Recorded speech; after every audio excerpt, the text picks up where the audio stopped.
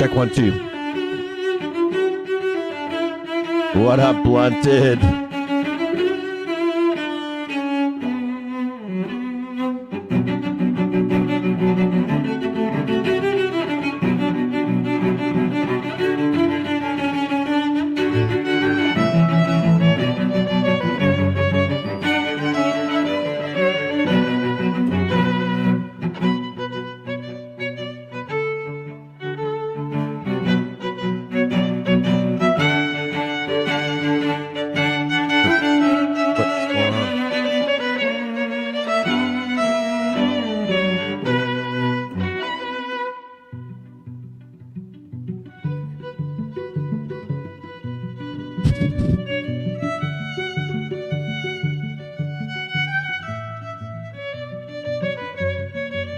What is going on with this? Like,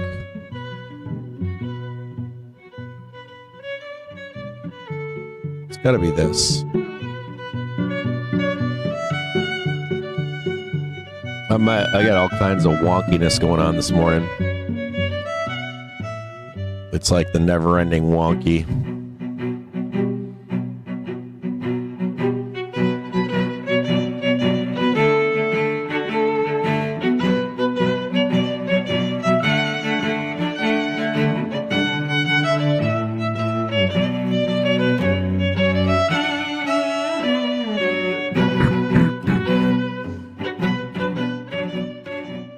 There we go.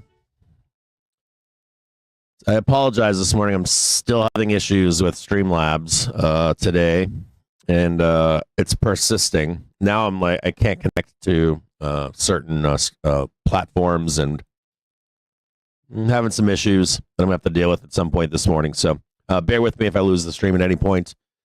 I had to reset everything again this morning. I'm being like logged in and out of stuff. I don't know if Streamlabs isn't being caught up or there was an update of some kind. So just be aware that this morning I'm having some issues.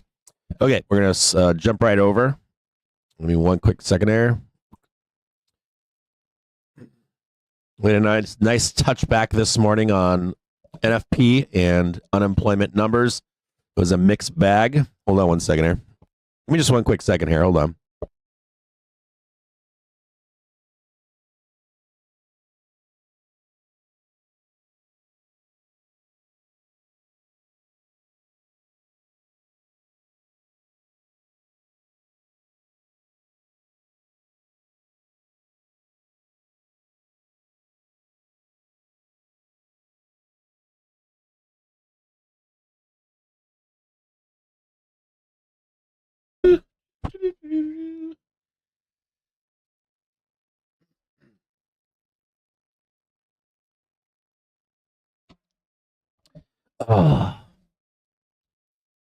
The question this morning becomes, do we fade 1030 this morning? What's going on there, Poke?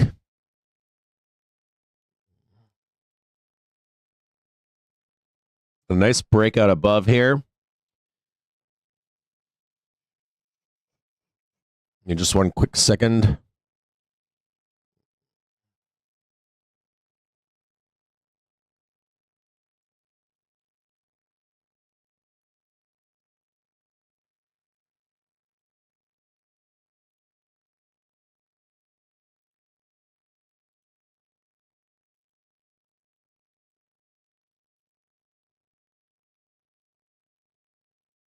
You know they're going to try to come in here.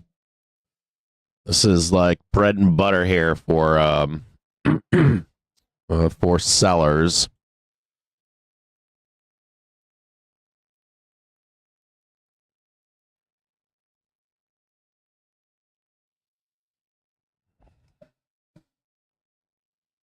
Now they're not always successful in this sell. We had a week or two ago, or not a week or two, but an NFP or two ago, the market tried to sell this 1030 here.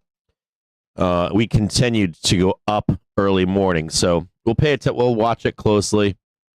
There's the 5-minute trigger. See if we can squeeze up, hit this upside target, come back down. There is some gappage down below here that needs to be cleaned up. Gaps down to 604.86. If we can sweep and continue higher, that would be great. There is also something else to show you down below here. One quick second.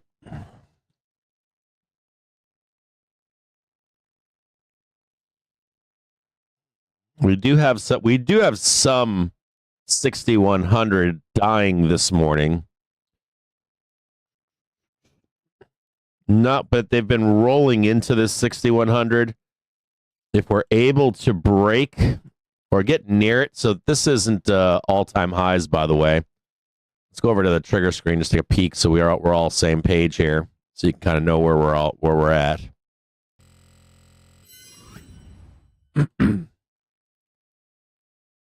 There's a few things, few mechanics here to just take a peek at. We still have this all-time high here at 610.81. You know how it goes with all-time highs. Once you get the all-time high, we look for a roll at some point. So we do have two zones of resistance before. Sorry about that. I was doing a doom shit for the Bears. try to get the Bears happy. Whatever. Oh, wait a minute. So what am I doing here? Sweep that up. So you figure you're going to try to come up in here, and they're gonna of course try to sell you down into this 1030. There's an inflection point here, and then some gaps to try to stay up and into the close, or not. Well, not. This is a 1 minute, or this is a 1 hour chart. But you get the picture, right? Like up, down, and then try to close strong up here. The good news, or not, maybe not right there. I'm being a little sloppy here with my drawings. So you know that the key points there is this. You've got all-time highs, then you've got your first resistance point basically right here.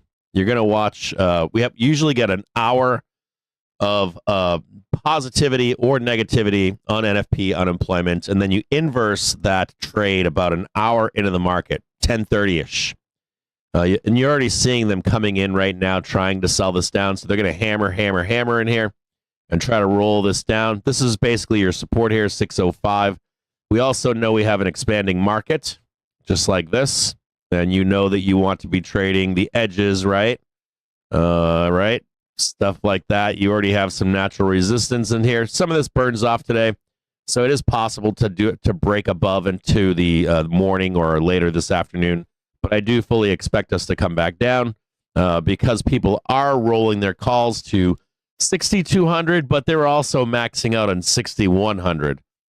We would have gotten a better squeeze today, in my opinion, had all of these retailers not pounded the market. But that's what the deal is. So I would expect some more reserved upside movements today, and that window of weakness will be pushed off into OPEX. We're only on Feb 7th right now at this point, so looking for 2 more pumps at least. If you are looking to buy or trade safely as a dip buyer, you know where it is. It's either down here, right? Or it's going to be a pump above resistance at 6,100 and a successful backtest of the hourly trigger to go higher. There are some mechanical issues here this morning, too. I want to show you really quick. The bottom right-hand side here, we've got R1. We are breaking above it right now. This is the 6,100 that we're talking about. So just so you can see this is R2. One quick second here. Make sure I get this right. Yep. So you have a nice little island, right? You can see that nice little island right here. Wham. We can continue to bam up here, right? Down here, up there, down here, and try to hit that 6108 if possible. One issue that I have with this is the closer we get to this one here is an all-time high. And I hate all-time highs this early, but if that's what we're going to do, that's what we do. If we hit this today, we hit it today. Although I'd prefer to hit it next week. On a 30-minute basis, on SPX,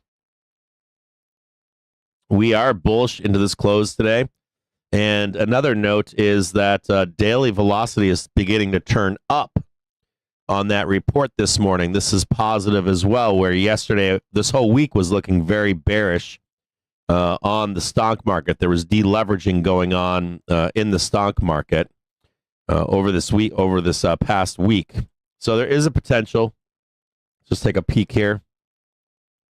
I'll show you where this resistance is here. Right in there. We got another one. Change that to yellow, I guess, right? Yellow. We got this one right here. And just so you can see this, I'll bring this back to a 1-minute basis here. We've got local resistance.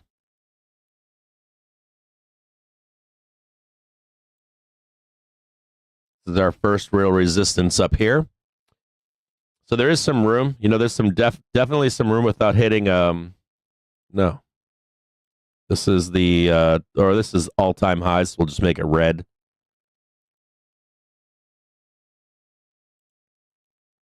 So there's some room here, right? We got some local resistance, a little bit of room to go higher. Just make sure that you're watching this. Make sure you're watching this time frame here. Be like, step out of the way around 10:30. Even if we are going to go higher.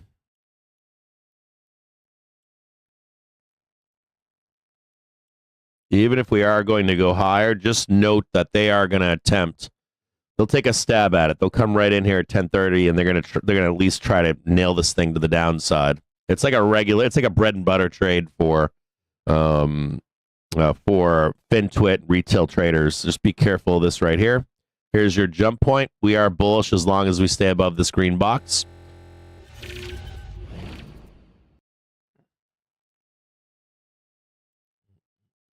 You can see them pumping still. Bring this up right here.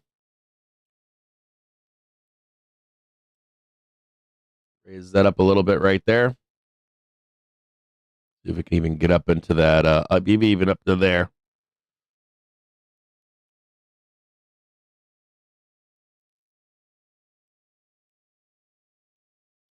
Here, we'll just redraw this so you guys like more detail. Hold on. You guys need this shit drawn out with crank. Why is my thing not on? The fuck is that? Turn that off. Turn that back on.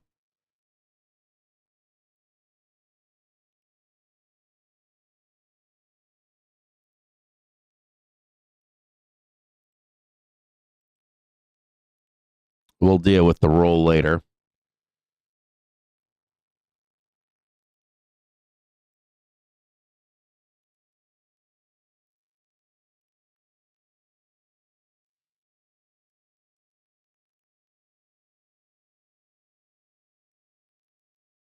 Wait a minute here.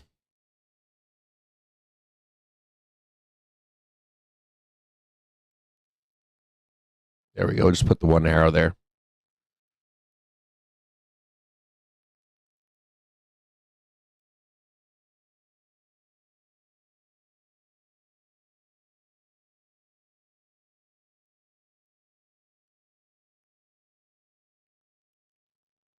$9:52, 10 a.m. Bring that back. There we go. Much better.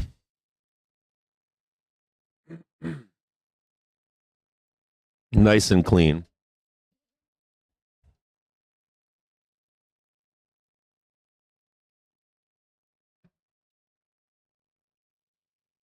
Trading 609.97.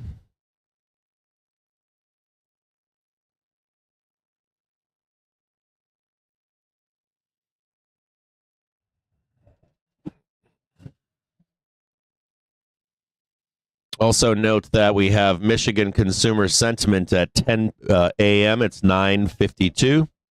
So watch out for a bloodbath down below over here. I think it's going to be good. I was looking at sentiment. I was looking at sentiment, and It's been emotional. You could actually see it. Hang tight here.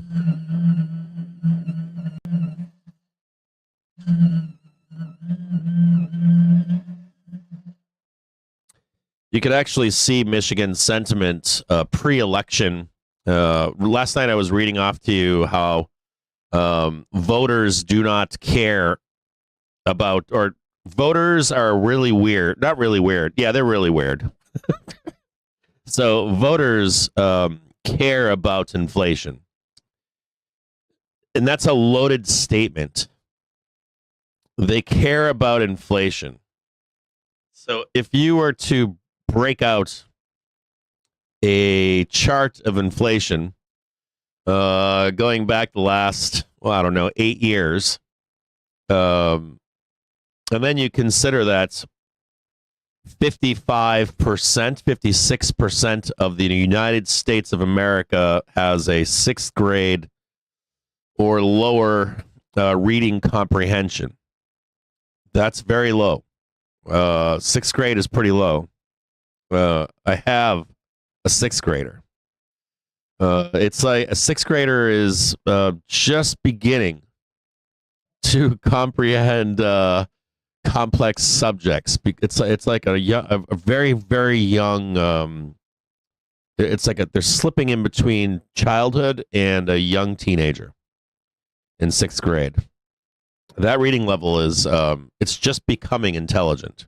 I don't know if I'm saying that, like adult intelligent. So if 56% of the United States only has a sixth grade reading level, if I were to show them a chart of inflation, they wouldn't comprehend the rate of inflation, would they? If you were to tell them when inflation comes down, the price of goods does not come down. It's just the slowing of inflation. And then if we were to go into stagflation, which is what they want, that we would likely have a recession or even a depression. And then if I were to tell them that stagflation environments, even when we have them, are short-lived, and we likely swing high again into higher prices, they wouldn't believe you. Even if you were to show a picture of a hamburger costing 15 cents way, way, way, way back in, the 1930s or whatever. Probably 5 cents in the 30s. Maybe it was 5 cents in the 30s or something like that. But they can't grasp those concepts. They can't wrap their brains around that stuff either. So what's fascinating about sentiment is that it's a personal thing for voters. It's a personal thing for people in this country. And if they perceive that inflation is too high, that matters more. That matters a ton to voters. And pre the last Fed meeting, Trump had said he wants a rate cut. And he screamed it, right? He screamed it. And then Jerome Powell had his rate decision, explained himself. And I think a few days ago, Trump was being asked the question, are you a loaded question, of course. Are you pissed that, basically paraphrasing here, are you pissed that Jerome didn't cut rates? And Trump's response was, no, I'm fine with where policy is right now. I don't know if he's saying that, if that response was implying that he has authority over Jerome, to not lose face, because he does want to take over or assert authority over the Fed. It's a better way to describe it. Or to not lose face, or if he's serious. And I think he's serious. I think Trump realizes that, Joe or Main Street Bob cares about inflation. They may not understand the complexity of inflation. They might not understand. They just know that their eggs are too expensive. It really has nothing to do with how well off the consumer is either. And you got to believe that. The data suggests that. It really, truly is a matter of, I don't want to pay more for eggs. right? I don't want to pay it. Price of rent is too damn high. Remember that? The rent is too damn high. That was a big thing at one time.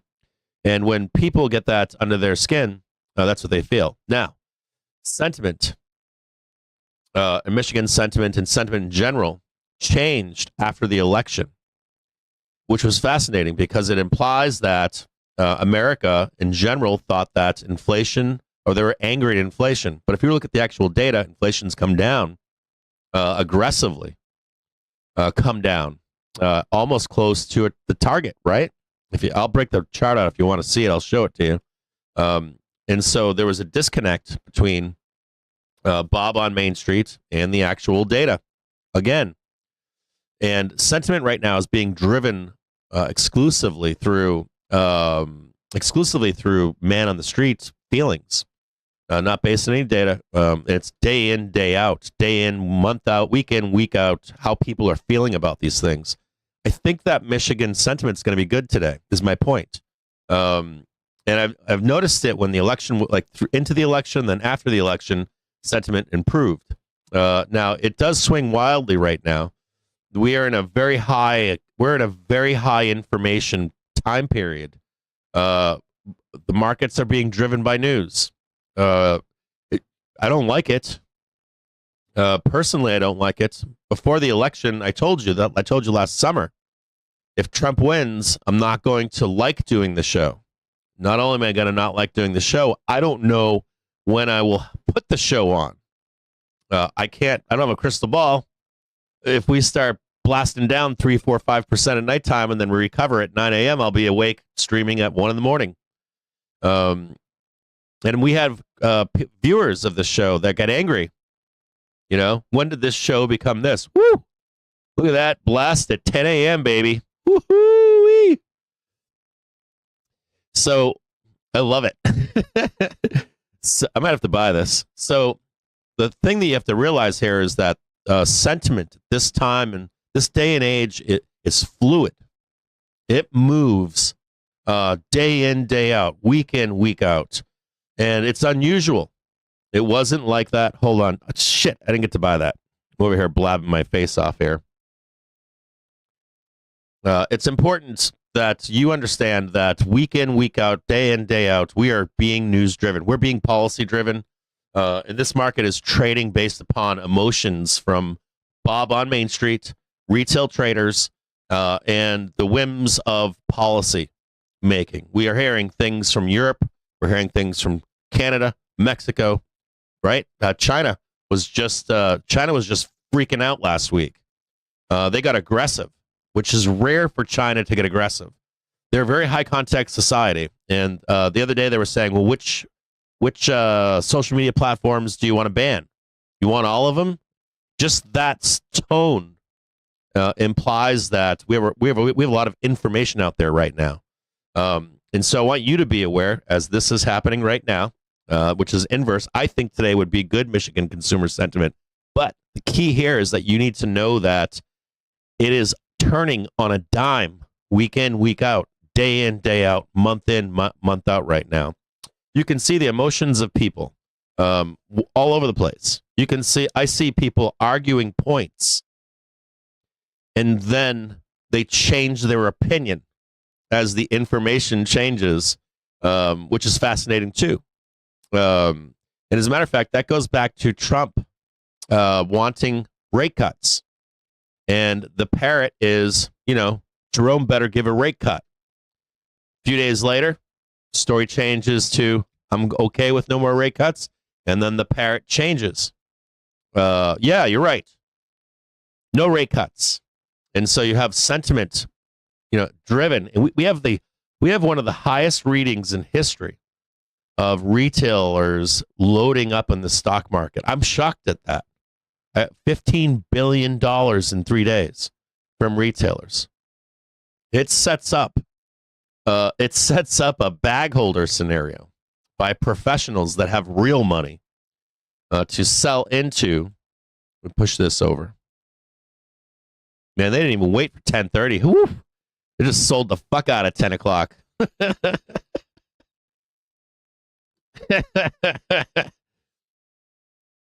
So, The thumbnail this morning on our video, if you go to YouTube, is what? How to buy a dip and where you should be trading on the edges. And what just happened? We just got lit up to the downside, didn't we? What does that mean to you? I was reading an article last night of an article that addressed that people are getting eaten alive right now in the market. And I was like, wow, we're not getting eaten alive. We're waiting for price to come to us. We are trading the reaction of news, or the overreaction of news, or the overreaction of a press conference, or a tweet, or a Truth Social post. I don't know what those are called, but whatever they are. And we're waiting to catch. We did a private stream twice last week about you should not be bullish on these highs. You should not be looking at the drawings and saying Cappy is bearish. If I draw something like that, you're not supposed to look at that and say Cappy's bearish. You're supposed to look at that as, hey, Cap wants to buy a dip here. Does that make sense? I made a post last night, or I made a market brief last night that said, what? At the end of the post, I said, unless you're long from the midterm, you are chasing. And it is never good to chase right now. This whole market. And I don't want to do this stream this summer or the next year or two. I don't want to trade this like this. When Biden was president, we turned him on, I think, twice for markets important stuff. And this year we got him on. We got Trump on every fucking day. I'm a Democrat, man. I don't want to listen to him all day long. I don't want to listen to him. I don't enjoy that at all. But you can see it right now, even in sentiment, wild ass sentiment coming out, right? This market is being driven right now by retailers and driven by sentiment and news and policy change on a whim. So it behooves you as a trader to be sitting in the background waiting for price to come to you. And the same thing on the upside too. If you're bearish, there's an inverse to this too. If you're bearish and you're like, we have a reaction like this, that you don't overdo it either. That some of this is just driven by sentiment, or it's driven by a news story. And you should be trading the reaction. That's a very key point I put. I think I wrote that in last night's brief too. And look at this. In 5 minutes, it's come down here to to where probably people are getting caught right now, right? I gotta go back on Twitter and say ding ding ding chicken dinner. Hold on a second. Hold on a second. I go on Twitter.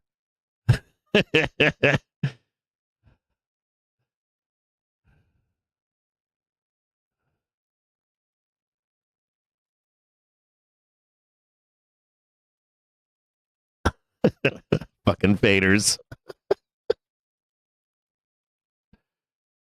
Faders win again.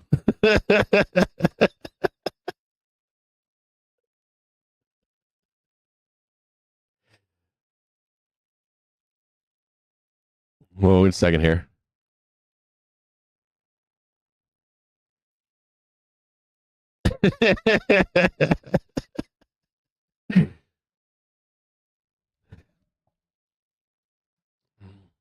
That was brutal just then. I was like, yeah, they'll probably give you the pump up here for 10:30 and then slam you straight down, but they didn't even give it to you. They just robbed you of it. University of Michigan sentiment preliminary actual was 67.8. The forecast was 71.8. The previous was 71.1. So if this market is being driven by sentiment, being driven by retailers, that's pretty brutal right there. 67.8, forecast 71.8, previous 71.1. That's a big, big swing for Michigan, University of Michigan sentiment preliminary. I want to buy this, though. Hold on here. Damn, I think it's freshies over here. So buying a dip. is the thumbnail on this broadcast. If you go to YouTube, you'll see that I say, how do you buy a dip? And that is what a real bull is. I didn't get a chance to write that on the thumbnail, but I wanted to say, as a bull, is your position from a dip buy, or is your position from chasing? Now, those are two different, starkly different things. And on what timeline are you trading? We caught that, no problem, no problemo. Look at that blast down there. Woo!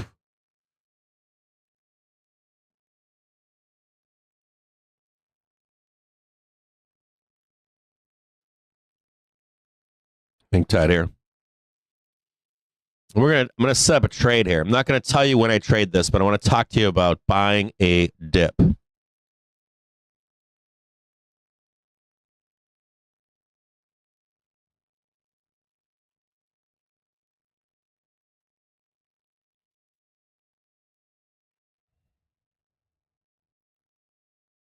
on now.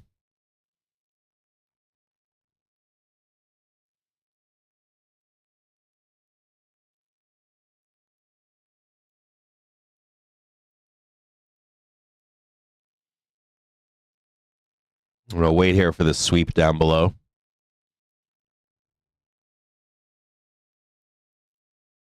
I never liked the first leg down. One of the first rules for me buying a dip is typically the first blast down. I won't buy it. Well, sometimes I'll buy it if it's quick, like middle of the day, no news, down to a half or an hourly trigger. I will buy that. For the squeeze higher and then a roll down, so squeeze all the way back up to the scene of the crime and then get out, and then the second leg down.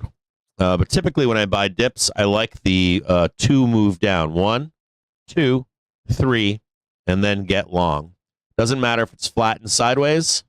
Doesn't matter if it retraces vertical. But normally I wait. We'll watch this here. Hold on, I got one more thing for you here.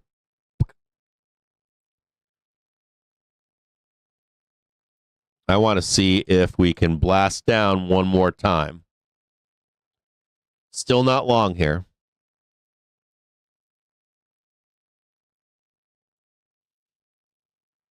And I want you to pay attention to this here, okay? So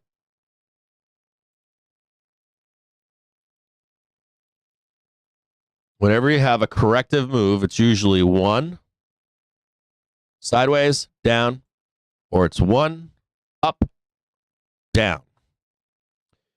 Not every time. If we get like a liquidation break that's huge, yeah, that'll happen like that, or it'll come straight back up and then go back down again. But oftentimes you'll see traders attempt to buy a downside move. Be like, yep, that's it, dog. It's going straight back up into the right. V-shaped recovery. And I'm like, nah, I'm going to do one more time, slam you down there at minimum. Sometimes they'll pin you in there and murder every option. On an intraday basis, if you have a drop like this, you ain't never coming back up there. That's another problem. Not ever. If you're in like middle of the day and it's if it's unknown news, we can return to the scene of the crime briefly and give you an out and then drop back down, right? But let's say you were positioned here to go higher. 85% of the time in that day or that next expiry of that week, we will not revisit that price. About 85% of the time. Sometimes it recovers at the end of that weekly expiry, but probably won't. Now, anyone that's bought calls at this point on this dip, we're getting smoked, aren't they? We're getting destroyed. And they're going to put the pain trade on this right now.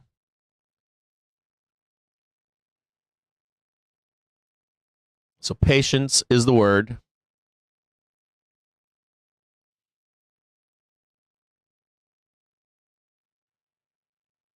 We got another target down here, too.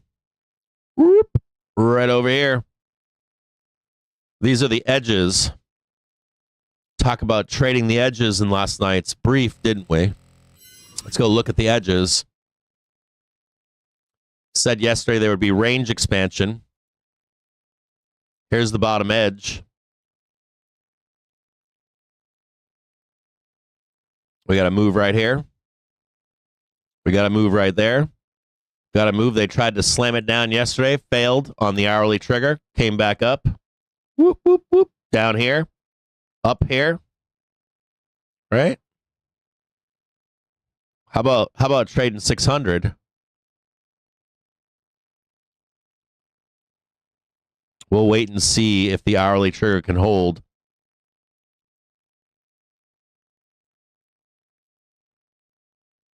We have some places to look for a dip to buy.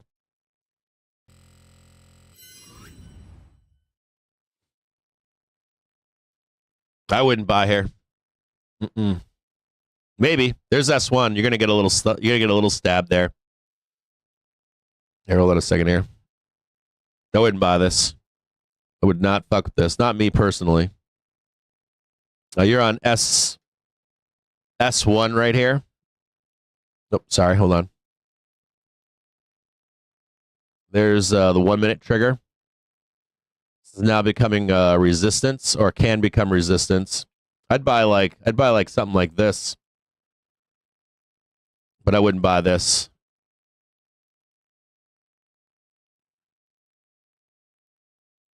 Not me.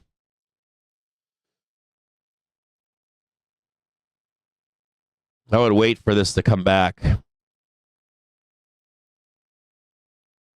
Up here. I'd buy something like that.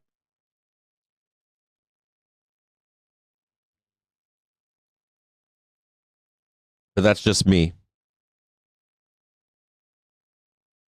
I'd buy this with confidence. Like this, I would buy. No, like if we blooded that down, we rejected that and went all the way down here, I'd buy that with some significant money. I don't know if we'll get that today, but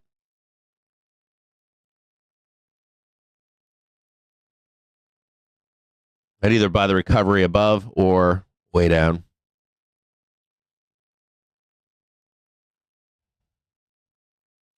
Yeah, you know what, Quarkhole? I was looking at the news that we have lined up yesterday, and all the past 2 weeks I've been collecting news that is unknown yet. And then this morning, a whole bunch of news. We talked last night about NATO, and this hasn't been a real like mainstream discussion about NATO. You hear about it, but it's not like front and center. But we have if you think about volatility, we're not escaping it anytime soon. We have the volatility from tariffs, and then we literally roll right out of tariffs. We roll into the federal government shutdown. That's in March. Potential shutdown in March. And then we roll right into NATO meetings, big meetings in Brussels for like 2 months into June. Like we've got some serious volatility into like middle of June. Like you'll have like tails on tariffs, and then you're like right into the federal government shutdown. Like right as you're ending, like right as if we get or don't get tariffs, we roll right into government funding. It's like boom, right then and there. And then we roll straight into like NATO and stuff. And then this morning, what did they do? They said, well, we're thinking about sending troops to Greenland. Now they've got this big conference. They've got like breakout conferences that lead into a NATO summit in June. So as soon as we think that we're out of volatility, this is going to be a spring and summer or early summer of volatility to wrap all this stuff up. Some Quirkhole just posted a picture of make VIX great again. Oh, you're getting it. You're getting it this spring, and you're getting it late winter, early spring, and summer. The brief is on the website. Sitting on the website. Oh, you mean the video brief? It's being edited right now. That's why you can't see it. It's being reorganized so it looks professional, like you would normally edit a recorded video. It should be done by the weekend. But the brief, I talk about this in the brief, written brief last night. Read the bottom or read through the verbiage that's on that brief at the start and all the way down to the bottom. And it's just highlighting those same things. So we got 1, 2, maybe it's done. It's possible it's done. Maybe it is time to buy a dip. 608s are dirt cheap. They're like, we're not printing those, bro. I'm like, I didn't think you were. 607s are 53 cents. 606 looks like it's on the docket. They're basically telling you right now the best you can hope for here is right around there. Options market at least. We may go higher, but the options market's saying we will likely make a trip to 606 and be done. So I think we get one more leg down. I think this is leg 1, and then we're going to get leg 2. Here we go. We'll draw it just like this. Leg 1. 606. Leg 2 right there.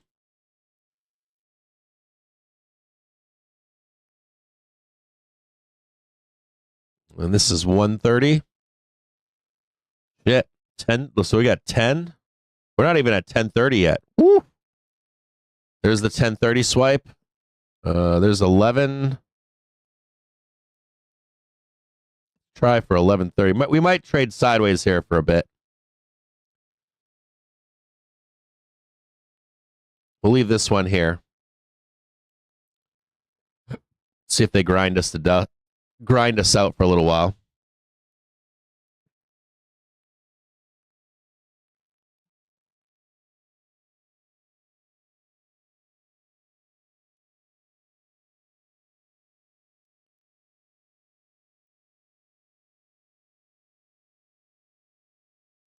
Something like that. And we'll draw one more for the next leg down, and we'll keep moving it.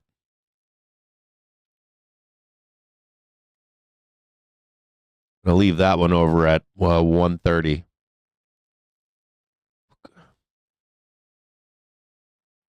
$130. We'll just leave this looming over here.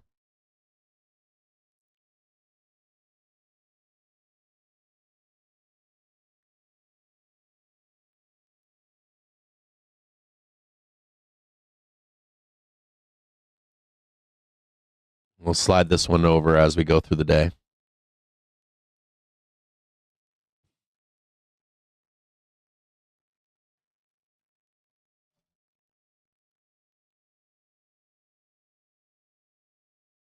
No, he's not. Hold on a second here.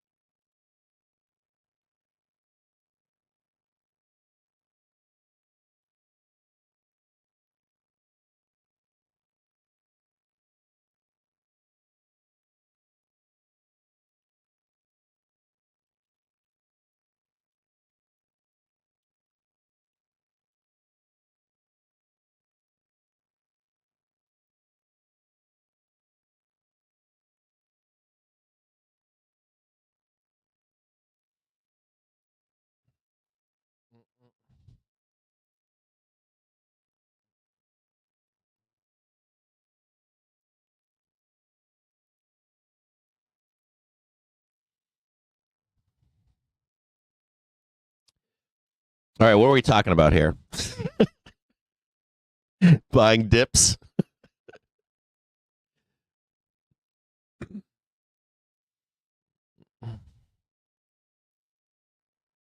Hey, Canada Fed, how are you? Good to see you, man.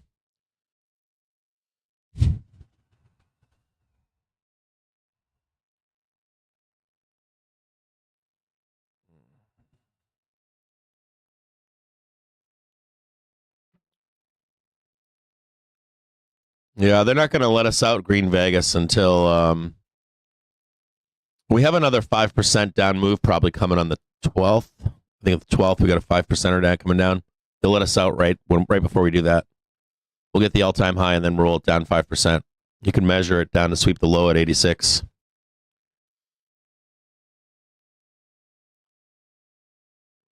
Yeah, Canada. We have traders that have been waiting for this for. We have traders that have been waiting for this for 2 years. Like, I got great traders. Like, Binky hates melt ups. He loves the range expansion. He loves trading the edges. We have a lot of traders. Volatility loves this environment. This is I'm making a lot of money here. This is like easy money. I think this is easy money. It's pretty much defined, right? You just ride the edges, man. When it comes down, you just grab it, wham, throw it back the other way. It's not rocket science, is it?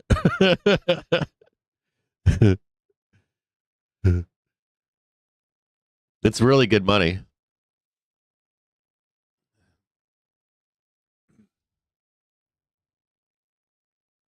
Yeah, Green Vegas. Dude, like when we were melting up, I'd probably say like great traders. 25% of our community would contact me and DM or phone call and say I can't trade this. You know, it's just like relentless, right? Daily trigger up, daily trigger up, daily trigger up, daily trigger up. What are we gonna correct? I don't know. Then you finally see the big fucking vertical, and you'd go, "Oh, that's coming back." And then it would all come back, right? Like, dude, the August trade was insane because then like my buddies who like trade in range are like, it's gonna crash. I'm like, no, it isn't. No, they're gonna buy the fuck out of it. Like, fuck no, we're not doing that. You know, that's fairly easy money right now. I want to say it's like there were a lot of people like before this election. A lot of people were like, um, "You're not going to need the news and policy," and I'm like, "You're going to find out. You're going to fucking find out, or you're going to go bankrupt." And the ones that know that this is coming, they've been doing great. All these like rip up, bloodbath down, rip up, bloodbath down. They're all just waiting. Sellers are waiting for highs, and buyers are waiting for lows. Anyone that chased for 2 years is getting fucking annihilated. I read an article about it last night. They're getting fucking annihilated. They're giving all their money back. It's all coming true. The prophet speaks. Then we shaketh them out as trading changes.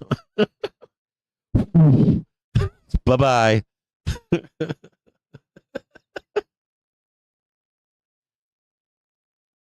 Yeah, yeah, we're in volatility, man. Uh, this is good. This is good trading. I love it. It's easy.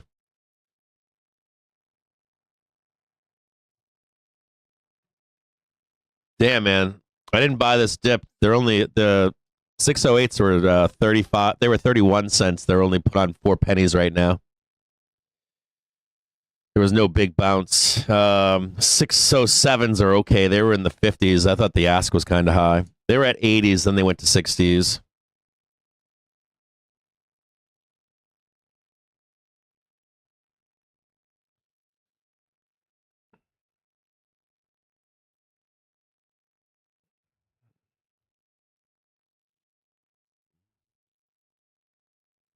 Mm. 15 Billy.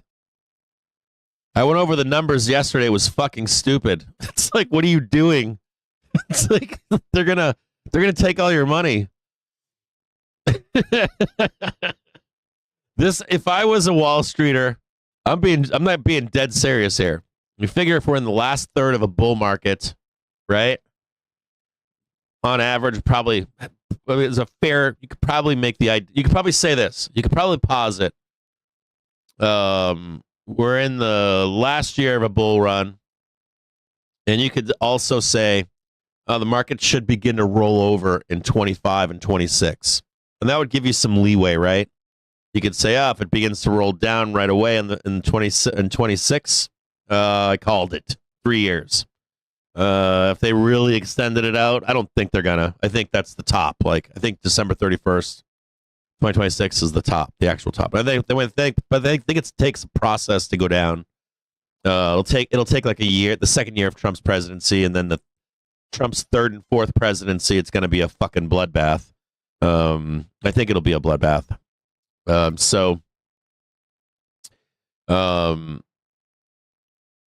This shit takes time, right? But if I was a Wall Streeter, knowing that we're coming into the end of a bull run, my whole job would be to take retail's money, to clean them the fuck out and flush them out until the next bull cycle.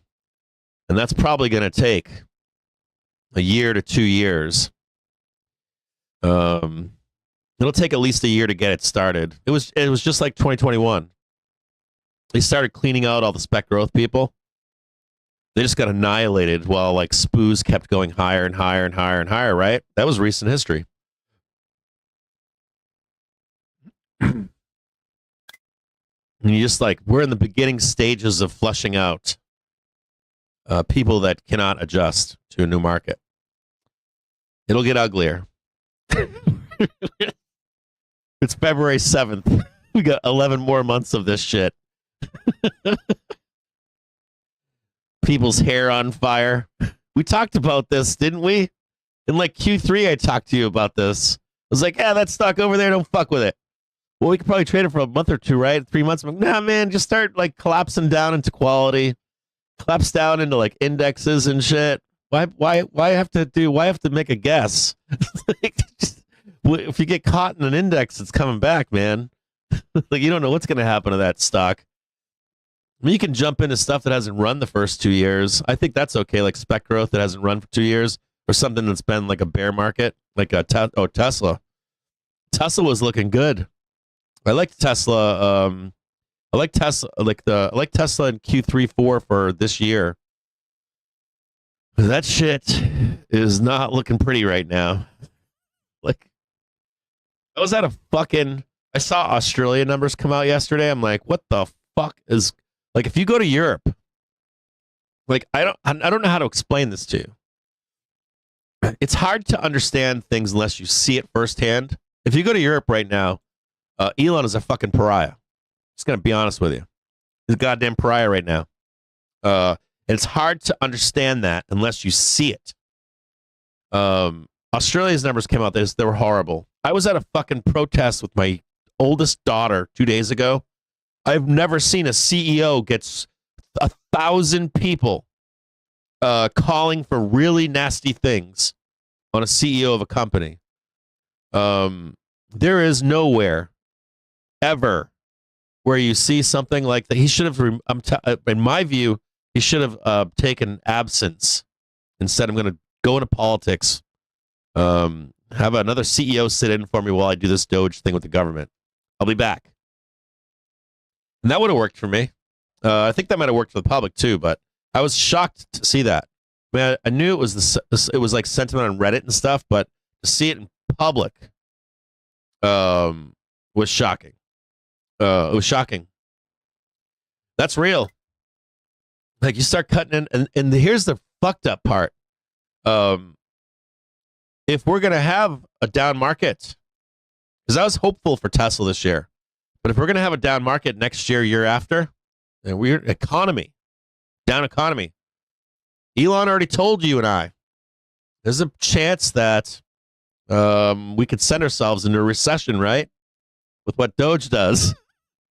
But I'm scared for Tesla. I really am. I don't think it goes bankrupt forever, but I think Tesla is dangerous, becoming dangerously close um, to a bad event as time passes. Every month that passes, it's going to get more dangerous and more dangerous for Tesla. I was shocked the other day. I was scared for Tesla, the company. I like the company. I can't say that I don't like Tesla. I like Tesla as the company. I think it's a great company. It's a great EV company. Got no problem with it. But that sentiment, that the rage that I saw the other day, I was like, oh, that's not good. It's like that ain't good for the stock price. That's not good.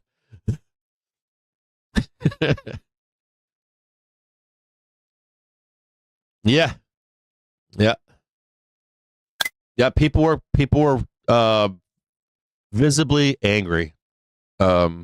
Visibly. I was like, oh shit, they're mad. It's like it was like there was a time when it was like cool to be like there was like a play, not, I don't know if it's playfulness. There's a time when like you had like Tesla gang. Everybody liked Tesla one time, right? Everybody did. And then there was like, it was cool to not like Tesla and not like Elon Musk, but that was a different thing. This is different. There's like hate. I'm like, I've never seen that. I've never seen it anywhere. That's concerning, or at least it is for me as a Tesla buyer, investor. As a Tesla bull and all that. I'm very afraid for Tesla right now. I think he should be removed. I used to think it, but now I believe it. Or at least just take a step back. Just be like, I'm going to step back for a year or two. And the cool part about that is that if things turn out good, he can always like the Return of the King. It's a story, the fucking hero's story. I don't understand how people like hit myself in the head on this stuff. Like, stock goes boom, moons. Doge didn't do all this bad stuff. Yeah,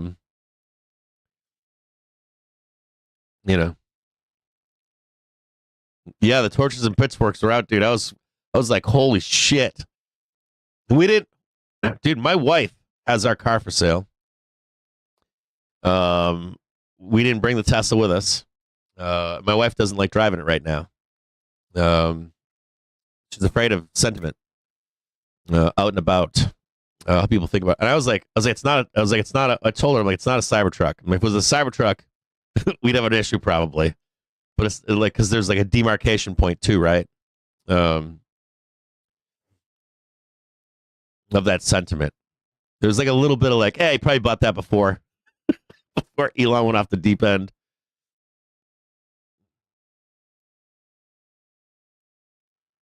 Come on, pull your pants up, Spoos. Come on, baby. And we'll take this one right here. That one right there. Let's see if we can get Spoos one more high. You didn't get the high over here. Yeah, you got the high over here. Kind of need to do that one. And I'd really like to see that one right there. You could say we beat the high or like this one right here. Let's do this one. So you had this one right here. These sellers got beat. You got these sellers right here. So you kind of need to get that high ticky right here. You have time to do it though. Theoretically, you could, yeah. You only need this high right here. I'm being a little aggressive here. You only need this high. You don't need to actually do this until 11. Watch out for a consolidation move in here. It's like ping pong. You only need to get it at 11 o'clock. You don't need to get it right now. Easy there, Spoos. Watch out for some consolidation in here.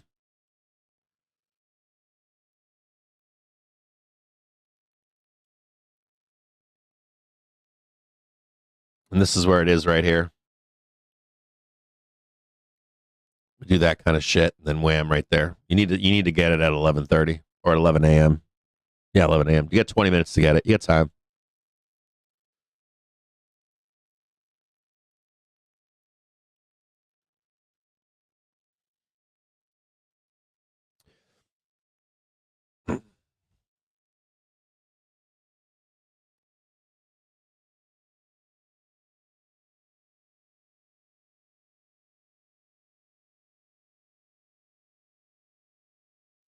I don't. I feel like I'm going to be tired after these next 2 years. I don't like the politics in the stock market. I don't like the sentiment in the stock market. I don't like any of that shit. It's been an. I like. I got a friend, right? I'm not going to say who he is, but I got a friend that was or is even today still a MAGA guy. And he was like, even I needed a break the last election. I was like, yeah. I was tired. Not Biden. I was like, he's like, I just wanted a break from all the crazy in the stock market. I was like, dude, you do that. It's like you do that shit for 4 years. It fucking. So you're like an old man, right? Like I just turned gray from trading that shit for 4 years.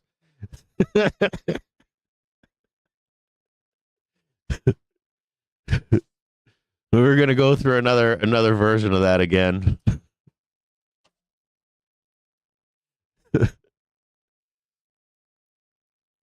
Yeah, bonds are getting spicy. I'm afraid that well, not afraid. I'm long TLT, but I'm long it until 2027.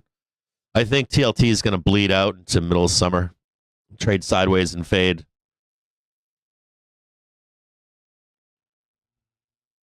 I don't want to look at it. I mean, and I got a long position in USO, and I had to think about do I want to hold that until summertime? If the market rolls down, USO will print. So I got different different time frames for some of these counter market trades and stuff. Different horizons on some of this stuff.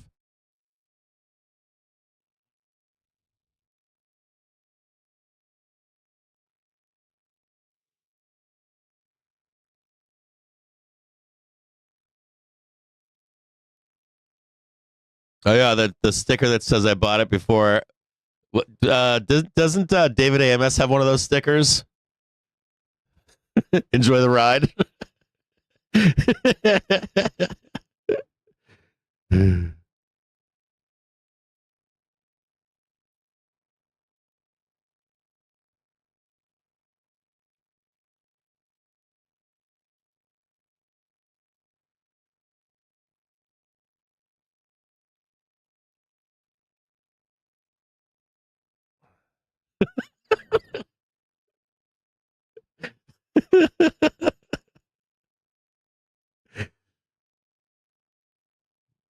This is always looming over here too.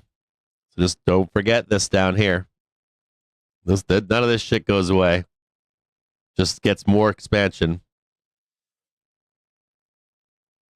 Let's move that over and down.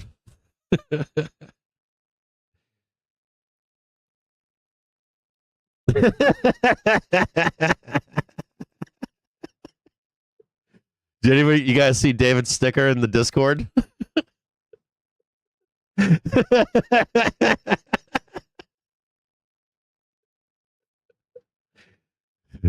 Remember, you got to get the new high before 11 a.m. Happy Friday, by the way.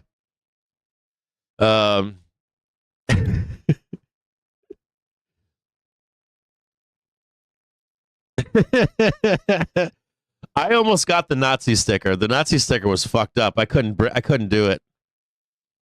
I couldn't do it. There's a really nasty one. I was gonna get one for our car that said Elon sucks Nazi cock. I didn't get it because then I was like, that one's a little aggressive. Maybe someone that was really likes Elon will key my car too.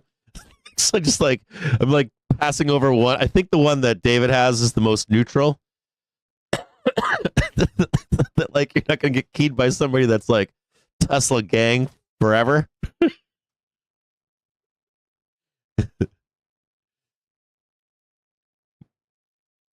Yeah. Yeah, I can't do it. My wife wants the car gone. And I'm really scared right now for Tesla. And here's where it's fucked up. So I was looking at the Elliott wave for Tesla, and I'm at 340. I was 370, then 340, and then all this news started breaking this week after ER, and we started making some new lows.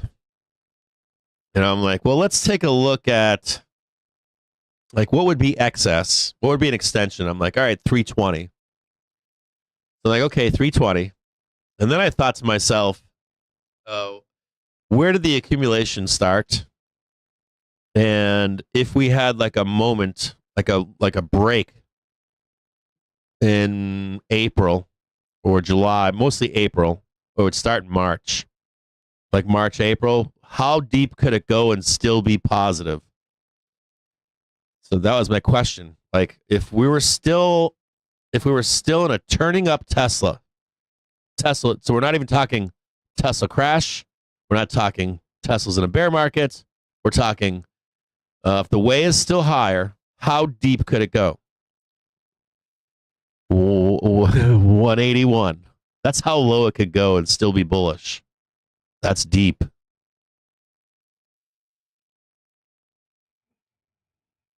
I'm like, that doesn't mean we can't retrace now or have a squeeze and shit like that, but 181 is like, it's about a 15% chance right now of a potential to go to 181 and still be bullish, still be in a bullish accumulation. I was like, fuck, that is low as fuck. 181 and still be bullish on Tesla. I'm like, what the fuck? I posted it this morning because I only posted it this morning because if there's Tesla bulls out there, I don't want them to be shocked if it were to happen. And that's not even bearish. That's just like still turning up Tesla. So I'm like, I wonder if anyone realizes that it could go to 181 easily this summer, easily.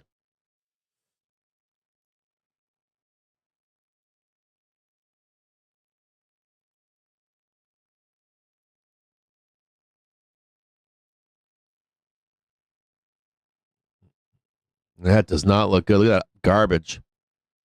Ugh.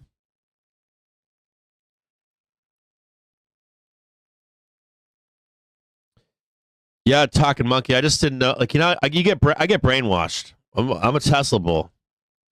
Like I'm like, there's no way it'll go down there. So I'm like, I gotta post this for the people like me. I gotta do the whole like, whoosh. just heads up. Can you withstand a trip to 181? Then the rage comes out because it's possible. Not for long. It would be like a capitulate. It would be like a staircase down, like a major double correction. The idea would be like something like that, then something like that, and then you'd be like right when the market is weak. Just be like wham wham, then straight back up. When it happens, it's ugly. It's like straight fucking down. It's like a fucking vertical line. If you're a Tesla bull, you know what I'm talking about.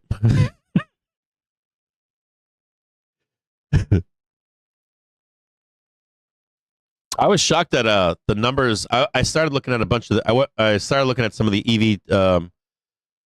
EV subreddits, and there were a lot of people that sell EVs or EV dealers, and they were talking about people turning in Teslas these people said to one guy was like, they're willing to go back to buying a Tesla, but just not right now. They're like, not right now. They're like, trade in my Tesla, buy something else, and I'll consider it as this passes. Oh, hell yeah, baby.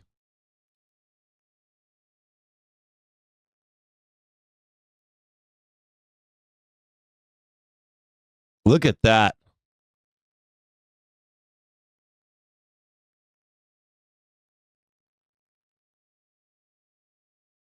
Holy shit.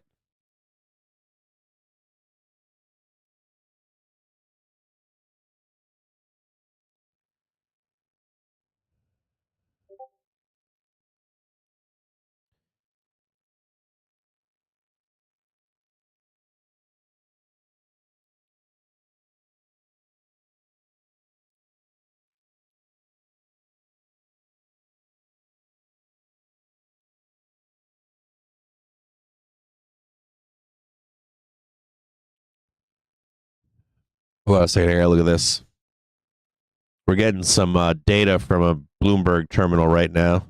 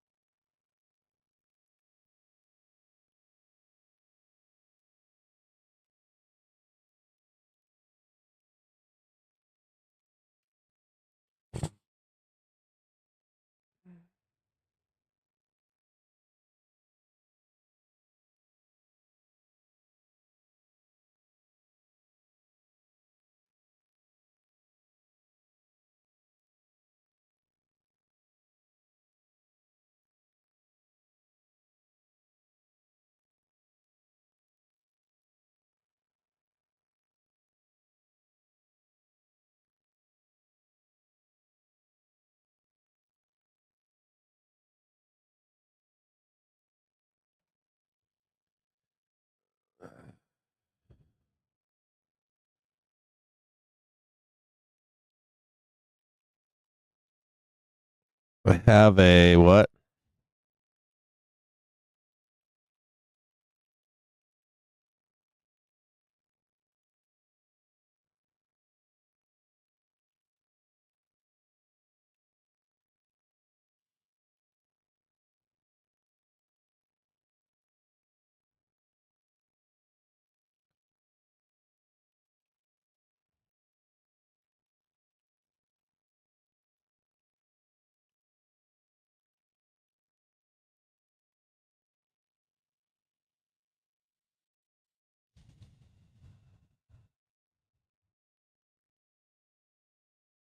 Hold on here.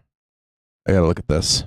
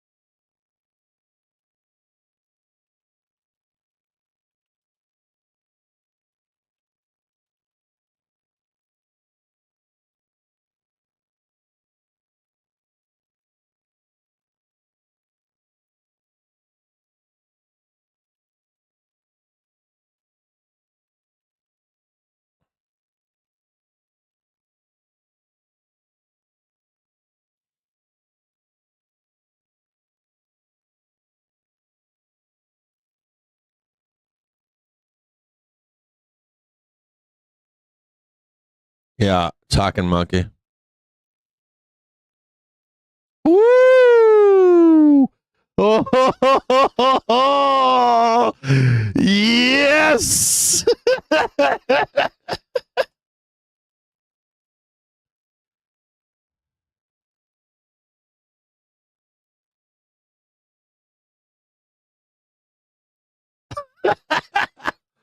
Yes. Yes. Yes. Yes. We'll just leave this over here for you. Yes. Yes. Yes.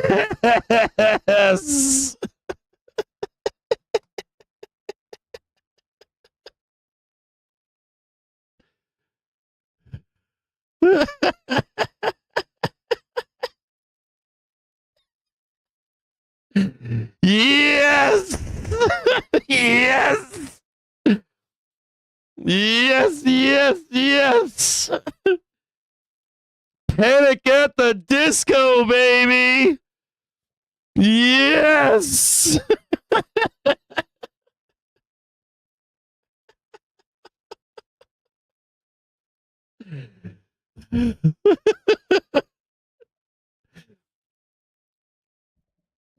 Trump just told Republican lawmakers that he plans to issue reciprocal tariffs as early as Friday, not on the 30th. Woo!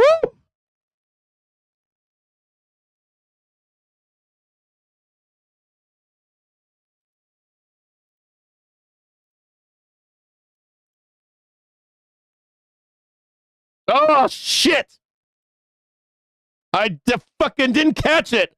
God damn it!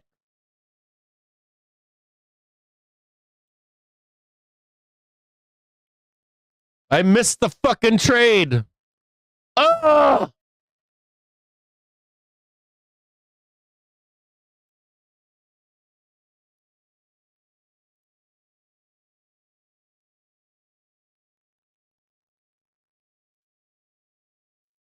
I tried to grab that wick down there. Fuck! Yes! Die, bull, die!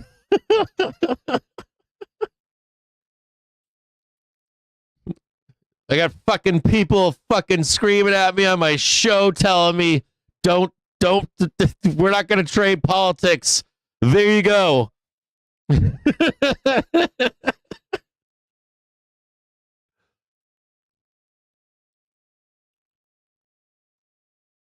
You know why I know how to trade this and David knows how to trade this? Because we fucking traded this.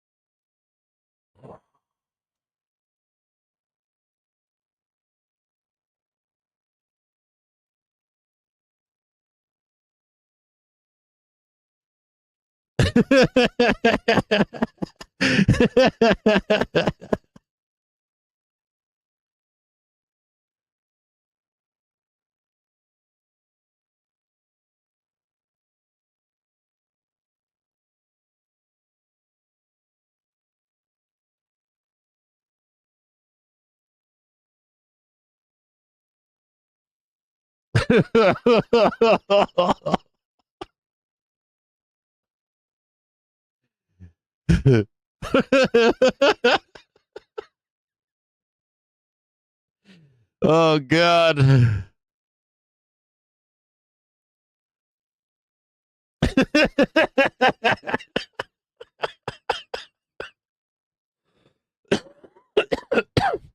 Trump's in the bathroom right now. He's like, I'm going to go on Truth Social and just shit all over this market. He's like, I'm watching this guy live streaming right now, and he's telling me it's going to go down eventually. I'm going to help him out right now. He's got Trump on all day long.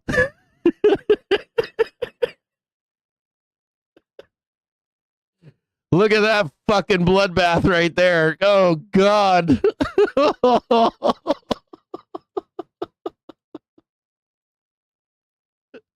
Oh, God.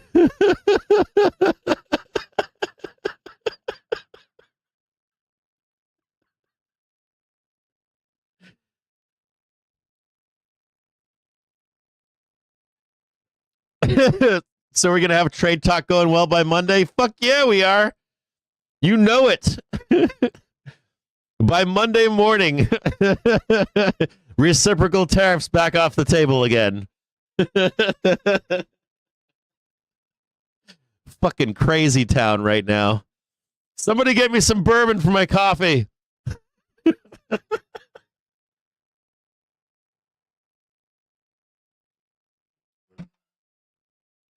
Terrible.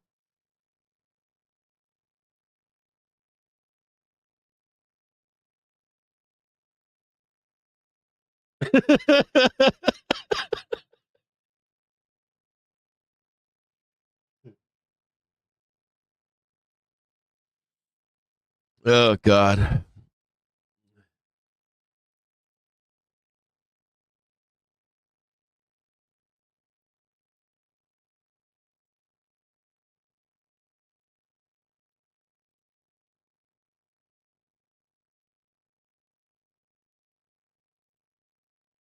Just like that.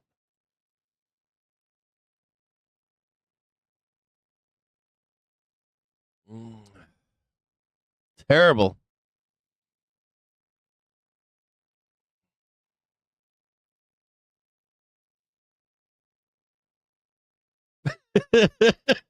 Oh, yeah, they get so angry, don't they?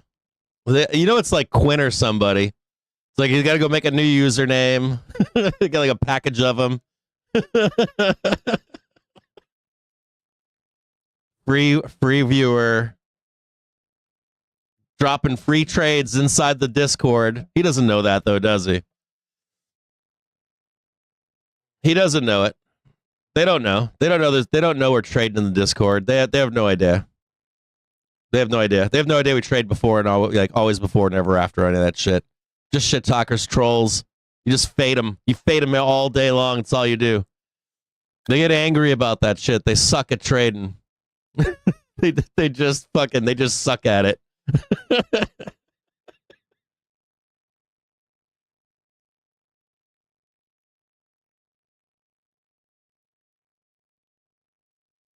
Yeah, Venezuelan Hitman, that's good shit too, man. I try when I'm not when shit is slow, I like doing that shit, especially with time on it. I've been this year. I'm accumulating stanks or ETFs and stanks and selling options. That's been going pretty well. I'm pretty happy with that right now. And hang on tight, right? Like strap the fuck in.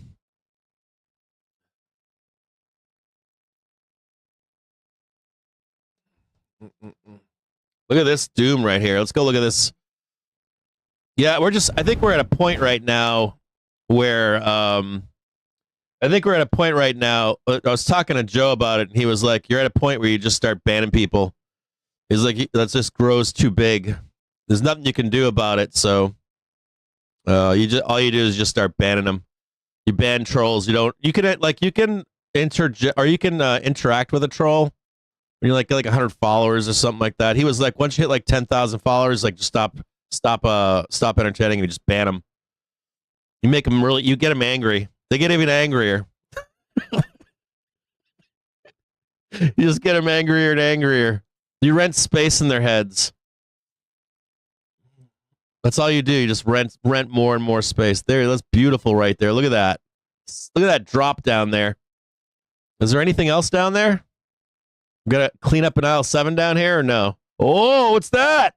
Oh, what is that down there? Oh, right there, baby. Oh, wait a minute. It's down there. Hold on. Oh, what's that? What's that right there? Oh. What's that down there? We slammed into 600. So we're sitting at 600 right now. Like there's auto buyers here. There are definitely auto buyers here. Woo!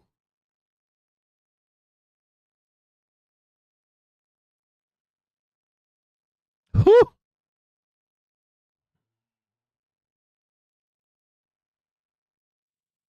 What else we got here? Monetary policy report. Fed remains strongly committed to achieving 2% inflation goal. Monetary policy report. Federal Reserve will weigh data as it considers future policy moves. Labor market remains solid and appears to have stabilized. The U.S. financial conditions continue to appear somewhat restrictive. Inflation expectations appear broadly consistent with the Fed's 2% inflation objective. Now, we're just talking about sentiment this morning. We're talking about how a market is emotional based upon policy and tweets and news. And who runs this market right now? Who owns this market? Retailers, right? What's the hallmark of retailers? Do you know? This right here. Panic. Hey, what's going on? You want to know if that's me? Here, Graham, I will become your friend right now so you know who I am. Here you go, brother. Hold on. Let me, hold on, brother. I'm going to add you as a friend right now.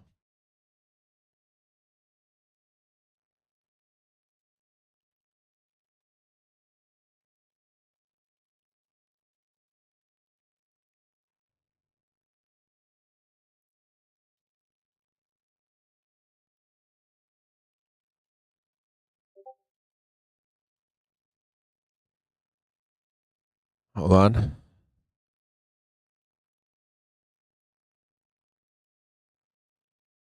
Copy.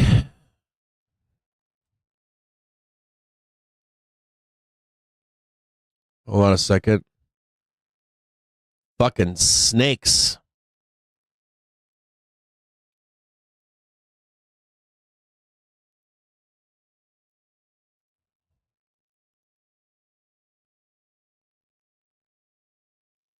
Hey Graham, I just sent you I just friended you on Discord and I sent you a DM just now.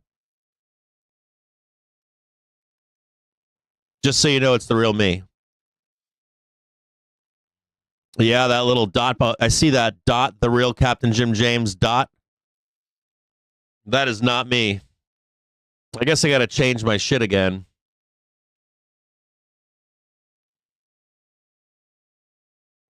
Fucking scammers everywhere, man. You guys notice the bots on Twitter are rampant again?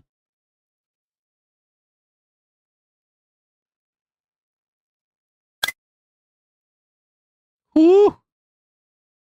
I want a little bit more down.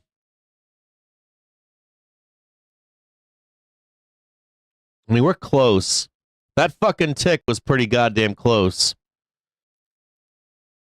I want options. No, I don't want to own the fucking SPY, dude. But they're still charging a lot of money. I want one more bloodbath here. Can I get like one more bloodbath into the close?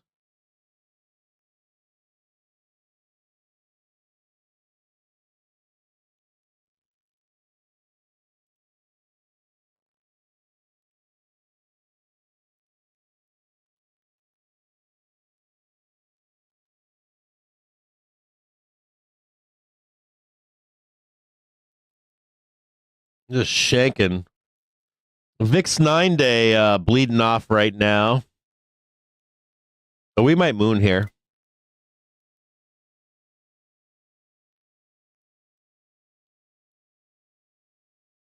I'm going to have a nice little squeeze coming up here. Past that one right there.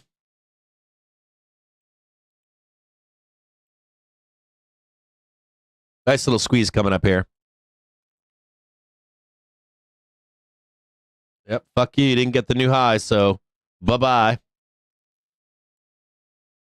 Should get a nice little pump here.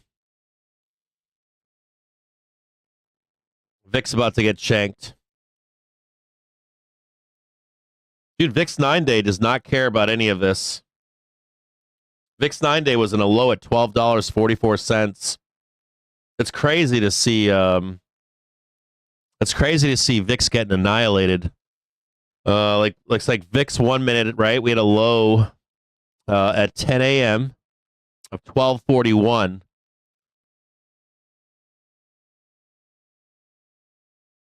There's also a cross coming up here of the 5-minute trigger, the hourly. There's a bear cross coming up.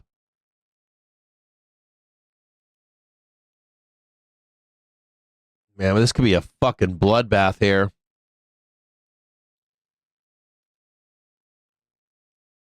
Like VIX doesn't give a fuck.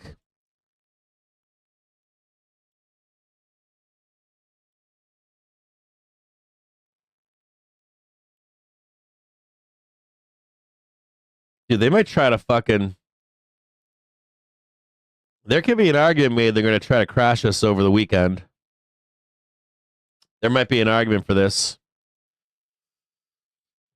No, man, I don't know if I don't want to say crash, but there could be a fucking bloodletting over the weekend. Roger that. I got you.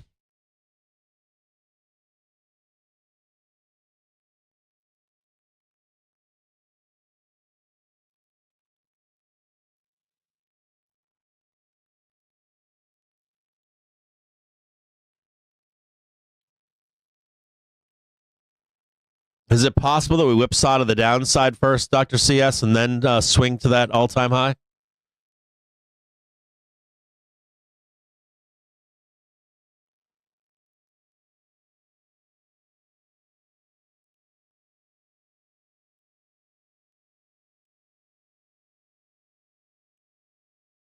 Well, I can see the all-time high with VIX 9-day.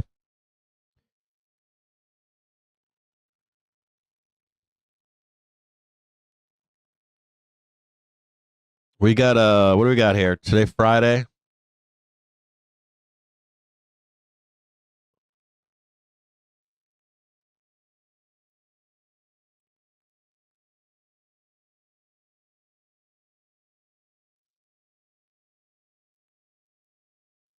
That was fucking nasty.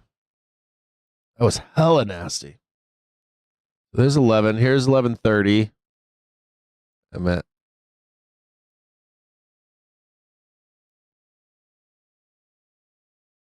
That one over there like this.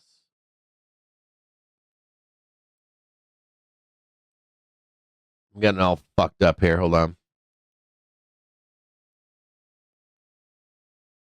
We don't even need that there, do we? We don't need that there.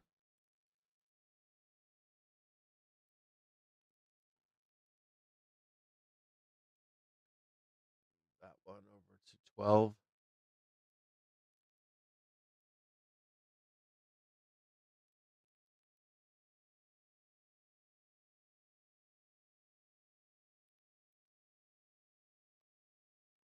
This cleanup over here in aisle 7.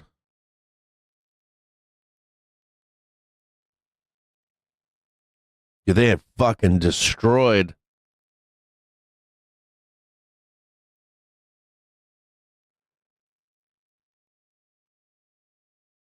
Yep.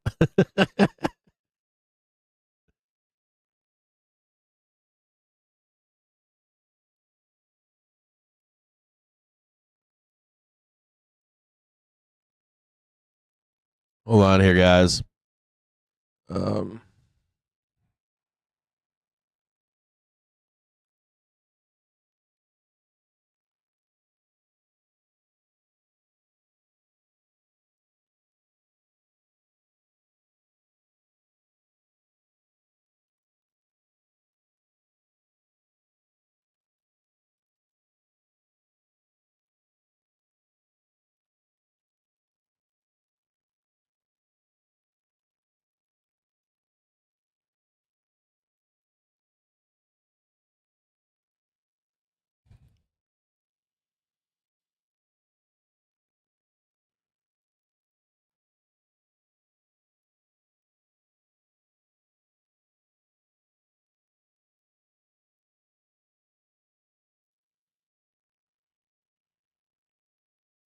Oh, I gotta look and see what we got here.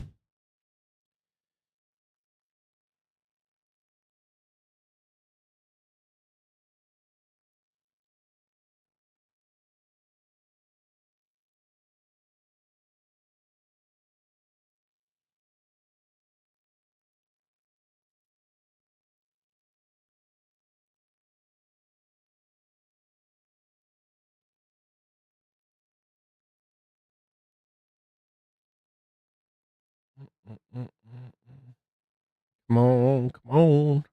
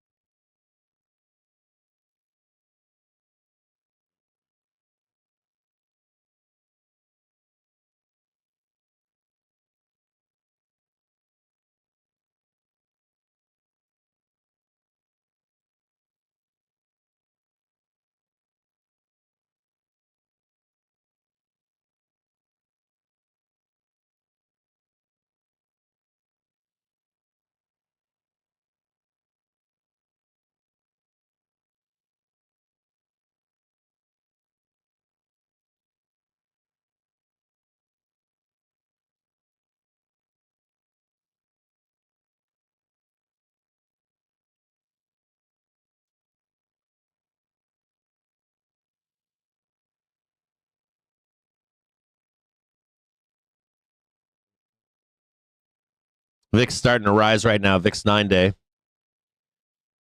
Watch out for the blast down. One more pump to the downside.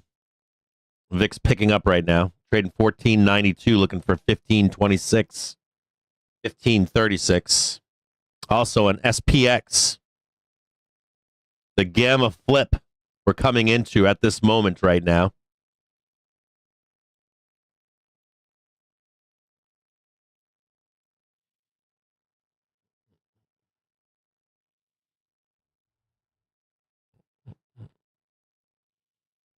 Where am I at right now? Sorry, I'm missing stuff here. Market chat.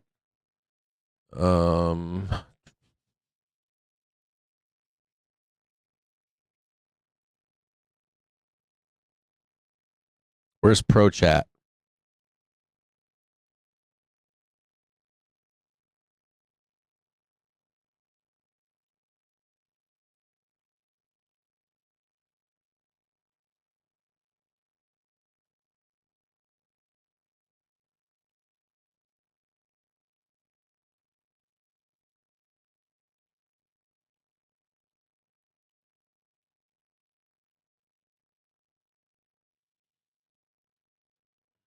Just a note for you here. Right here. This is negative gamma.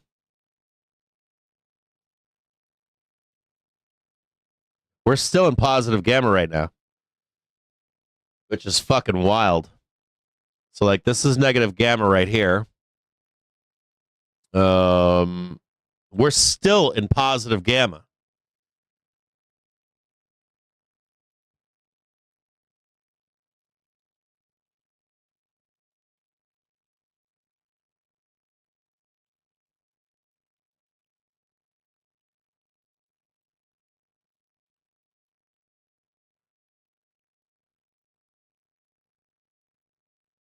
What?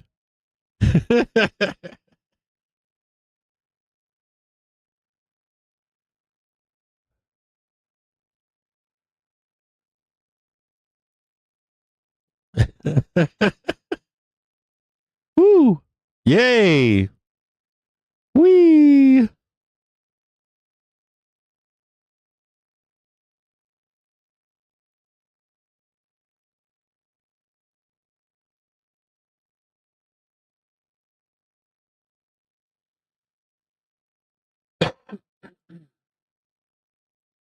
Holy shit!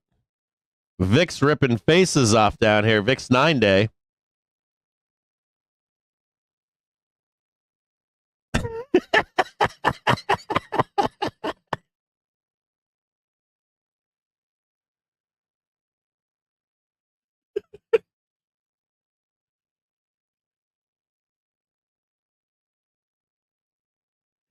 I'm so bad.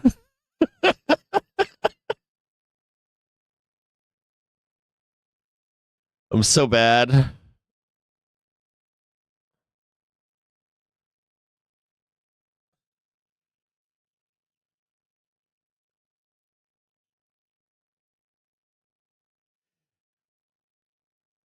Watch out! It's still like be careful up here. They're up here.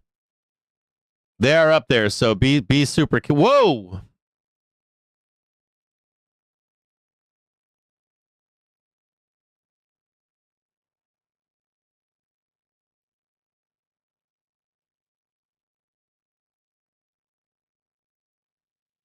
Okay, upside sell stops complete. Sweet.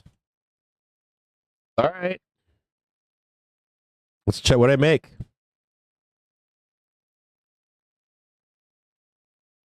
Fuck yeah. That's a good day.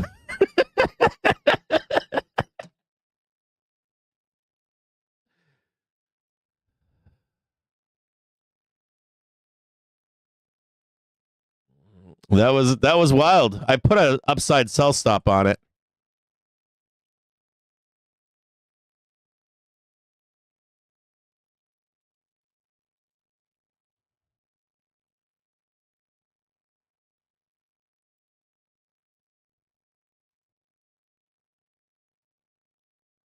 Yeehaw!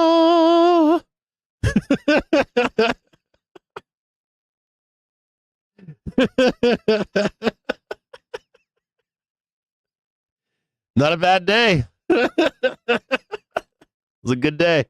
It's a nice little pump right there. That little green bar right there. This actually took me out.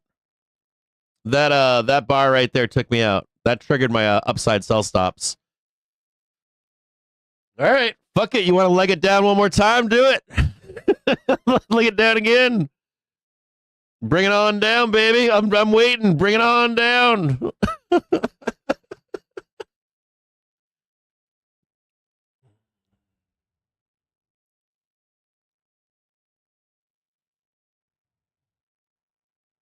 Yeah, me. Hold on. I'm going to Pro Trader.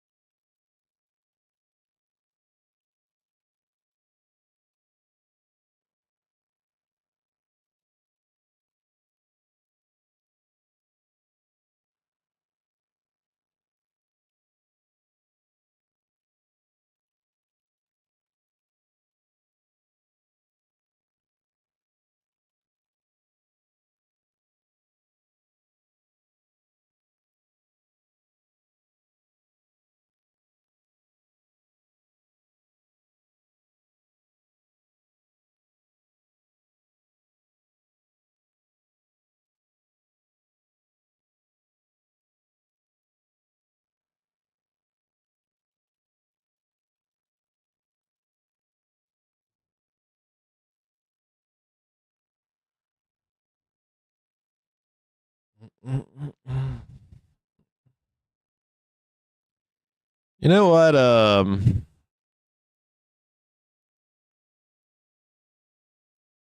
Hold on one second here. I gotta. Oh, what? Damn it!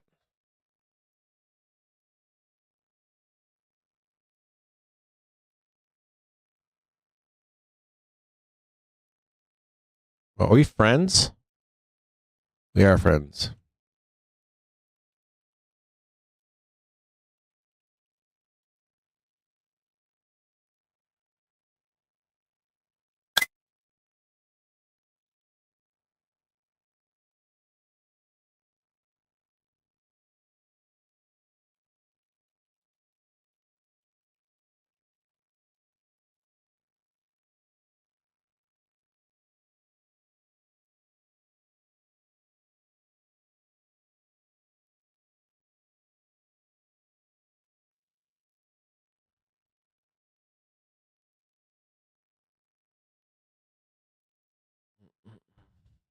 We gonna turn around to the upside now?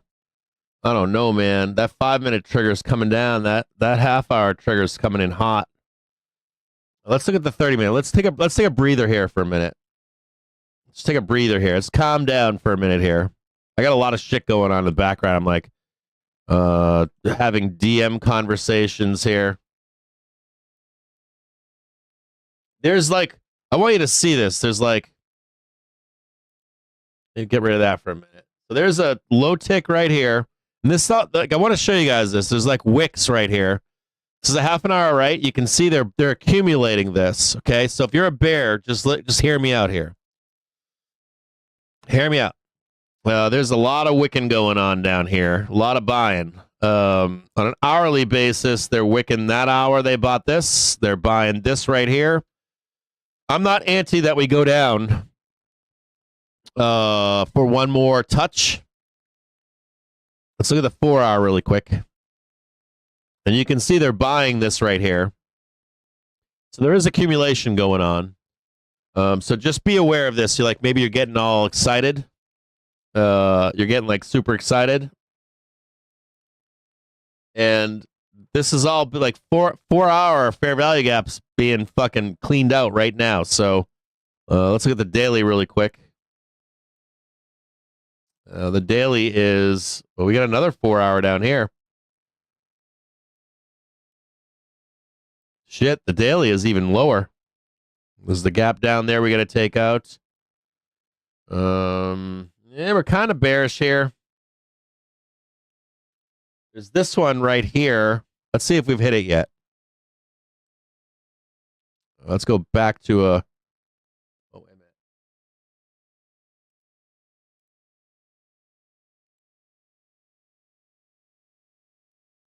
Buy.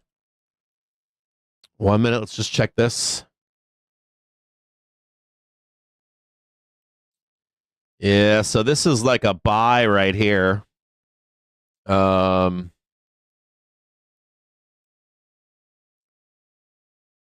There's a turn coming up. This is what I'm going to tell you if you're a bear. Listen to me closely, okay? There may be like one more down move here. There might be like one more bloodbath here, but this is hard to explain. I guess maybe they're going to try to get underneath the let's look at this one. Let me look at one more thing here.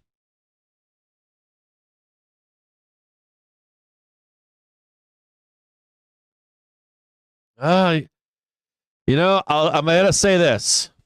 I gotta say something to you guys out there. 592, 591. I gotta say something to you here. I gotta issue a warning, okay? So let's go over this trigger screen really quick. Okay, so what I want you to know here is this. Here's the negative gamma is somewhere down in here, okay? VIX 9-day really is turning up. It's fucking cranking right now. Daily velocity looked like shit. We did a show last night about daily velocity looking like crap, and that we don't have a lot of time for some real volatility to hit the market quickly. And even last night's brief, the written brief, I said, we're at an inflection point now. You got two more above us, right? You got one at 612 and one at 623, I think. 22 and a half or something like that. So what I want to say to you that's important here is this. There's demand here, okay? I want you to know that there's demand here right now, but there's a trap here for bulls. If we break below wick down and reject for another low, we will trade, we'll drop 70, 80 points here. And we stay in, like, if they pin us into this negative gamma into the weekend, you wake up on Monday and we're trading 590. That's a pretty big drop, right? You go, we did this during Trump, right? Like last weekend, I think weekend Dow was down 300 points, something like that. They're trying the same setup here into Monday, and with this Trump news, the timing of reciprocal tariffs is premature for today, but could be on the agenda for next week. That's CNBC. I got to talk to you guys here for a minute, okay? Now I got to be serious here. You got to be serious here. I did a stream last night. I couldn't get it up until late, like 11 o'clock. We streamed until 1:30 in the morning, and I showed a chart of the two times that tariffs were priced in 2018 during trade wars. I'm warning you for the last time. 2 or 3 key points. If these tariffs come to pass, Wall Street wants to be 2 weeks ahead of them. So when you see news like this, it's an immediate fucking knee-jerk risk off for like a 15, 20% downside move. No joking, over like 3-4 days. And they will fucking elevator this shit down like 3-4 sessions. Boom, down. It'll get fucking nasty. Now, we have mixed information here. CNBC is like, no, right, not right now. And there's other people saying reciprocal tariffs are coming. So I gotta express this warning. I said this in a stream last night. Like, get hedged. You gotta be hedged, or you gotta be waiting on major lows to pick them up. And if you are not in a midterm low, if you're not long from a midterm low, you are chasing. That's between the video we did and the written brief last night. I'll try to get that video out to you right now, but I want to talk to you guys more importantly about something here. I got to talk to you guys about this really quick. We're going to kind of interrupt the show right now for this. Give me a second here.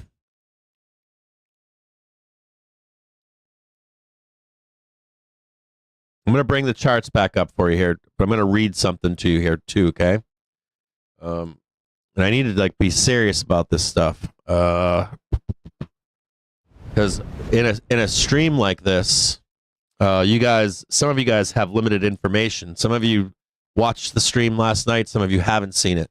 Some of you only have the written brief. Some of you are free followers and have no idea what's going on. So I'm gonna read this to you right now. Last week I gave you a brief synopsis of what we were gonna do in this private stream. But we're gonna chat about it right now. I'm gonna read some stuff to you here. I'm gonna make this smaller. Can I? Nope. Come on now. I'm gonna bring this up in front of my screen here. I'll sit over here so that you can still read the chat. I'm going to bring this article up for you. It's a Wolf Street article that just dropped recently. It's what Trump's tariffs did last time in 2018 to 2019. I'm going to read this to you. I'm losing my voice, but I got to read this to you guys.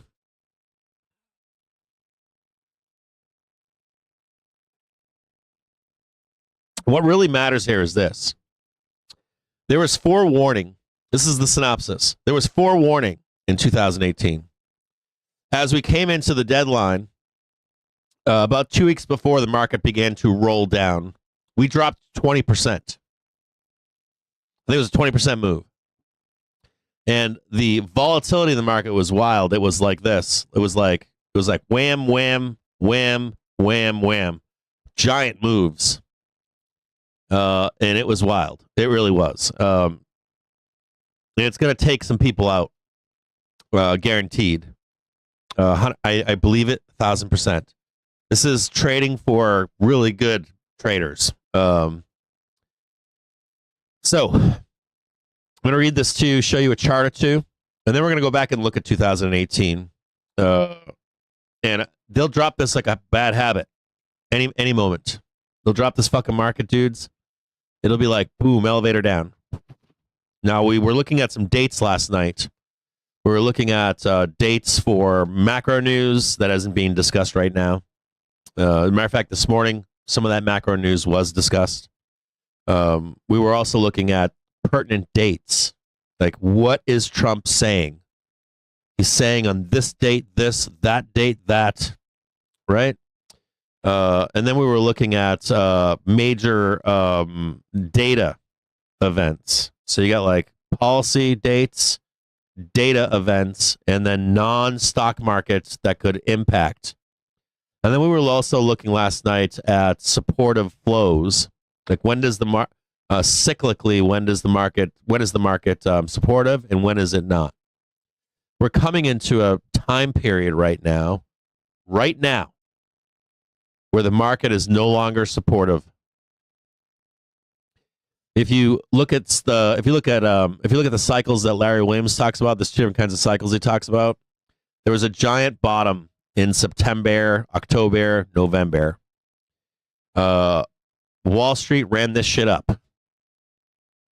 Now, right now, between the beginning of February into mid-March, we begin to top and support, and then we lose support into late April. Now, this doesn't necessarily correlate to price action, so beware of that. There's also a lot of traders out there that are following a seasonality chart that says we should roll down right now. That we should begin the roll right now, and we're in kind of like Trump 2.0, right? I think a lot of you don't remember Trump 1.0. A lot of what Trump's doing right now is the same book. I mean, it's almost exactly the same. But what I need, and the dates are a little bit different, but a lot of the speak, a lot of the things, it's like COVID got in the way. of what he wanted to do first time around. This is his last presidency. I don't care what you say, third presidency. So he only has time to get this shit done, right? So he's gonna do what he needs to get done in his first 2 years. He knows he's on a deadline that he could possibly lose control of the House. More importantly, the House, but could even just lose the Senate. You don't need to lose both. All you need to do is have gridlock. And Wall Street loves gridlock. They love it. They fucking love it. They don't like volatility, believe it or not. So I want to talk to you briefly here about this front running of tariffs. And the key points about tariffs is this. Put your earmuffs on when you're listening to people. Tariffs are a one-time price in. It's like ripping a Band-Aid off. We got your tariffs. Now there are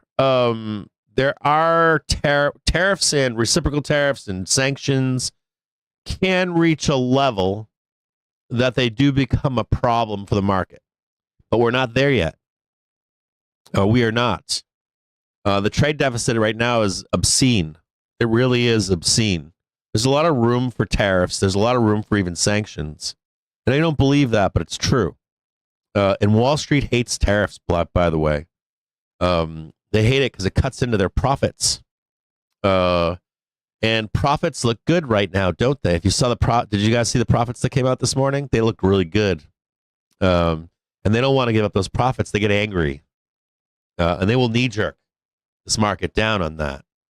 So I want you to be aware that when you hear reports like this, whether they're true or false, this is an example of if you get the tariffs, they're going to fucking send this shit down to the fucking dumpster.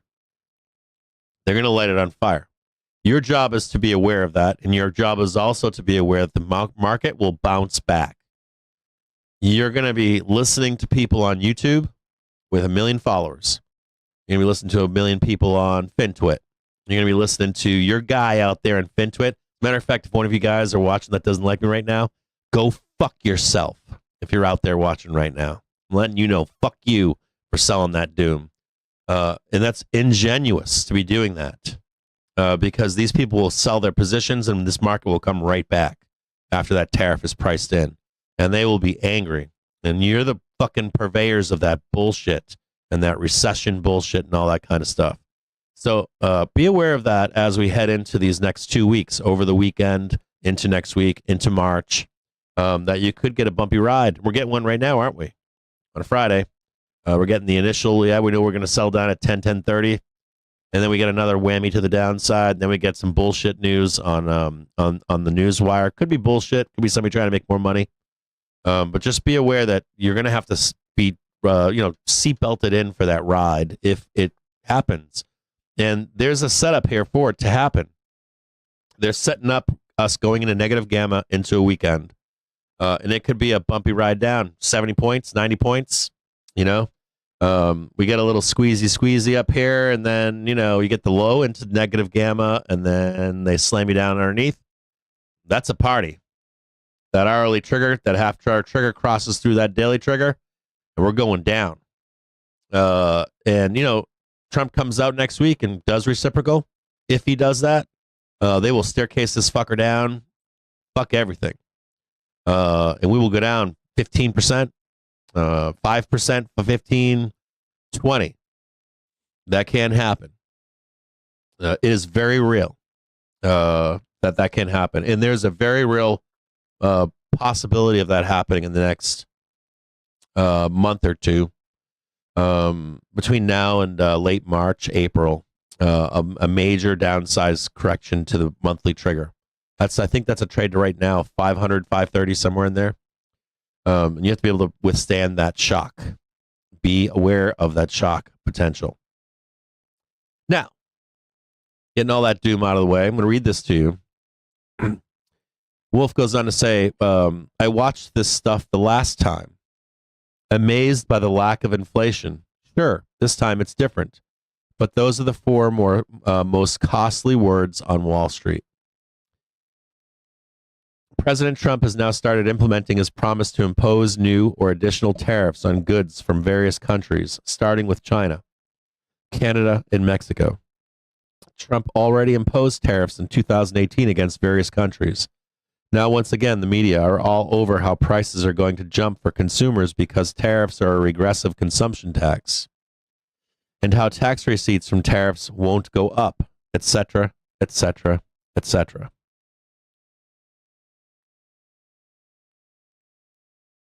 Now we'll look at what tariffs did and didn't do last time. One, they did not trigger inflation, which is what we're all looking at, right? We're all like, hey, we're going to trigger inflation. You got the Fed right now telling you we're going to pause. We may need to raise rates if inflation runs hot. Truthfully, when I tell you guys running inflation hot, it's not tariffs. Not tariffs, right? It's the economy running hot. Tariffs slow the economy. So if there's no tariffs, economy runs hot. Make sense? Now we'll look at what tariffs did and didn't do last time. One, they didn't trigger inflation, which stayed below the Fed's target. Two, they more than doubled tax receipts from custom duties. And three, they hit stocks, and the S&P 500 tanked 20% in 2018. Sure, this time it's different, but those are the four most expensive words on Wall Street. Inflation did not accelerate. We reported on the tariffs back then, also expecting price increases, thinking that companies would be passing on their increased costs, but that did not happen. They tried to, but couldn't, in the Fed-favored core PCE price index. It remained below the Fed's 2% target and then decelerated further. So you can see this is PCE. It squeezed up. You can see there's an initial move. Let me see if I can make this bigger so you guys can see this. So PCE initially went up in early 2018, but then rolled down. And this is like a key point here. When you get a month, 3 months of data, you start to get a trend. You really then need 6 months, a year of data. And just look at PCE. It went up and then went down. And truthfully, it led into the COVID crash. When I show you guys on triggers and velocity, that the COVID crash was coming regardless of COVID, I show it to you, right? I'm like, look, we're maxed out. In 2019, we were heading into a recession. The market was trading sideways, waiting for the drop. We like ground up slowly, and then we got the COVID crash, right?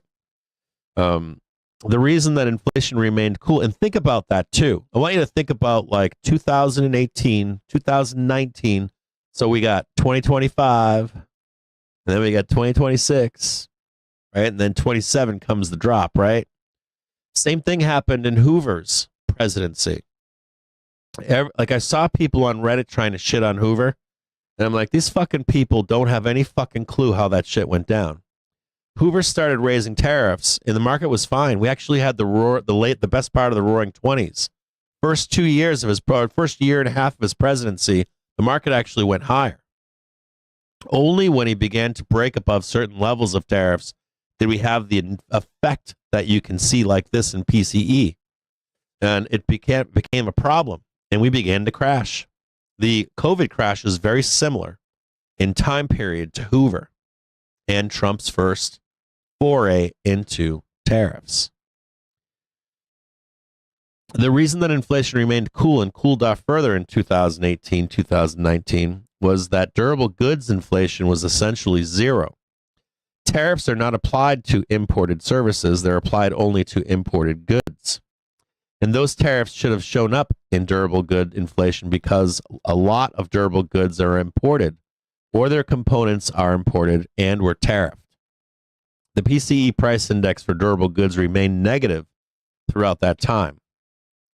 You can see here it was under 2%. If you can see that on the screen here. Remained negative.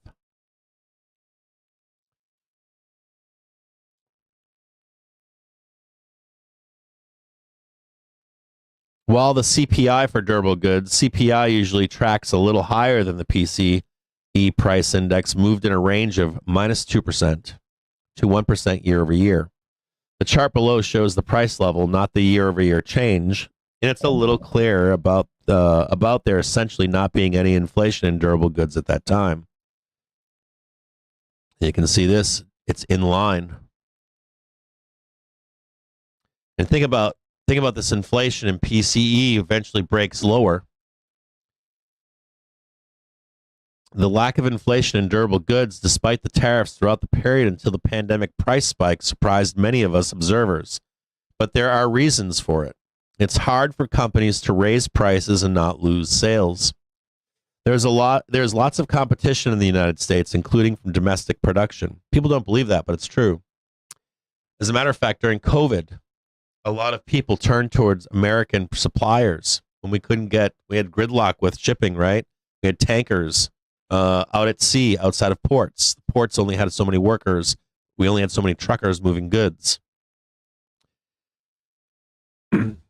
Companies, including retailers, raised their prices, but then lost sales and couldn't sell at those prices, and their inventories piled up because Americans hate higher prices.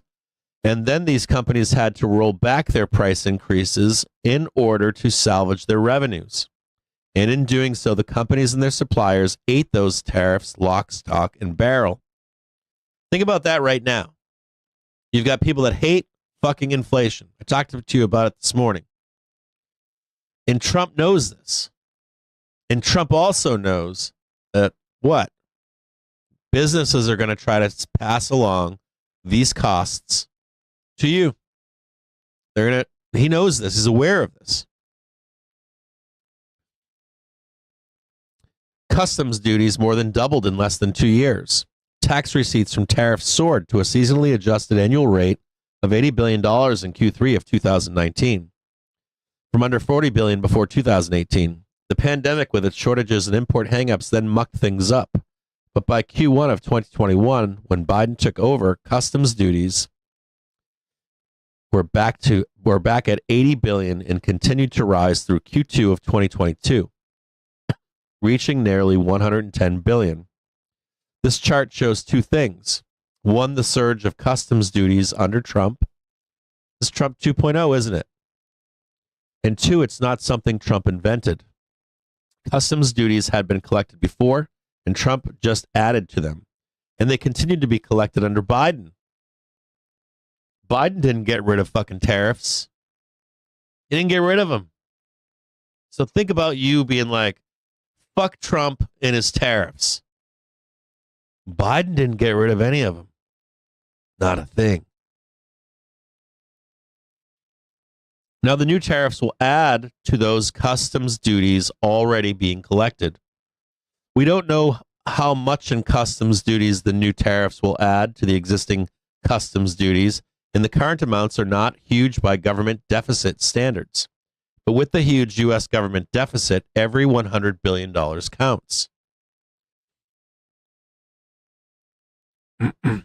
Custom duties, this is QT, isn't it? This is QT. We also see what? We see goods being manufactured in China, slipping to Vietnam, and then being shipped here, don't we, to avoid this stuff. As a matter of fact, in 2018, 2019, the Vietnam ETF, VNM, I think, cranked during that time period.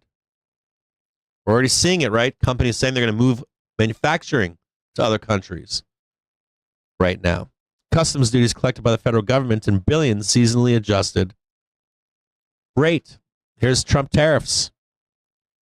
And we're going to start doing that again, aren't we? Another big old pumperoonie over here.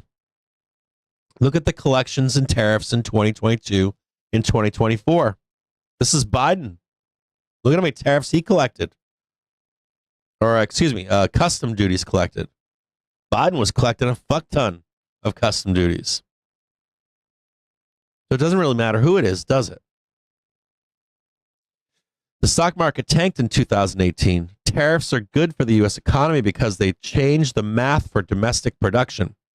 and the primary, secondary, and I can't pronounce it right now. My voice is all fucked up.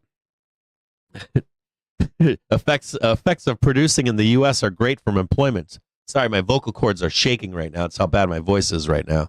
I'm speaking all week.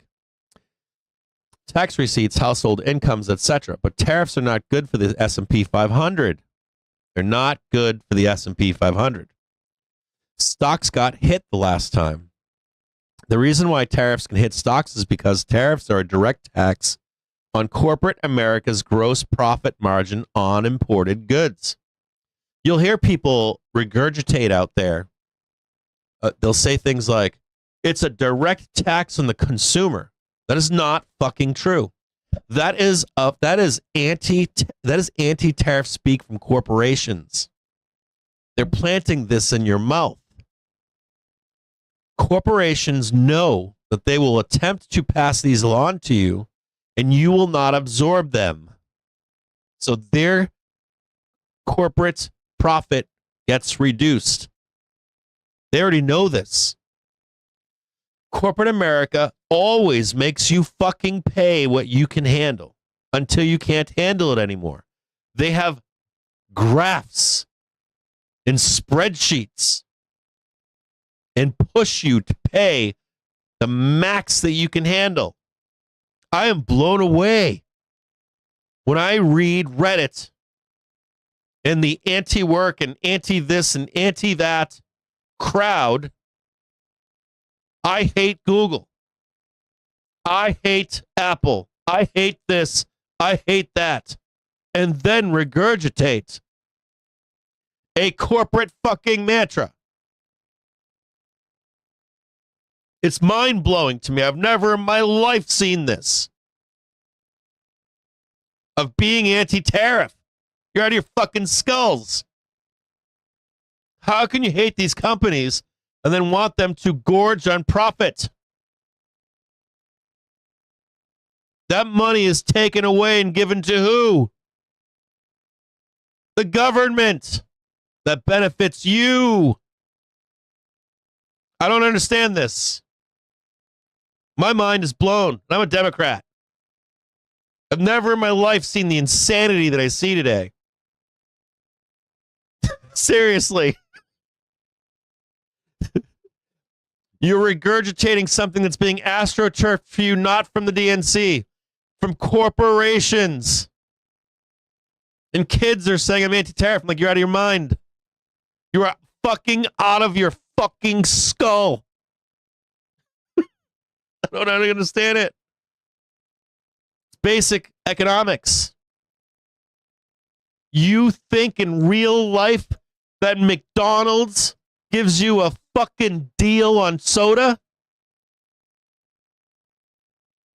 They push you to pay more and more and more until you say, I ain't getting that anymore. And their sheets come in and say, yeah, that's right. We got people, less people versus how much we're charging. We just hit the ratio. We're starting to lose profit. All right, max it out right there. We're done. These are very smart people. And now you're fucking with their profit. And they know you're not going to pay. It's the culling of corporate profits.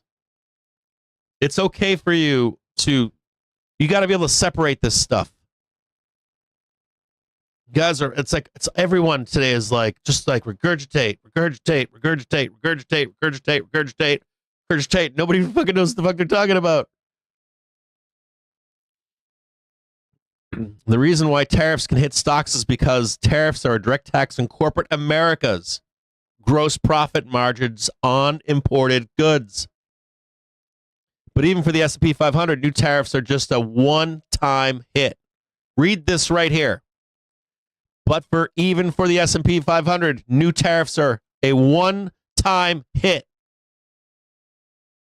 So when you're regurgitating that doom bear that's telling you recession, they're lying. They want to make money on the jackknife down. When the S&P 500 recovers, they restart the story. It's bread and butter. And you suck it up.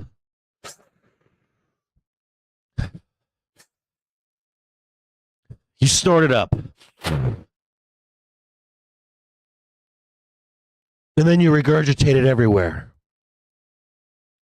And you look like a fucking fool to anyone that knows. And it sells sizzle. But even for the S&P 500, new tariffs are just a one-time hit. So if the new tariffs cause a company's gross profit margin to decline from 10 to 19% in 2025, 2026, that's it. They would not decline every year, but just once after tariffs are implemented and then remain stable. It's not the end of the world for stocks. Crazy overvaluation is a far bigger problem for stocks. In 2018, QT1 was also beginning to bite. We're doing QT slow as fuck right now. You ask anybody that knows, QT is a slow thing. Jerome Powell did what? I already told you this. He went sideways. He bought time. He bought time. I hear bears. They should speed this up. What do you mean they're arresting the data with 50 BPS cuts? I mean, they just want fucking failure. That's all they want. And the Fed was nudging up its policy rates at a snail's pace. A mix of things came together in 2018, and the S&P 500 tanked 20%. But it didn't last long. This is the chart from 2018. Blast down on the initial shock, and then another blast down. Right here.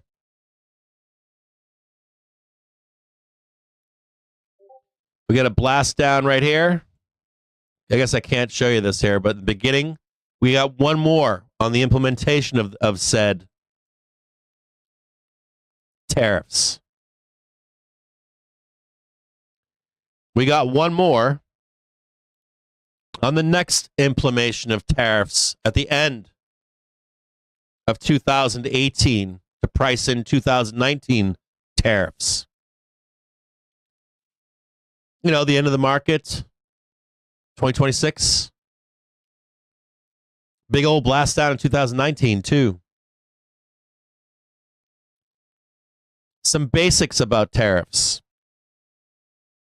He said, I posted this list before.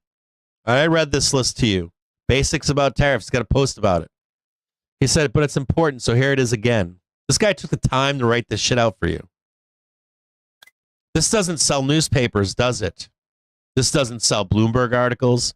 This doesn't sell shit on CNBC. It doesn't sell your fucking local bear that's got 1 million followers on fucking FinTwit and YouTube, does it? Tariffs have two roles. Raising taxes, which the U.S. desperately needs.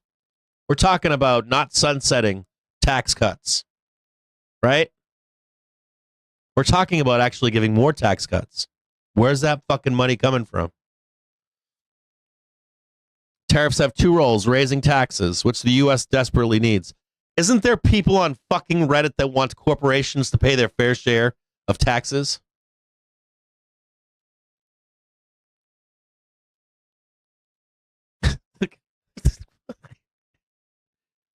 Tariffs have two roles, raising taxes, which the U.S. desperately needs, and changing the economic math for domestic production. U.S. trading partners have used tariffs extensively to raise taxes and to protect and support their own industries at the expense of U.S. production and exports. The U.S. has used tariffs.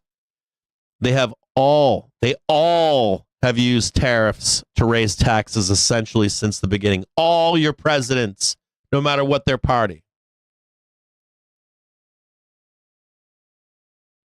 Tariffs are applied to the cost for the importer. If a big U.S. retailer buys T-shirts by container loads from a factory in Bangladesh, that it intends to sell to retail in the U.S. for $9.99.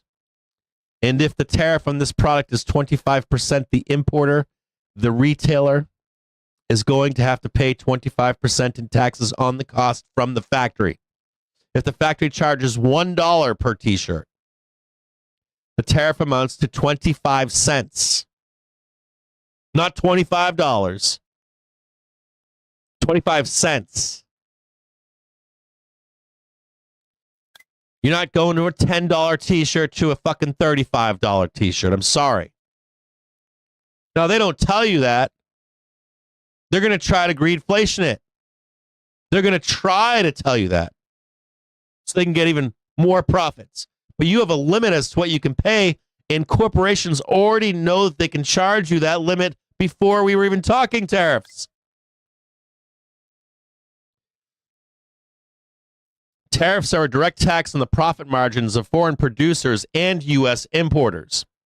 Whether or not they can charge more for their products without gutting their sales to pass on the tariffs is decided by who? The market. And if they can pass on a portion or all of the tariffs, it would be a one-time bump.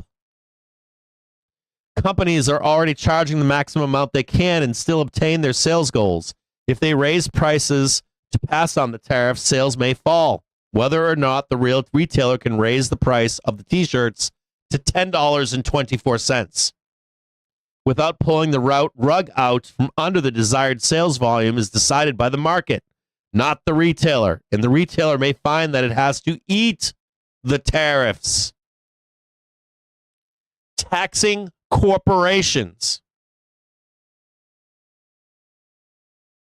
U.S. importers may negotiate the purchase price, to where the foreign factory eats part of the tariff, in which case foreign producers pay the taxes to the U.S. government. Domestic production reduces transportation expenses. You know, less gas, less pollution, loss of intellectual property, a huge issue in China. Supply chain uncertainty. You remember COVID? We got war looming. And lead times. Are you going to bitch and whine if they cut off the Panama Canal? I can't get my Temu shit. It's backed up out in the harbor again, bro. Run from the next thing to the next thing to bitch about. And lead times, catastrophic issues during the pandemic, and other costs and risks. Tariffs tilt the balance further in favor of domestic production, or at least enough to get us by. Right now, it's the worst it's ever been for domestic production of anything durable good. Those numbers came out this past week. Foreign manufacturers can avoid tariffs by producing in the U.S. All major foreign automakers that sell in the U.S. already manufacture vehicles in the U.S. In terms of U.S. content, Honda models are right behind Tesla on top of that list. Tariffs will further encourage U.S. production, including components and assemblies. You want high-paying jobs? There are not many manufacturing jobs today any longer that are not skilled labor. You can get paid good money in manufacturing today. If you work in a factory, you can make good money. Many producers have cut prices in the U.S. over the past 2 years. Shocker. Either directly or through incentives to reach their sales goals, including automakers and home builders. In this environment, they will eat 100% of any tariffs because they cannot pass on any additional costs. Industrial robots cost about the same anywhere. Products can be and are manufactured in the U.S. competitively when advanced automation reduces the labor cost component. Tariffs add some pluses to that math.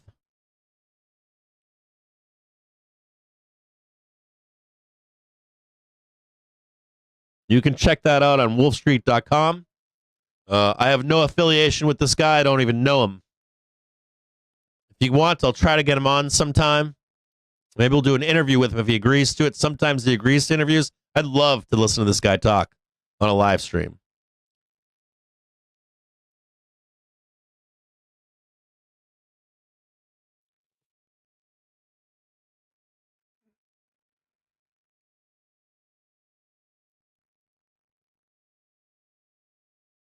So be aware of that one-time pricing in of tariffs. Take that shit seriously, is the point that I'm trying to make to you. When you hear like deadline's over, tariffs on again. Deadline's been moved. That's Wall Street. Wall Street's going to plunge this shit on you.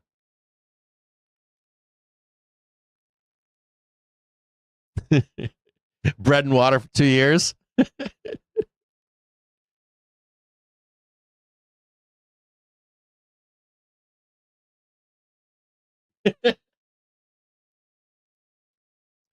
You got it. The American consumer is resilient. We've been talking about that for 2 months, right? We've spent shows showing you every data point on the U.S. consumer. They're resilient right now. They're in good financial standing. They're making money. We can handle tariffs right now. Do you know who doesn't want to handle tariffs right now? You know, right? It ain't the consumer. It's the companies. It's the corporations that can't handle it. They don't like to share the cocaine. They don't want to give you the fact that they can't even pass it on.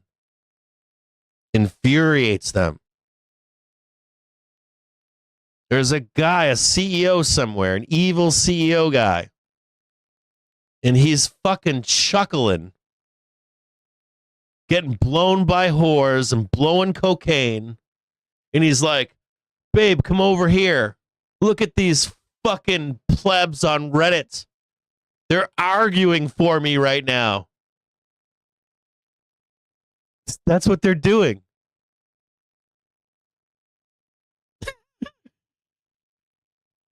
And you have no idea that that's going on. And then all of a sudden they're like, wait a minute, I got to pay the taxes? Can you imagine if you had a corporate tax proposed right now? They would fucking freak. And that's exactly what this is. The best part, though, they only bitch and whine once. It's like, it's you know, none of you guys have friends from New York City. You guys don't know any powerful people. They're pricks. Then you snatch something out of their hands or tell them no, they get angry. And they have a fit. Will they go along with the new regime? Fuck yeah. They're just like you and I. You have to pay your taxes when they get raised, don't you? But they take a fit. They get angry. Angrier than even you. They try to do shit about it. So one-time hit. Okay, it's 12 o'clock right now. Spoo's trying to make its way higher. Just tagged the 4-hour fair value gap. I wasted all of your time. Right down here, we're inside a negative gamma at this point. Let's check on SPX. We touched negative gamma just now.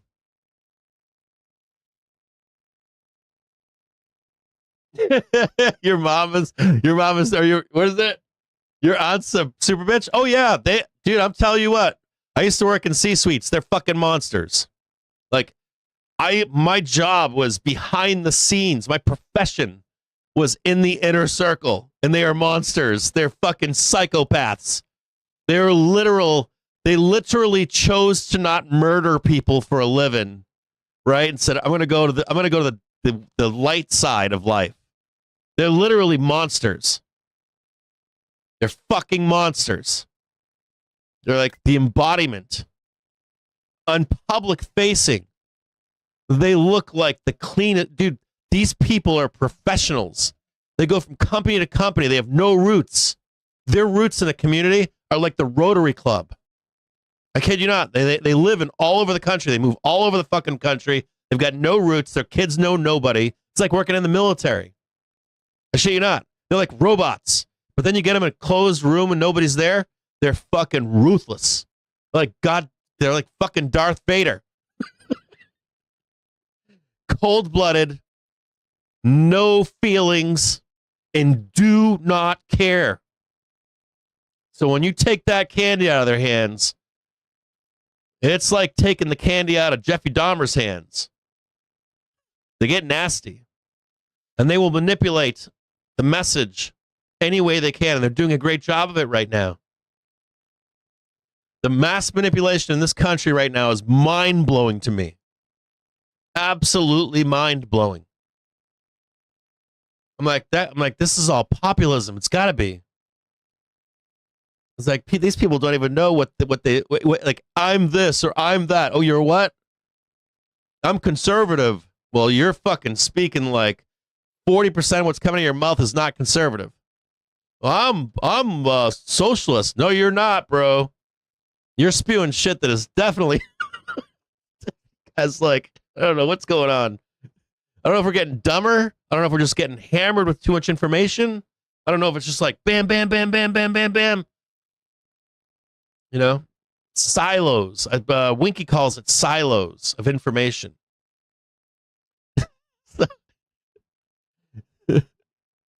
Silos of information for voting blocks and pitchforks. Let's get some pitchforks. Well, those people over there will get that. This really means something to those people, so we'll give them some pitchforks. We got to get those people over there, so let's tell them something different that gets at their heartstrings. How many pitchforks do we have right now?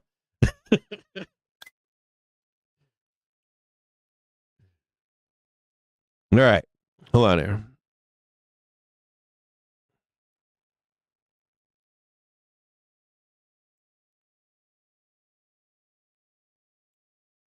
Hold on a second here. I got to get my flamethrower out.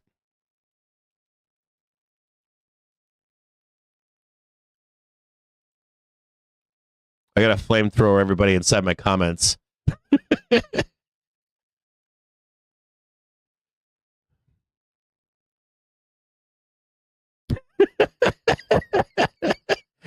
I had a post this morning before the open, and I said NFP unemployment, we doing the 1030 fade? And of course, people commented no.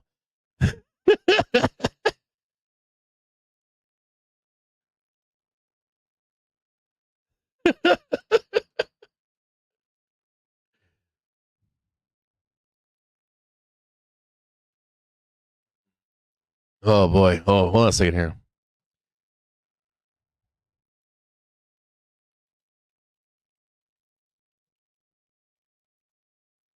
I gotta go to Pro Chat and ask those guys a question.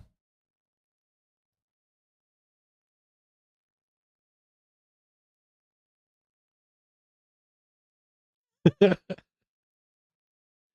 gotta go potty here. Well, we're coming into the witching hour for bears. It's 12 o'clock. This is when we get supportive flows. You know who comes everybody, or not everybody, the vol control funds step in. Right around 12 o'clock, we get vol control. Yeah, we get vol control funds too. Supportive flows should be coming in the market soon.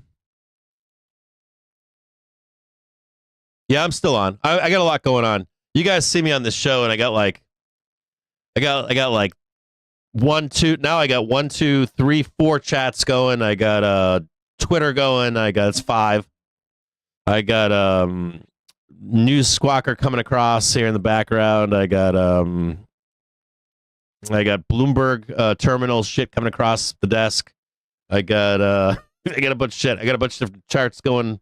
I got a lot going on here. Think about, let's think of my I don't know, like a air traffic controller or something. And I'm trying to trade here at the same time. Changed his mind on US steel. No kidding. Changed his mind on US steel? No kidding. Trump saying the de minimis suspension for packages for China has been delayed until Commerce Department has put in place adequate procedures and systems to exponentially process them. I'm in agreement with that. Do you know why he said that? Because corporations are trying to gouge people. The $20, $25 fees from like your local delivery person, they're scamming you. They're fucking scamming you. Your packages from China should come back with like a 25-cent increase per product. Cheap. That's what I just read to you. When you see these companies that are saying things to you, when you see these delivery companies going, well, it's another $25. So again, Trump says he will make an announcement next week. That's gouging. Trade tariffs. Tariffs are an option to address the deficit. That's gouging. I have a company that sells products overseas. I have one. I own a company that sells shit overseas. I have I have another company that I pay every month to pay those taxes and tariffs. It's automatic. It's automatic. I don't do shit. So when these companies tell you they can't do that, they're lying to you. And it does not cost me that much.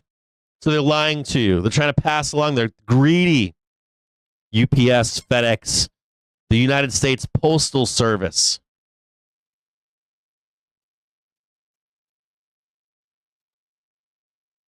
Trump goes on to say, I'm bringing down the deficit. I want to end the trade deficit with Japan. That's big. We do want to work on the deficit, get it down to even. I haven't changed my mind on U.S. steel. Trump goes on to say, I will make an announcement next week on reciprocal trade. That's negative. Be careful right now. That just came out. And we have another negative that just came out. Tariffs are an option to address deficit. He also said tariffs on Japan are an option. Be very careful here. I told you the story about Japan, right? The only leader that didn't fucking laugh at Trump was from Japan. He was going to tariff the fuck out of Japan in 2018. Japan walked away with concessions in 2018. Auto concessions.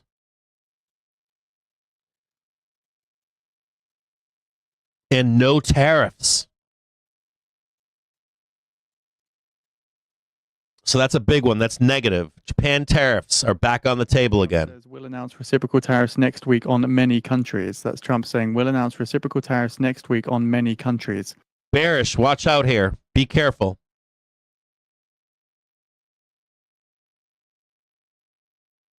So seeing some strength come through in the dollar here, weakness in the S&P 500 again. Trump says I will announce reciprocal tariffs next week on many countries.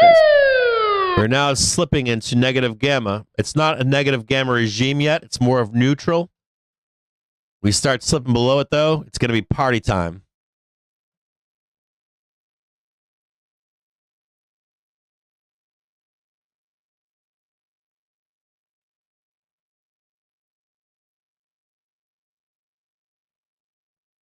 Trump says he'll discuss Nippon Steel with Toshiba.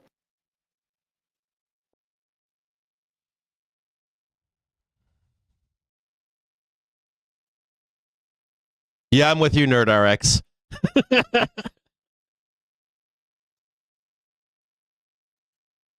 The police siren in the background means that it's important, and it's negative.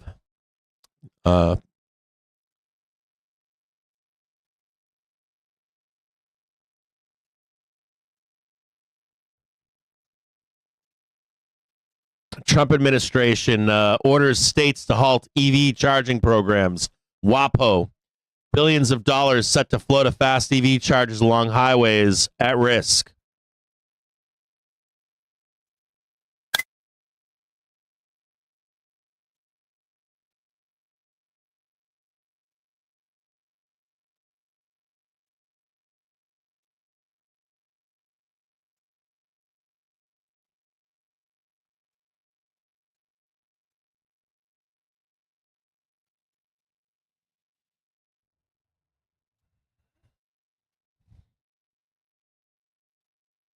What are you talking about? Japanese yen are raising gains and weakening against the dollar on these Trump remarks. Trump says I wouldn't need the US troops in Gaza.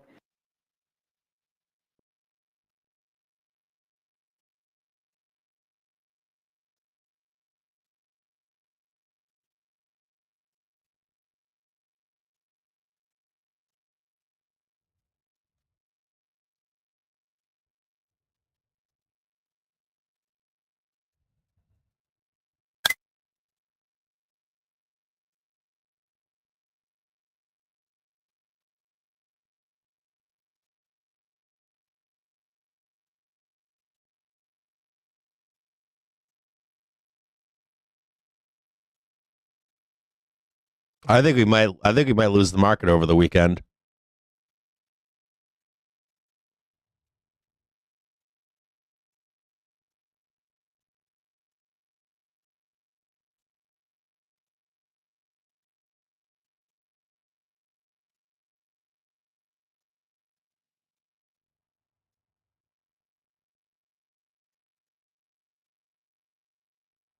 Trump says auto tariffs are always on the table.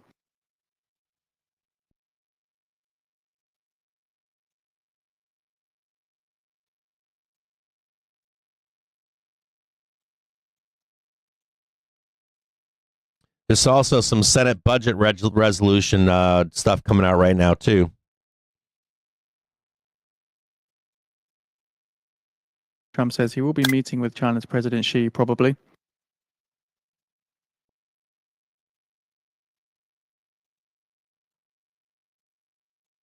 VIX 9-day attempting to break out to the upside. Says he will be talking to Putin as well.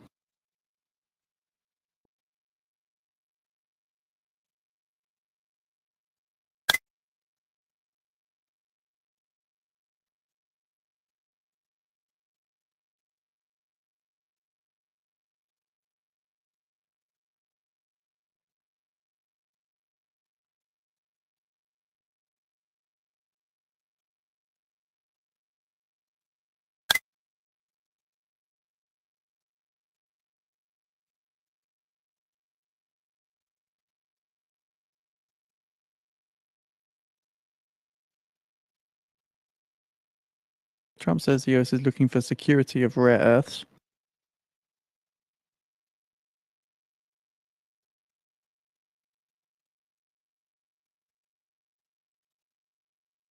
TNX attempting to squeeze.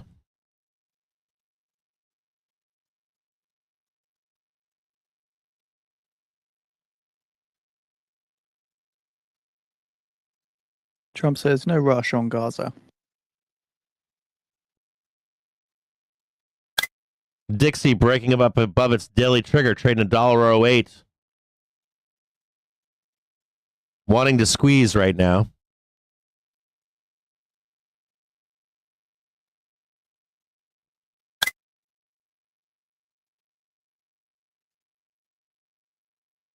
Dixie directly related to price weakness in S&P 500.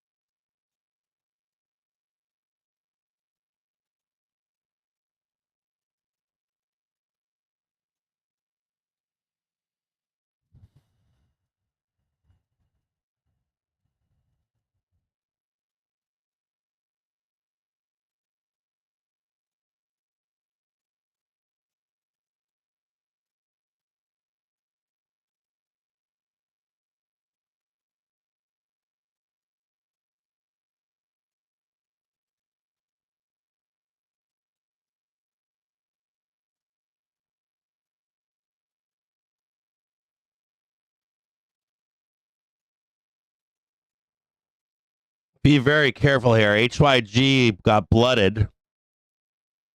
Looking to close a gap to the downside at 79.10.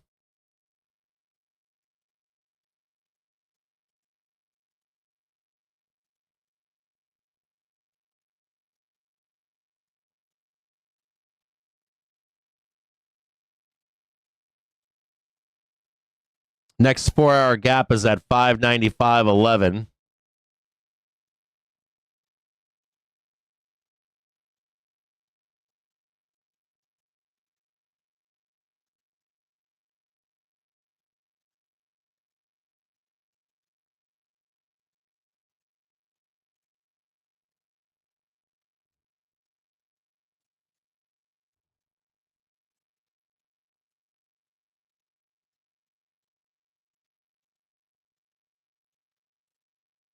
Options sellers.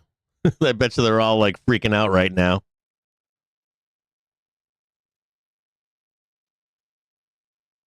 I gotta get inside the market chat and see what the sentiment is here. President Zelensky next week. I want to discuss security of their assets like rare earths.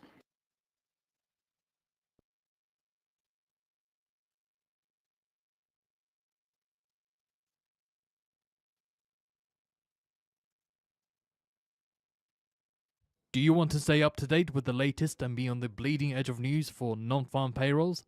Then sign up today and get our special offer of Financial Juice Pro for a year's worth of our service for the price of 1 month and save 92%.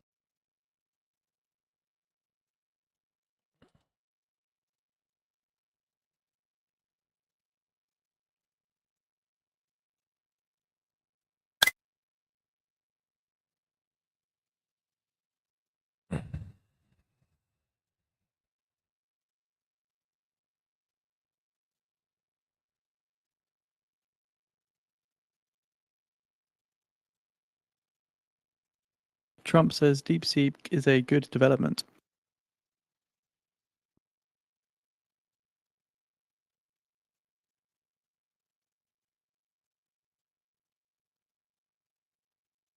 Uncle JBJ, I'm with you.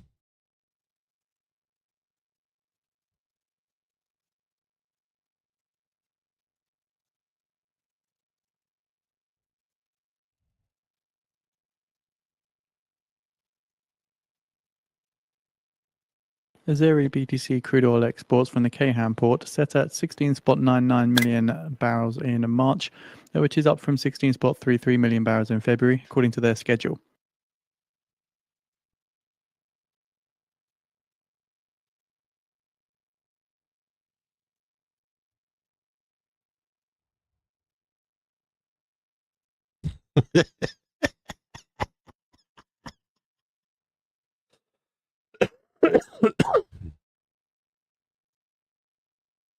Oh, I didn't even think about that. So when's the Super Bowl, Swanson?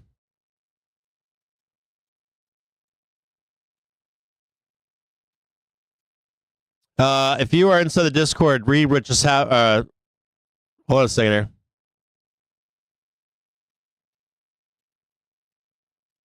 Hey, I want you guys to read this right now, okay?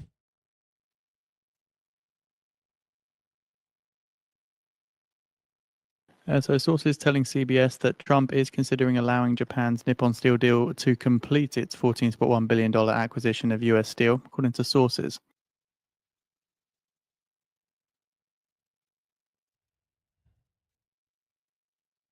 If you are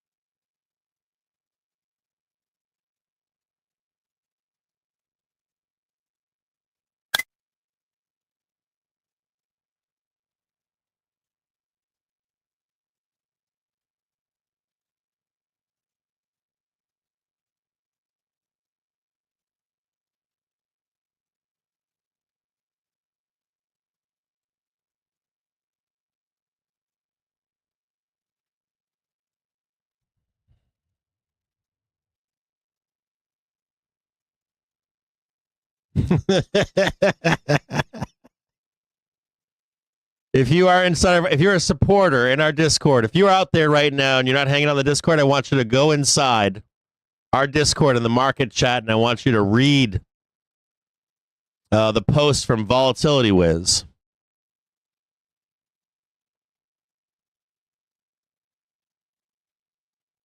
He's our trusted moderator and contributor.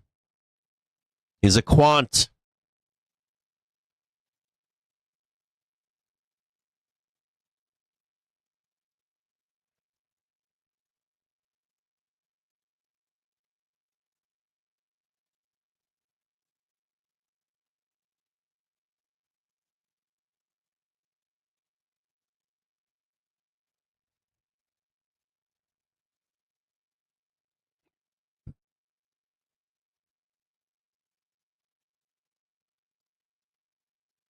scroll up a little bit, you can even search for him. It's at VOLWIZ. He just dropped a hammer in there for you.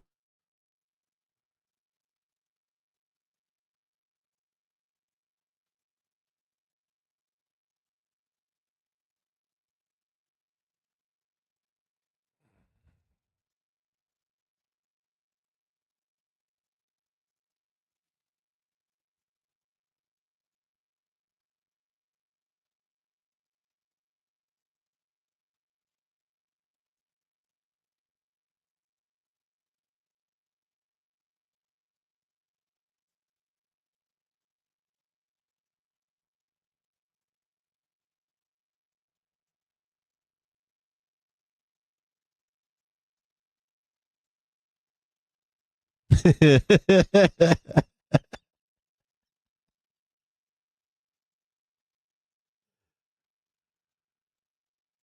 goddamn right, dude. That is my quant. John L. Who else we got? Dr. CS. We got LVR in there. We got VolWiz. We got bangers in there.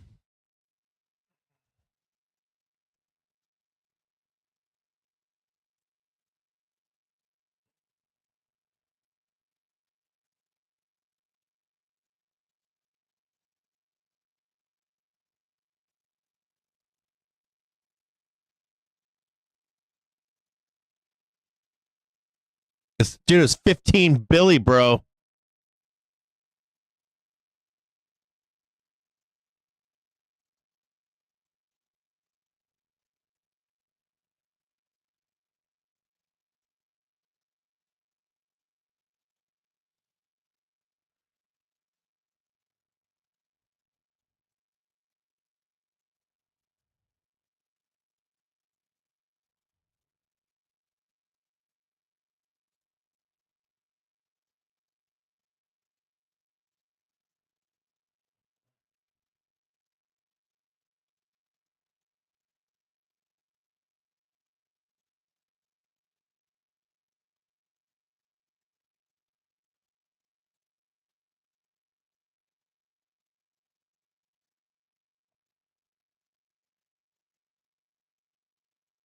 I want it to knife down. I just want one more knife. What time is it right now? It's 12:33. We got a lot. We have a lot of day left.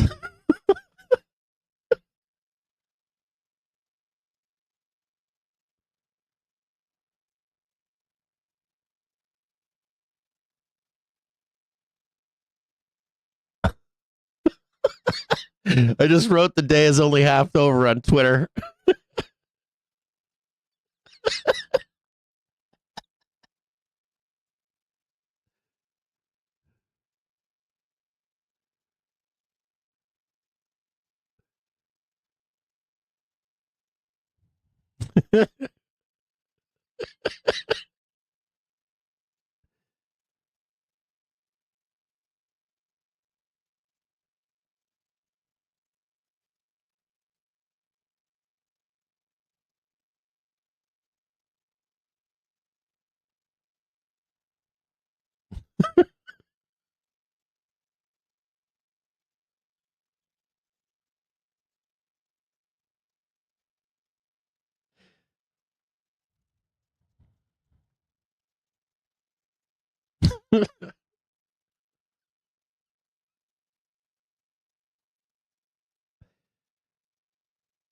How's Tesla doing right now?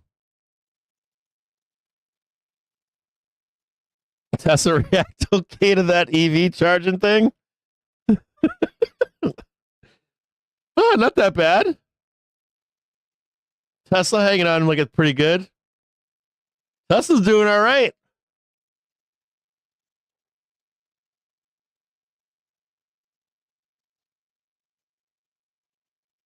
Tesla's hanging on by a thread right now.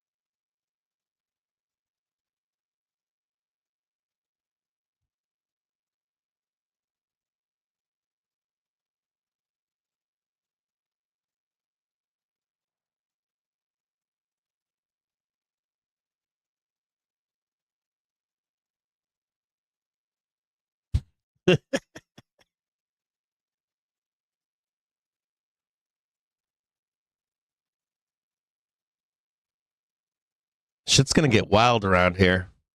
This is a fucking bumping Friday.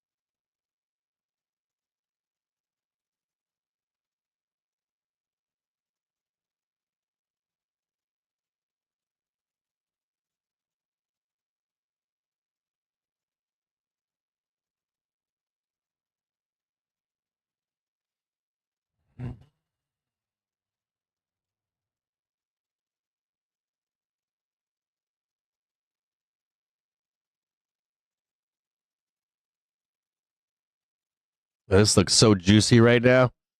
God, this is such a tease right here.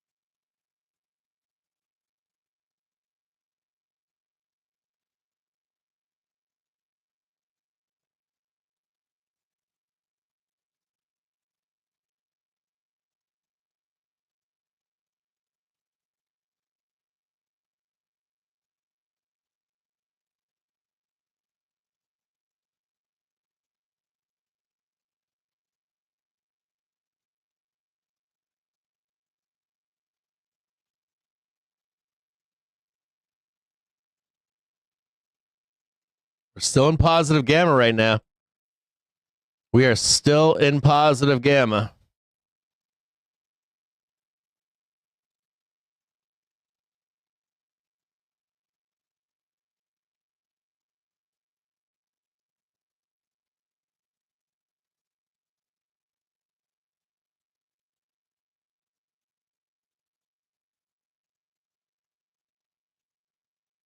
We're not even in fucking negative gamma yet. Like, this is like nothing.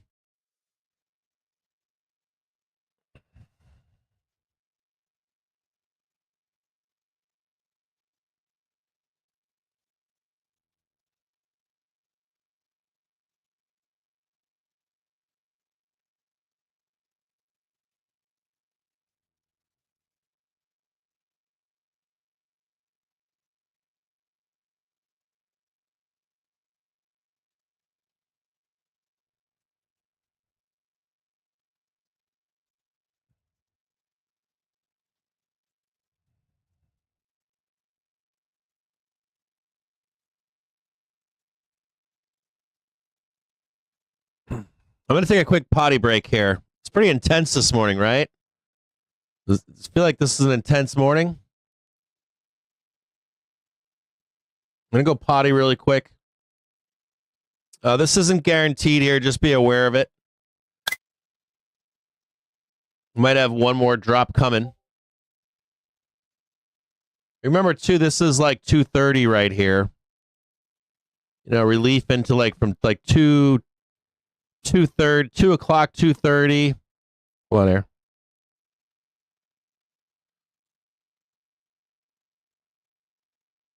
Like 2:30, maybe they let it up a little bit. 3:30, one more leg down. Economic activity remains resilient. Speaking in a Q&A now. I'm gonna take a quick break here.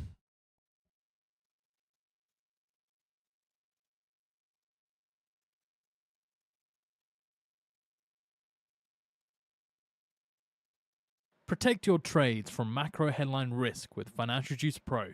Now only $99 a year for our real-time service.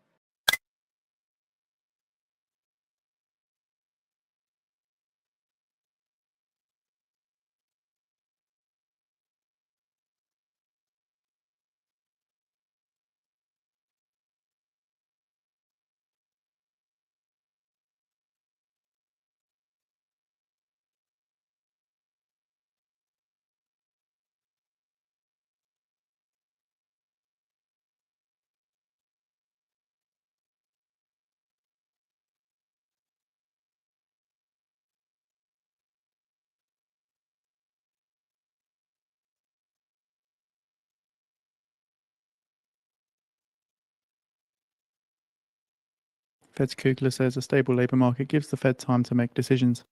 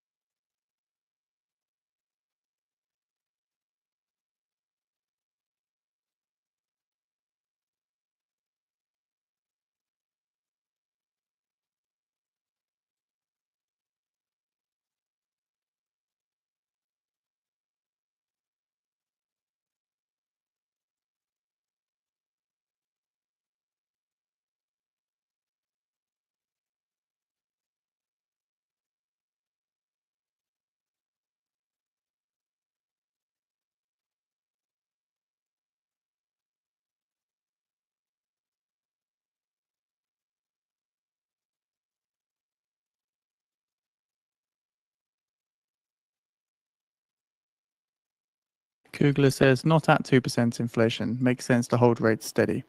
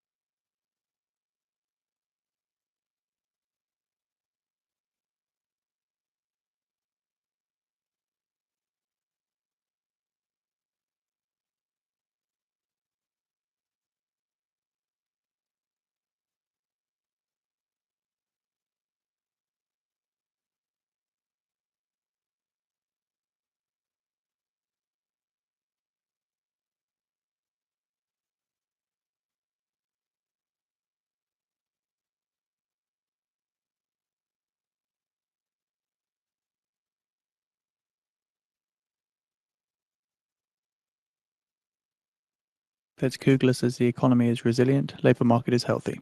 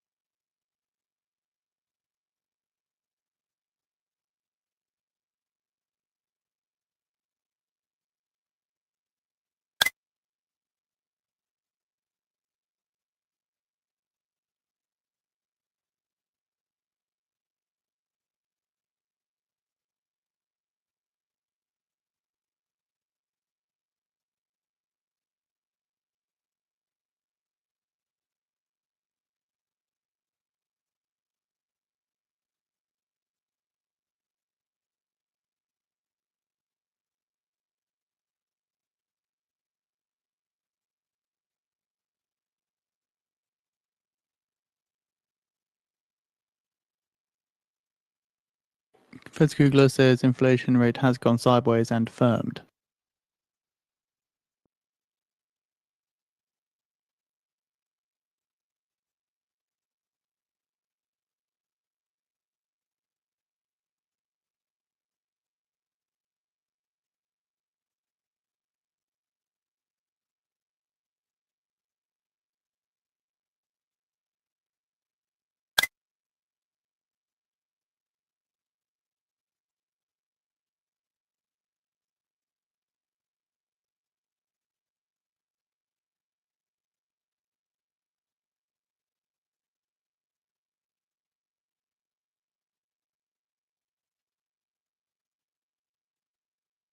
Googler says it makes sense to hold policy rate where it is.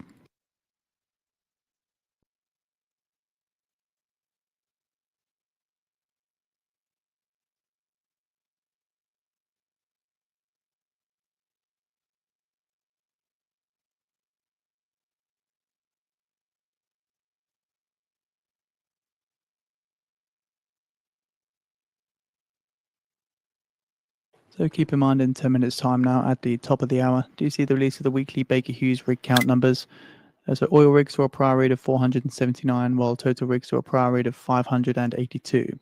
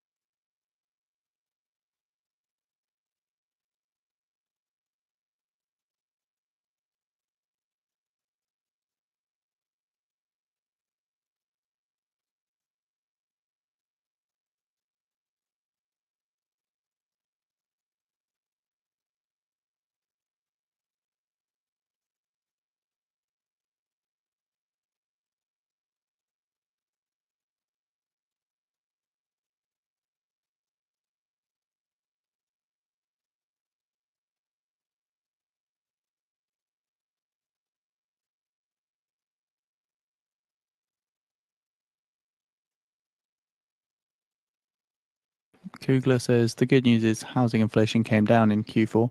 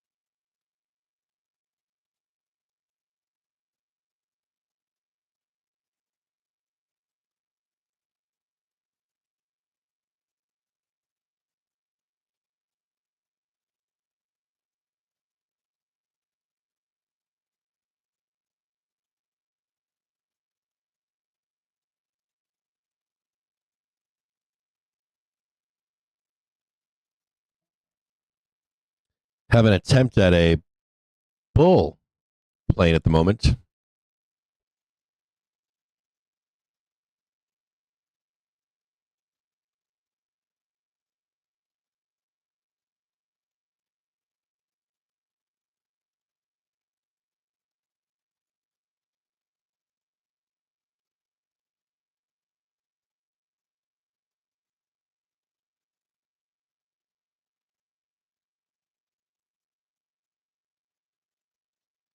As Kugler says, neutral has risen some, not as much as some others see.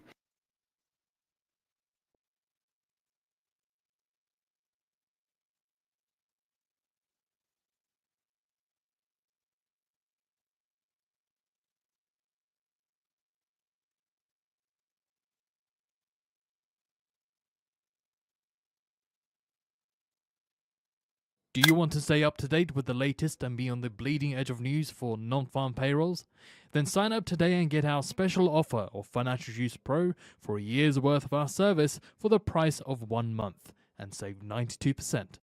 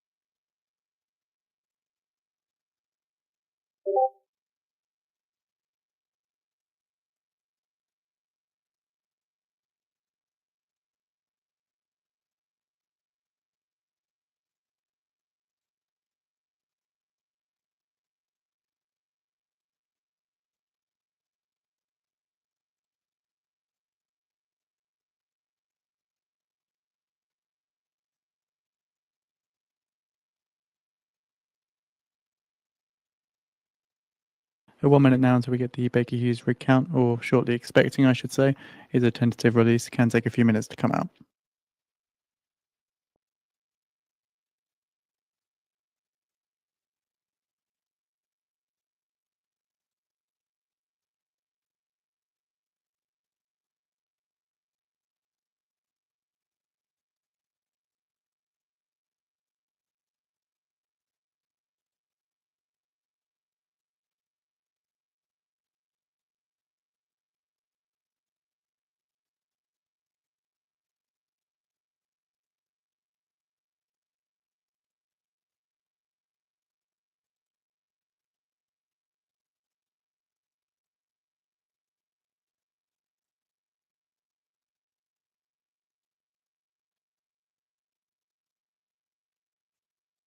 So Ukraine's President Zelensky says it is very important that he meets with US President Trump in person before Trump meets the Russian president. On Trump's call for Kiev to supply rare earths, says, let's do a deal in an interview, but stresses not for security guarantees. Zelensky says Russia controls half of Ukraine's rare earth deposits, less than 20% of Ukraine's mineral wealth. Kiev, in discussions with the White House about opening up Ukrainian underground gas storage, sites to hold US LNG, according to Zelensky. Zelensky adds North Korean troops have returned to active fighting in Russia's Kursk region after a pause several weeks ago. Zelensky adds he will attend the Munich Security Conference on February 14th to 16th.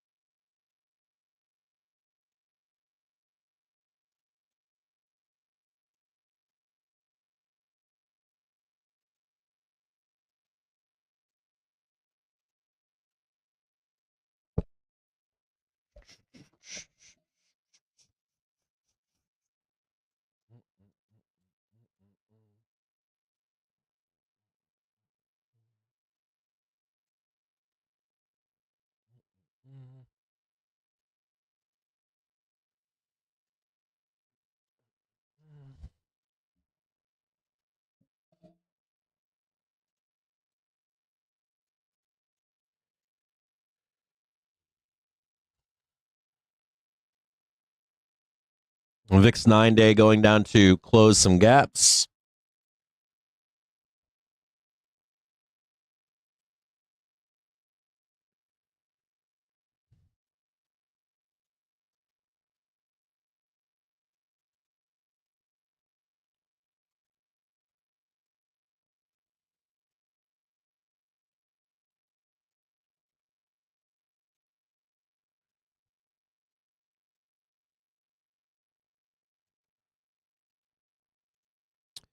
One and 5 minute trigger crossing right now.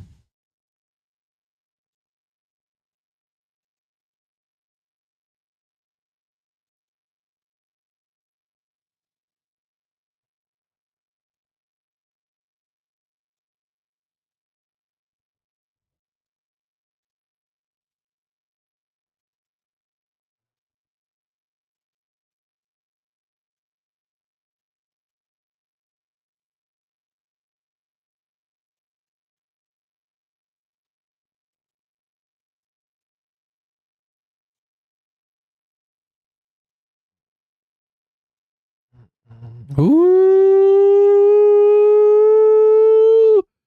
doggy. Jackpot.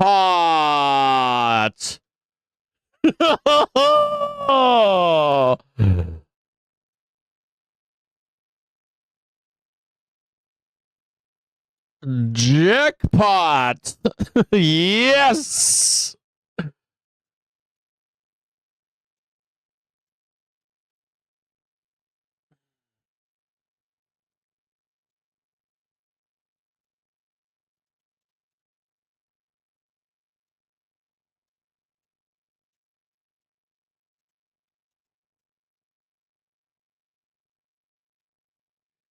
Oh, yeah.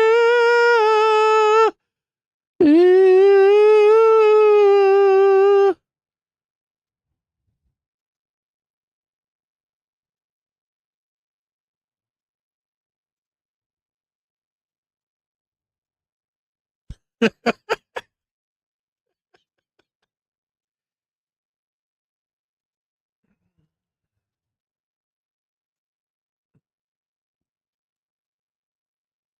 How much did I make on that? Oh, yeah. I'll take that.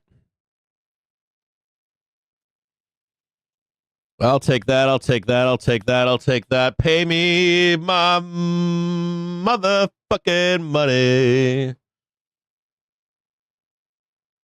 Pay it to me. Pay it to me.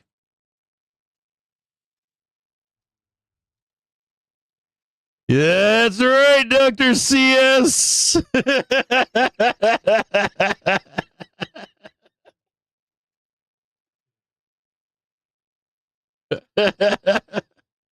Whip him into shape, Dr. CS.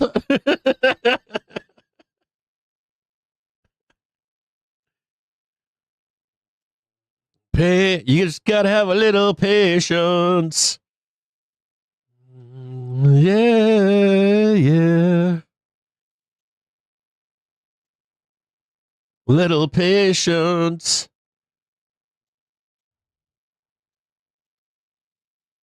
I don't know. I don't know if I should jinx it. I don't know if I should put the music on right now. I don't want to put the music on yet.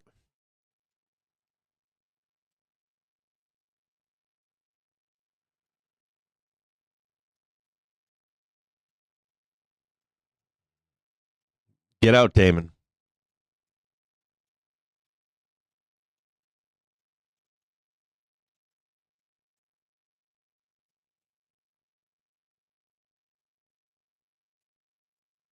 You got it, Troy.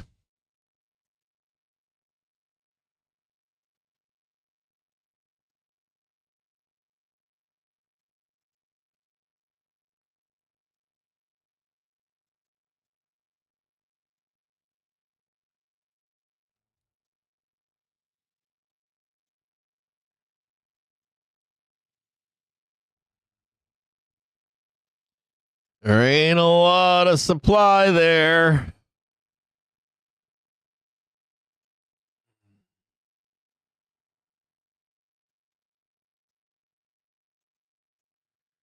There ain't a lot of supply there. Here's the first major thingy rat, one ringy dingy rat there.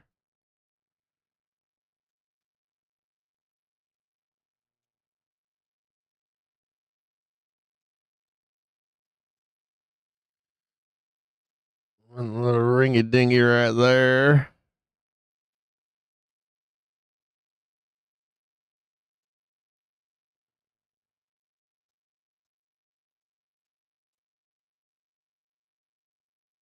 So the Canadian dollar extending gains, rising roughly spot 2% to 1.4279 per US dollar.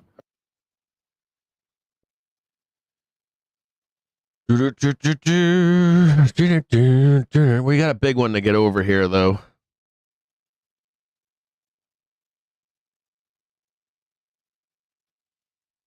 This is the biggest hurdle right here.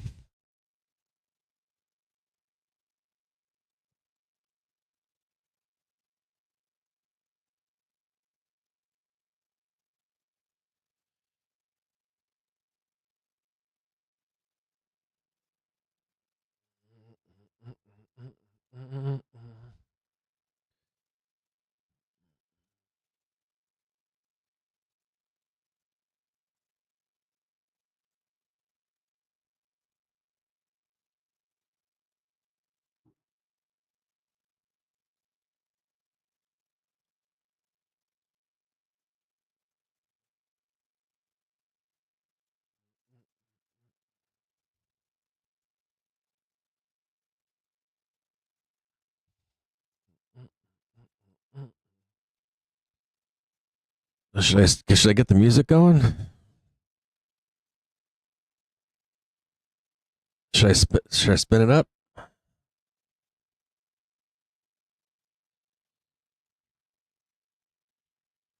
I don't know if I should jinx it right now. I fucking hate jinxing it.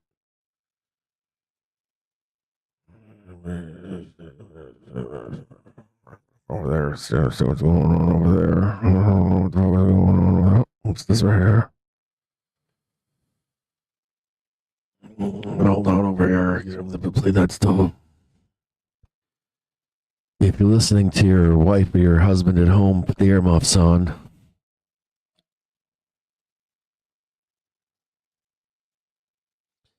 You're about to hear a bear cry out.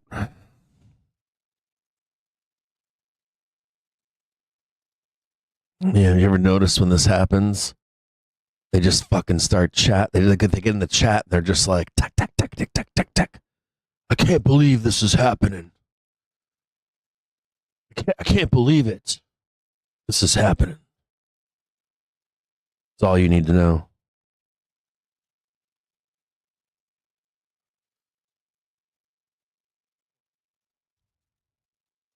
Can't believe it. What is that white line and red line doing? Fuck do they think they're doing right now?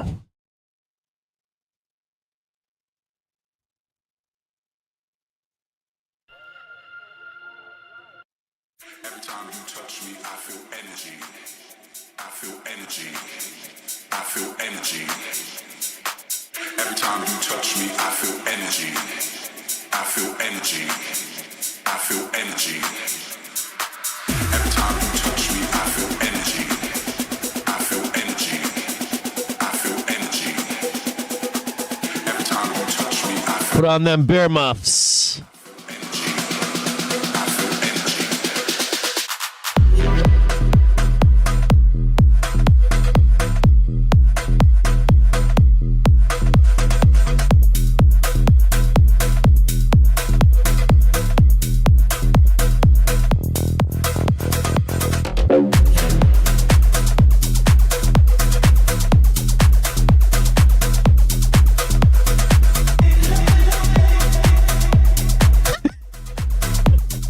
Now I have to mute. every time you touch me, I feel energy. I feel energy. I feel energy. Every time you touch me, I feel energy. I feel energy. I feel energy. Every time you touch me, I feel energy. I feel energy. I feel energy. Every time you touch me, I feel energy. I feel energy. I feel energy.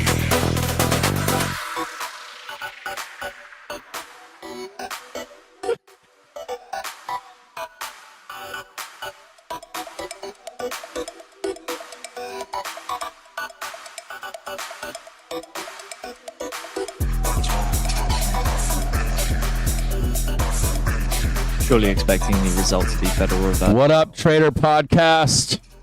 I see you out there.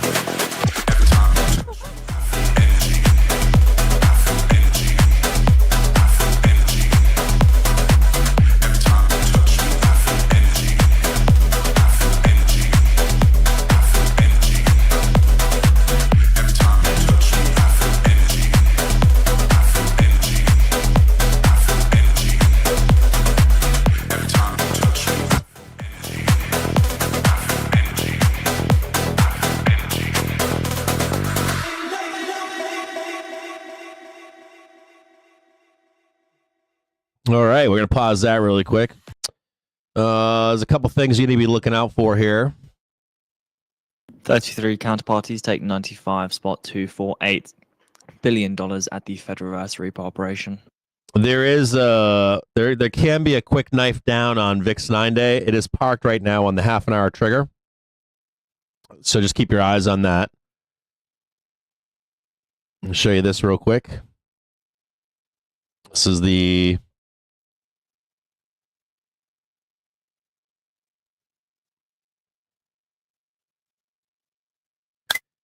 fuck is, where does it say VIX 9-day? It's been like fucking, it's been like a dime. It's like a dime. If you don't scroll out a little bit every day and just take a look, oh my god, it's so fucking good. Like clockwork. Best trading ever. Free fucking money in the stock market.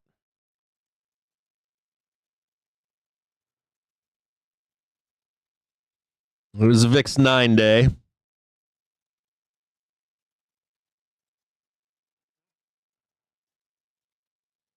We got, watch out for a quick downside move. So here's SPX. It's like, watch this right here. I mean, there's a squeeze coming here to close the gap. Close the gap. But oftentimes you'll get this like back test, right? Like this little bad boy down there, whammo. Then like that, and then we close the gap, right? Back one, like that, right?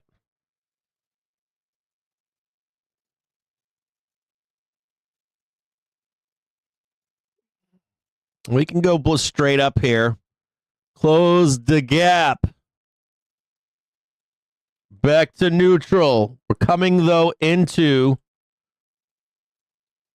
S1 right here. So there's a little bit of, got to get up and around, back test to get the help to get over. Usual suspects.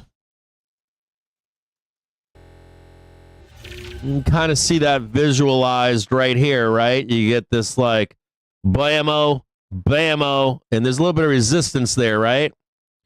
So they're going to be trying to come back down here and get that 1 minute trigger, get that 5 minute trigger in here. Trying to get that oomph to get over. So be aware of that as we go higher here.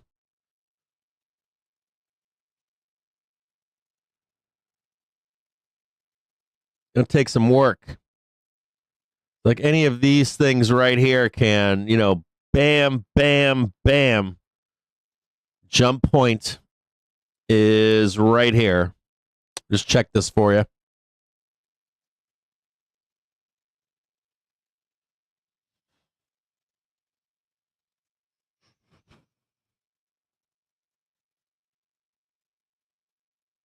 Jump point is any back testing bullshit.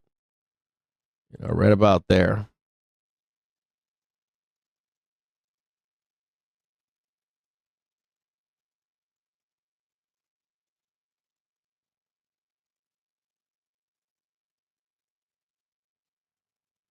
There's one higher, but there's one right here too, but we'll leave it down here in case that there's a liquidation break at any point.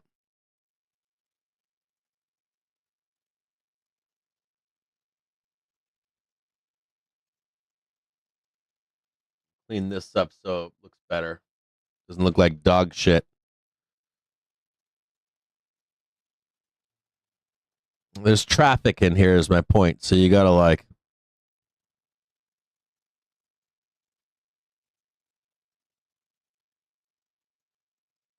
There we go.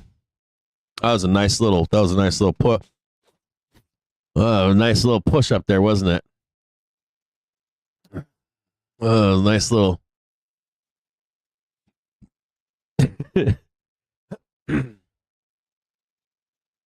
nice little bumperoonie, wasn't it?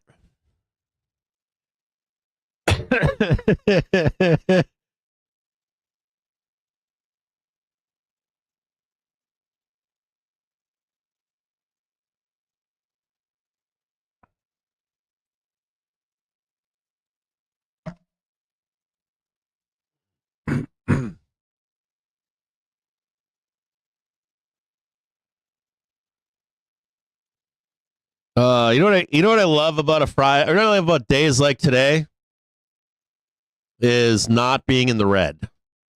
Not being in the red in a day like today, I'm a happy man. I cannot complain. I'm up 12% today on my day trading account. I'm pretty happy with that. It was a fucking good day. I'm a happy, happy man. good man. And it's a Friday. And dude, I'm not kidding here right now. I'm like nailing, I haven't even counted how many winning trades that I've had in a row. It's insane.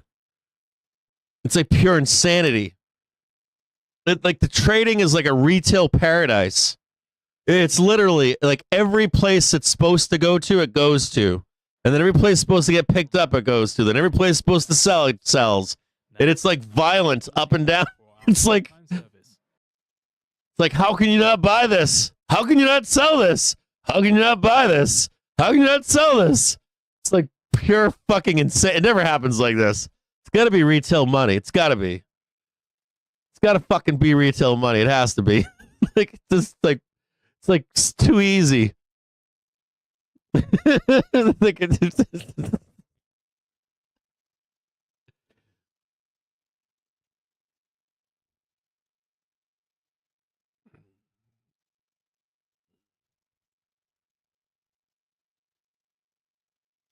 like a beautiful fucking thing. Because it's not always good, is it? I'll like L, and I'm like, oh fuck, I'm in a losing streak. And the worst part about a losing streak is you gotta get through it. Like if you have a high win rate, then you go through a losing streak, it sucks. And you can't change anything. You gotta stay on your rules, you know?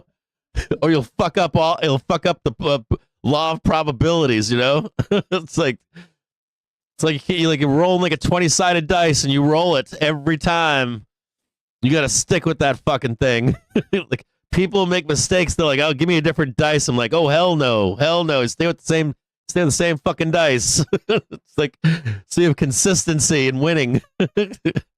Sorry, I got that's like gambling shit. That's like Vegas shit. Woo, congratulations, Dairy Doug. Yeah, we got our Discord is making bank today. They're doing really well. They're very happy right now. Very, very happy. Yeah, losers suck, man. A fucking loser suck. Like, I hate the emotions that I go through when I'm losing. Like, I carry it around. Like it weighs on my shoulders, and then I don't want to talk to anybody. I get angry. I really do. It impacts me. Not gonna lie. I'm not gonna lie. Oh yeah, that's a fucking good week too. God damn.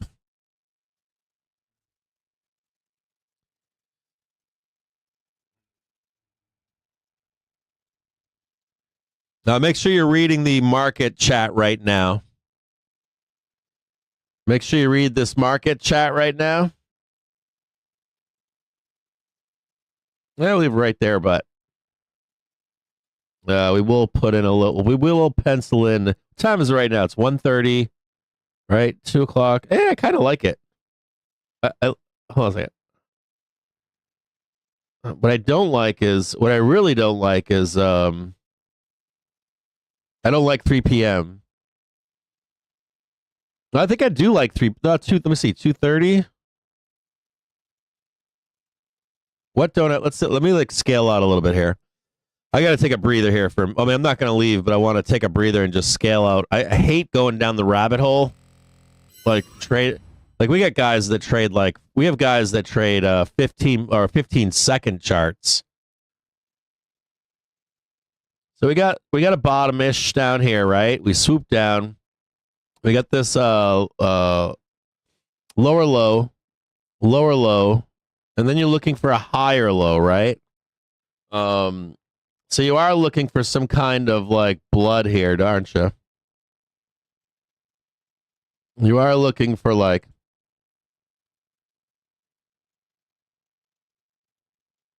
something down here. You have to be careful, of course, of it going down, right? Like where we are right now, if you were getting long in here with us, this was a really good run, right? So, maybe we get this, but there's likely some kind of a catch down here. And that is to resolve to up here. And to be frank with you, let's look at this one back here. So this tick here, it's count ticks, or not ticks, but highs. We beat that crap right there. This we did not. Okay. So we don't need that one. We only need this one. We need that one. Yeah, we need that one right there. We need that one right there. And once we grab that one, this is where we go back to see this one. So just look. You gotta do this one. You gotta do that one right there to fuck with this one. And then they're gonna come back down and test this low right here. If we can hold that, we're gonna go up here and test that one. You guys following? You guys watching that? So you got this one. You need to get the new high on this one.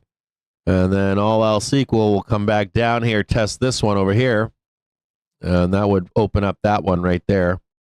So just be, if we, and here's the scariest part. If we don't, if we don't at 130 get the new high, we're immediately going down here to test that shit. So you got to be super careful here and watch your price action. So this is your jump point right here. To have continuation here and then to have continuation up here. If we begin to lose this, watch out, because they're going to run this fucker down. They'll run this fucker straight down. If this doesn't hold, they're going to run this right down there. And they will beat this no problem. Means you got less demand than you do than you did here. These guys are then gone. Make sense? Like these guys are, we think, right here, right? Make sense? So if these guys are no longer right here,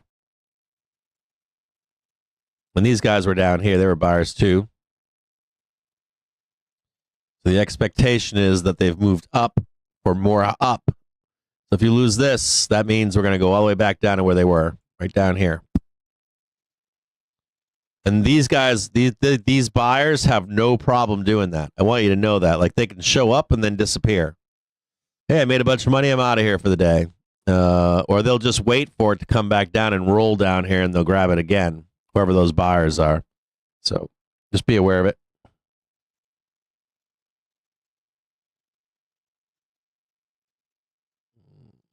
That tick, and you could also say it like this. Let's stop this. This could be right here. And this could be right about there. This one right here, back down. Then this one right here. And then back down. And then that one right there. That might be a better way to look at it. Better way to visualize it. There.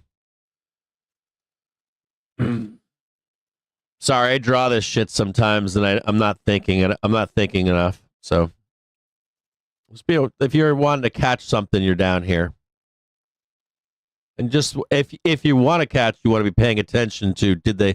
It doesn't matter. Like I don't know if sometimes I explain this, and sometimes I don't. So, if I'm waiting let's say I'm waiting as a buyer down here, right? I'm like, okay, I'm gonna get long again. I'm gonna wait for price to come to me. I'm still watching, like, did you beat the prior high? Did you beat the prior high? If you failed to, like, let's say we fail this, I'm no longer a buyer here. So according to... Because they're going to run it down here and attempt to run it down there. And so I'll go lower. Administration, if I see the new high, ping. Charging funding program. Right? And I'm like, oh, they got the new high, and we're starting to run it down. And I'm like, yeah, I'm a buyer right there. Because I know, right, that's a source of strength. And I can take that to right there. Does that make sense? Failure to get the prior high, I step away, right? and look lower for a better support level. That makes any sense. I may not be wording this the best, but so if you're like, hey, I want to get long again, where's a nice low place to get long, and then just paying attention to all these prior highs because this is showing you either there's strength in buyers or there's strength in sellers. Make sense? That's what when you can use Elliott wave all day long, you can use gamma all day long, but you want to know where price action is. You want to know where there's truly more sellers than there are buyers. Or if you need help to beat those buyers, where are the buyers below you? Are they strong enough to overcome those sellers or that supply, that demand and supply? You can call it whatever you want.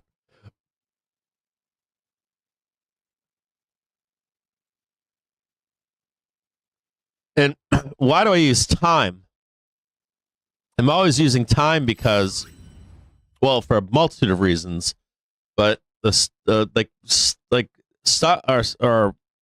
market is run by algorithm, finite math. Even though they use AI, they use finite math to run these programs. They do it on a year, 6 months, 3 months, a month, a week, a day, an hour, and then they've got markets, right? Market to markets, right? So you got an Asian market. After this close, we go into it. We got what? We got an Asian market. We got a London, right? Then we've got New York after hours. Then we got New York in the morning. But you want to think about it like dealers are like a dealer has to be neutral at all times, right? You guys understand that? Like, I sell you an option. Here you go.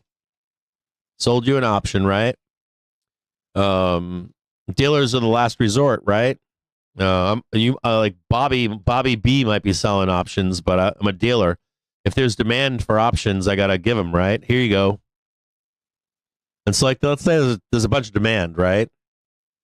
So I sell you a bunch of options, sell you 100 options, and now from that point, there's a lot of demand. So I sell you a bunch of calls, let's say, right? There's a bunch of demand right now, so I'm like handing them out.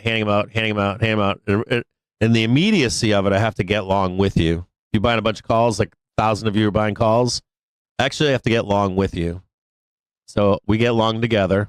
Oftentimes, too, if we're in like negative gamma, you see that wild ass, that's the whole of the story. Let's keep it simple. So if there's demand and the market begins, like lots of demand, I follow you. And think about that in terms of market to market, right? So I follow you all the way into a close. And I sold you those calls, right? And you start selling them back to me. And I had to chase you. I have to get rid of those fucking things, don't I? Right? I want them to go to zero. I don't want these calls to be worth shit. So the next market that comes up, right, I'm going to try to offer those calls up to who? Asia. You want them? And I'm going to unload them on you too, aren't I? I'm going to put them in your hot hands. And if you have nobody else that wants those fucking things, where are we going? Down. Selling futures, right? And you go from like dealers go from market to market with not necessarily just options, but shares, options, whatever it is, or whatever tool you're using. And I want you to you should be paying attention to like price action. Are we bleeding down into a market or the end of a market? Are we ripping up into the end of a market? And then I want you to pay attention to the next market that opens, what that price action is. You ever notice like you come into like Asia market, nobody buys the low, and then you like go to the London market, and they're like, bro, they call them Europors. Are the Europors coming out tonight? And the Europors like, sorry, bro, we got a rate decision over here, man, in the morning. I can't buy your calls, right? So they just like sit there waiting for the next person to buy them. Does it make sense? Anyways, these dealers work between different from market to market. I'm trying to simplify as easy as I possibly can, but think about that when like the market blasts down on a day like today, right? Then it rips up, then it blasts back down between markets. And whenever that shit doesn't move, it's going to eventually move in one of those markets, right? So that these dealers are always neutral, right? They're like giving it to you and then give it to somebody else and give it to you. And all through the process of time, they're losing their intrinsic value. So they eventually go to zero. And if they can't get them to zero, what will they do? They'll make them go to zero, right? Like sell into strength. They'll buy when they need to buy to get neutral, right? And they always have liquidity. And when they don't, they go out and they reach out to people and get liquidity. Like call up like fucking there's a bunch of guys they call up like I need a bunch of underlying to sell puts to these bears down here. Don't worry, I'll pay you a fee and you're gonna make a bunch of money. How much do you need? I need, I don't know, a billion fucking dollars in underlying today, stat, from wealthy individuals. Carl Icahns, guys like that. Bill Ackmans. Got a failure to get a new high here. I can't tell you that we're going to go up here. Might be a quick trap here. Watch out.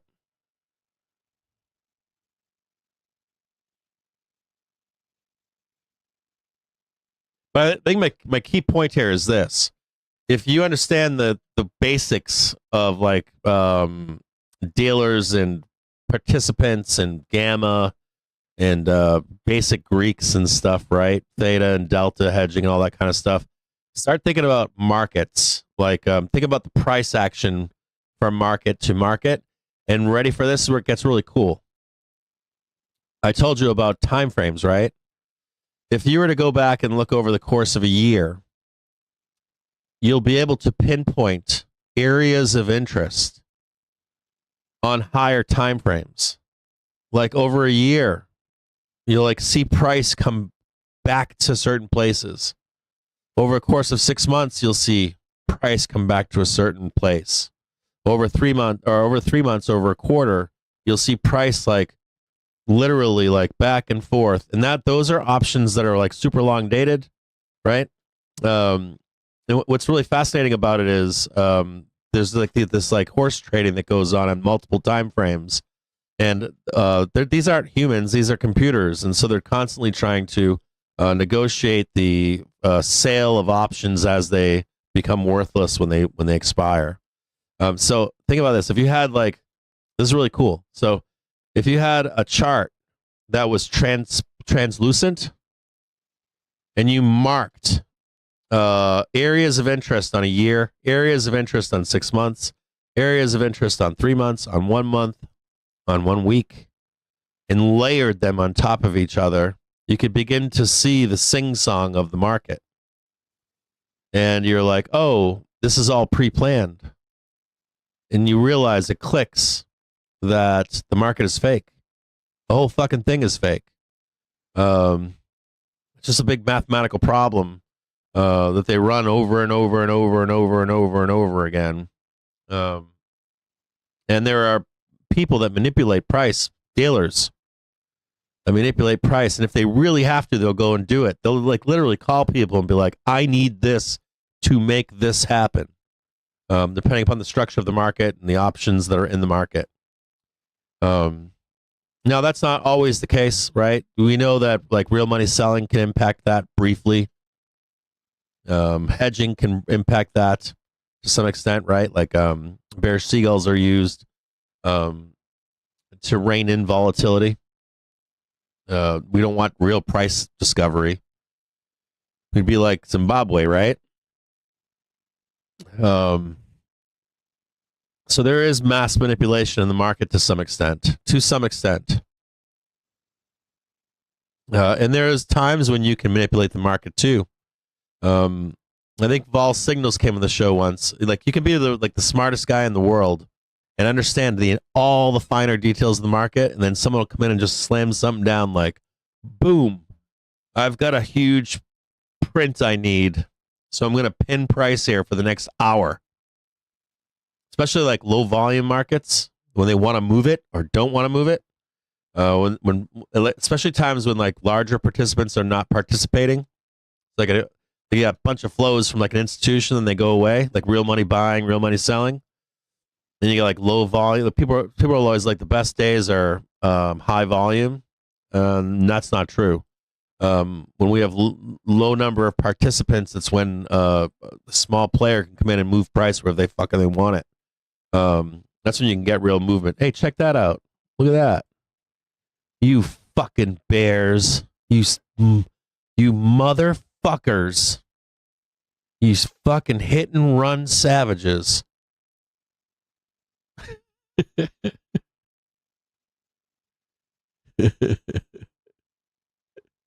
What is this? What are you doing? Fuck is that? Bunch of fucking savages in here. Look at that. What are you doing down there, you dirty dogs? When I use bears and bulls, I'm faking. It's a heel. I don't believe in bears and bulls. I think retailers are bears and bulls. But I think that's about it. Did you just make some money on that trade down? Right on. Congrats. Good job.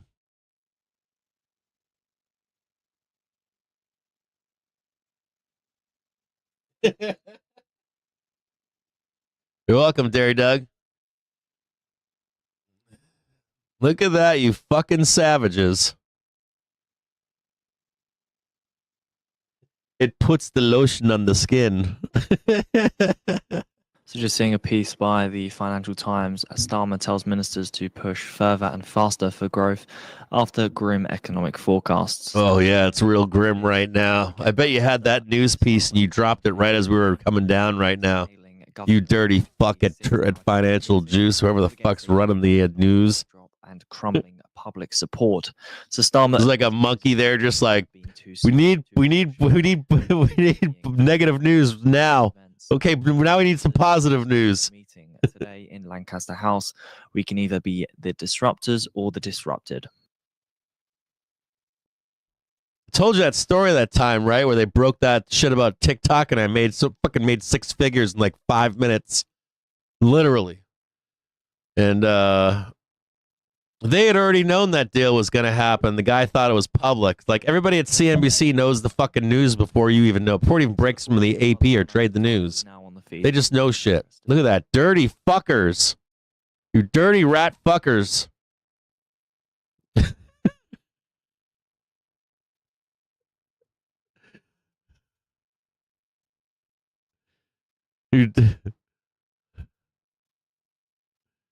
Look at you, dirty, dirty, dirty, dirty. Okay, so what did I tell you? You're watching the price action. You didn't get the high. You're not trying to buy this, are you? Had you got the high, you would be trying to buy this, wouldn't you?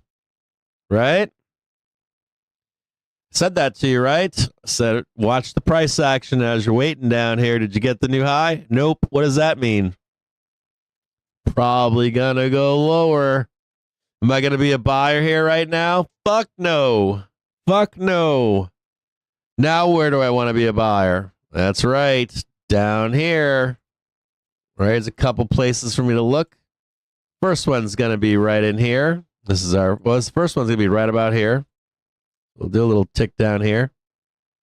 Right in here. Really where I want to be a buyer. There might be one more in here. Let's see if we can look for a place to buy. I'm probably going to catch or admit this right here. Okay? Somewhere right down in there.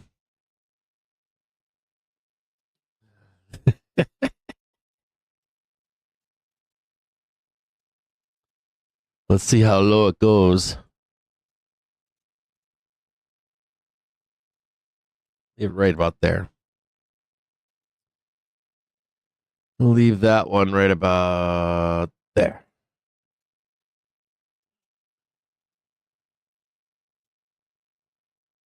I want to be a buyer down here. Oh, I really want to be a buyer like here. Get some of that doom. Wait a minute. Maybe right here. Right there is where I want to be a buyer. I'm being greedy, though.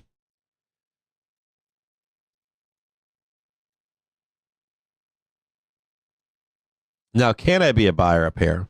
Yes, if it improves. if this shows itself that it's stronger than it's supposed to be, yeah, if it comes up here, shows the new high for this one right here, I would jump back in right about there. I'd be a buyer right about there.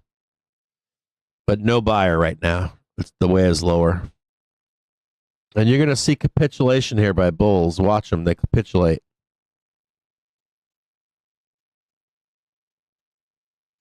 They're going to try to buy, and they're going to be, there's nobody there to help them. So there's no buyers there.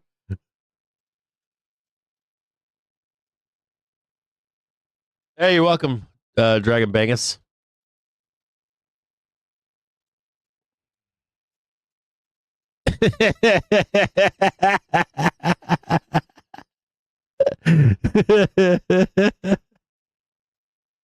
Yeah, we just wait. Exactly.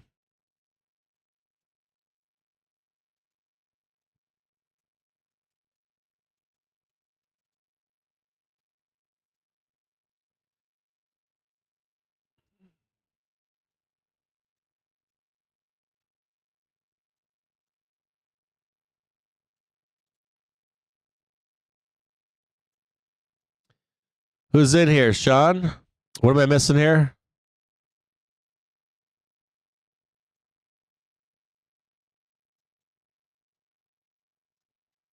This guy, Sean?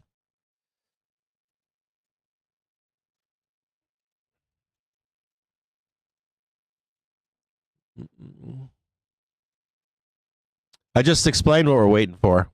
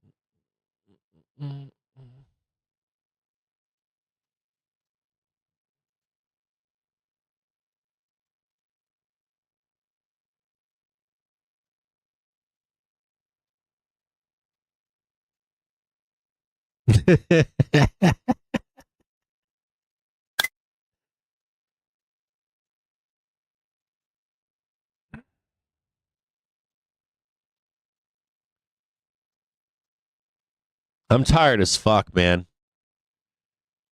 This week was brutal on me. I had a really long week. I had a lot of I had a lot of shit going on this week. I'm really fearful right now that I'm going to cancel all my weekend plans and just fucking melt into a chair. And I don't have the time to do that. Trump is due And I hate that. orders. There's a live video on the feed if you're interested.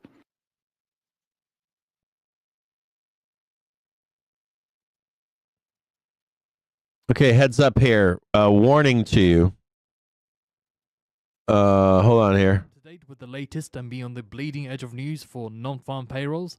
Then sign up today and get our special offer of financial use Hold on here, guys. service for the price of 1 month and save. Just a note to you here, okay? Heads up out there. Just a warning to you. Warning. President Trump is signing executive orders at in 9 minutes. I don't know what. Does anybody know what they are?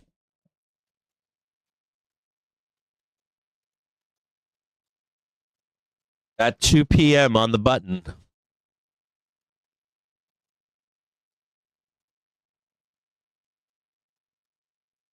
Yeah, that's a good point, Goliath.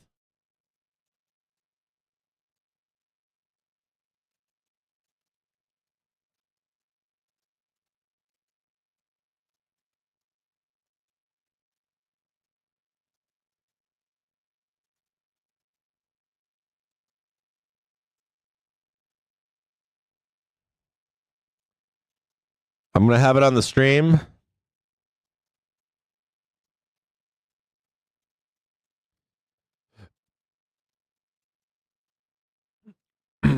I don't know what they are.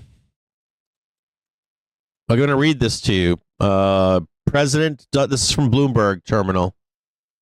President Donald Trump said he plans to unveil listen closely, okay? Listen up. Not fucking around. So not seriously. This is from a Bloomberg Terminal.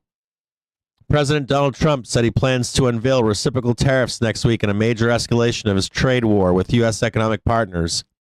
Trump made the announcement during a meeting with visiting Japanese Prime Minister Shigeru Ishiba on Friday and said the action would affect everyone without specifically or specifying exactly what measures he plans to take. I'll be announcing that next week on reciprocal trade so that we're treated evenly with other countries. We don't want any more or any less. Trump told reporters in the Oval Office, adding that he planned to hold a press conference on the matter. Trump also said that tariffs targeting automobiles in particular were under consideration. That's always on the table, quote. It's a very big deal, he said. We have to equalize it. The push for reciprocal tariffs has long been a pursuit of the president and some of his top advisors.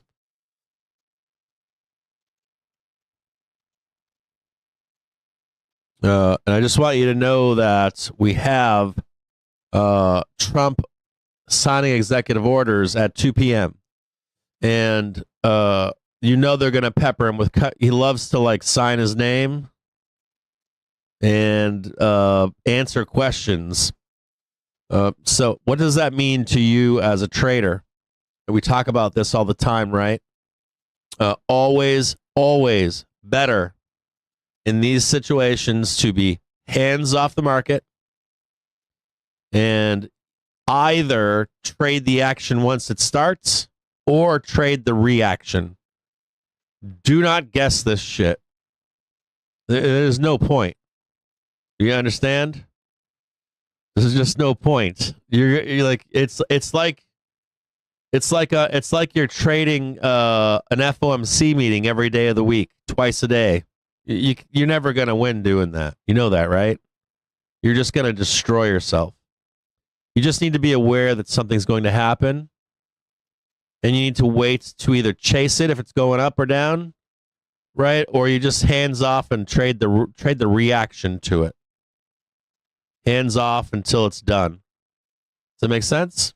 One of the things that are killers in this Trump market is going to be using hindsight trading. It is going to be a killer of your account if you do that.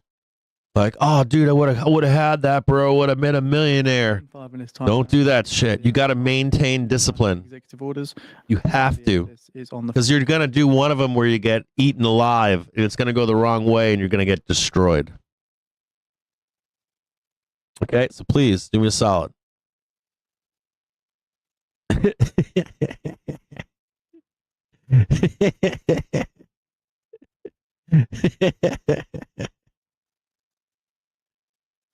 It's right. Am I right or wrong? It's like FOMC 3 times a fucking day. Dude, I don't even know how Trump supporters do it. Like, I don't know how they do it. I got friends that are Trump supporters, and they will, tell me shit. They're like, bro, we're doing this, bro. And then, that night, they change their story, and I'm like, I get it. I understand. I get it. And I don't shit on them because I'd probably be doing the same thing if my guy was doing that. But it's kind of funny because you're like, it's like a good one recently was the Trump wants cuts. Powell better do it, or he's gonna get him kicked, kick him to the curb, and then the day he changed his tune, Powell better not fucking cut. Okay. I mean, this shit changes day in, day out, doesn't it? Not that we care about that. What we care about is when he's making those changes, we're fucking ready for it. God. Right? I agree. 100%. 100% with you. The only thing we need to know, the only thing we have to care about is there's a tweet, there's a post, there's a fucking, a presser, wherever the fuck it is. LVR was saying that you can usually figure it out through one of his surrogates. I haven't figured out who that is yet. It used to be his kids. Does anybody have a clue as to who his surrogates are? Do you guys know anybody that's pre-posting tweets? Normally they'll like float these things first, and then you get Trump coming out, so you get like a heads up as to what it's going to be, bad or good.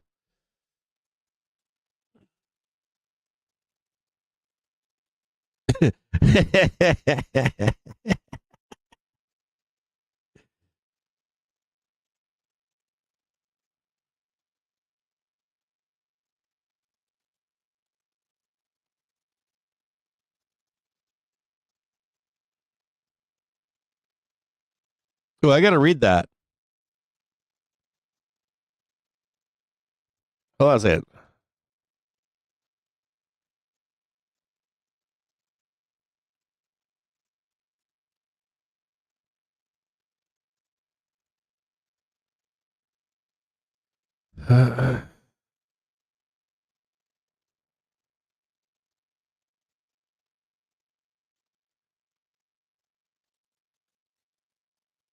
Okay, I got you.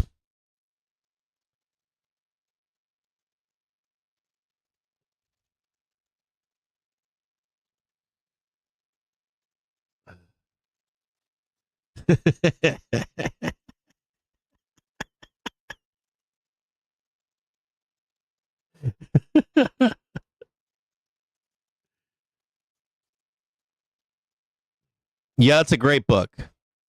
That's a really good book.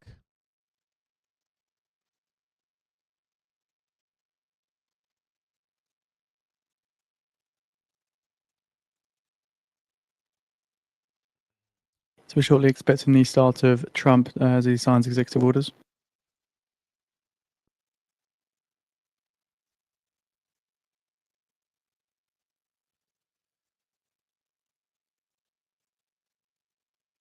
I'm going to have the audio for you here in just a moment.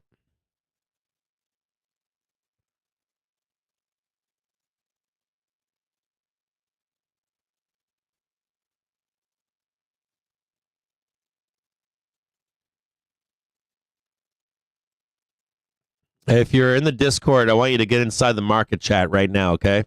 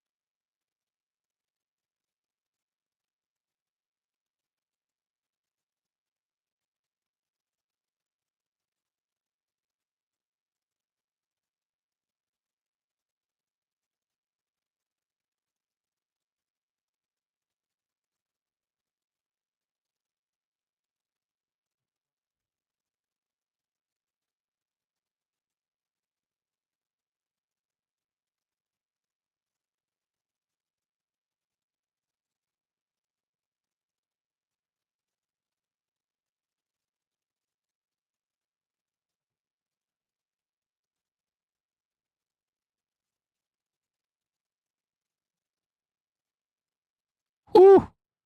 Heading into the gamma flip right now. Also note that we will likely break through the gamma flip here. Not guaranteed. This is the first inflection point right here. Right where we are is the first inflection point. This must hold. This right here must hold. If this doesn't hold, we're going down. Right where we are. That tick right there must hold.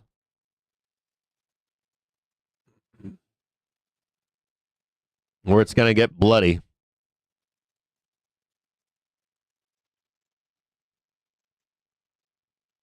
That's support right there. That green tick.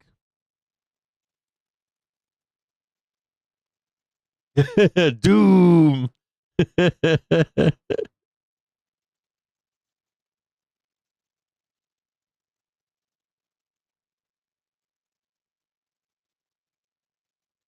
Reversal here. We're going to trade like 60-10.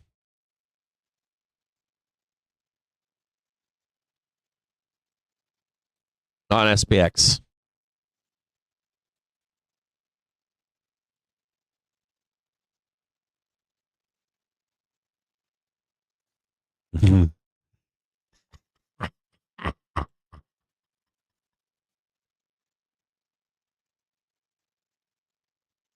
Still waiting. What do you think Trump's doing? Taking a shit right now?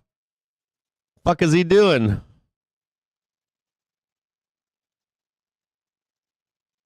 You know he's in there. He's in there. He got a Robinhood account out. He's like, I got a cash count. I can't do his thing yet. Like, can't do his. For some reason, I can't talk. Sometimes I can. I haven't learned it. Like, I have to learn how he talks so I can be like, start saying like, watch this. The guy puts out here and make him wait. They think we're going to come on live right now at 2:00. I just want this last little red bar down. It's gonna be amazing. Be the best ever.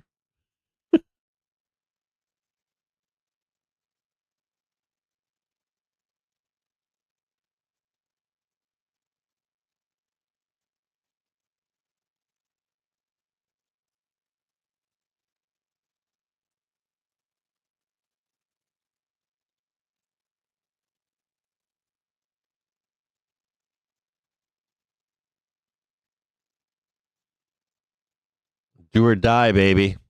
Watch us do a one big ass red bar to the downside. Like just one violent red bar down. Watch this shit. This is it right here.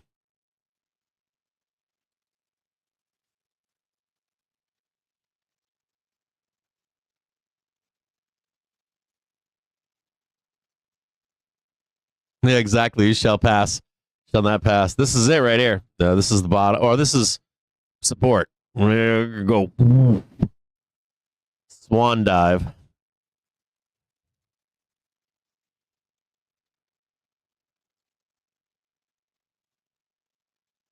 Like looking over the edge.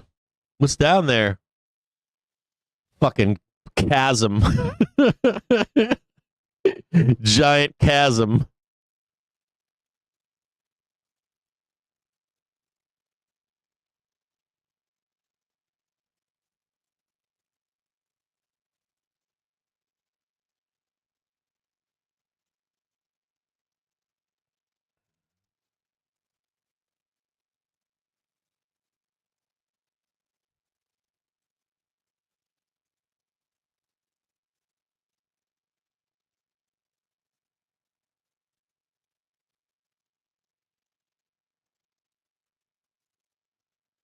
Like we're literally on a like there's a dealer out there.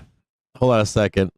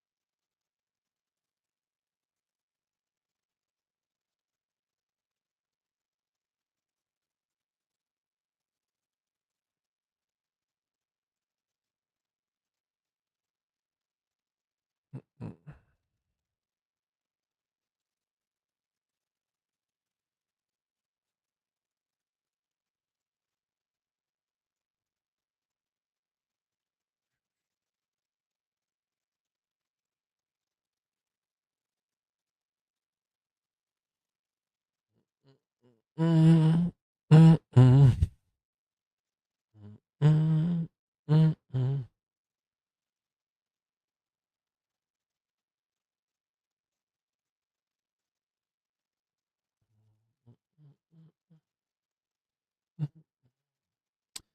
SPY coming back down to test the lows right now.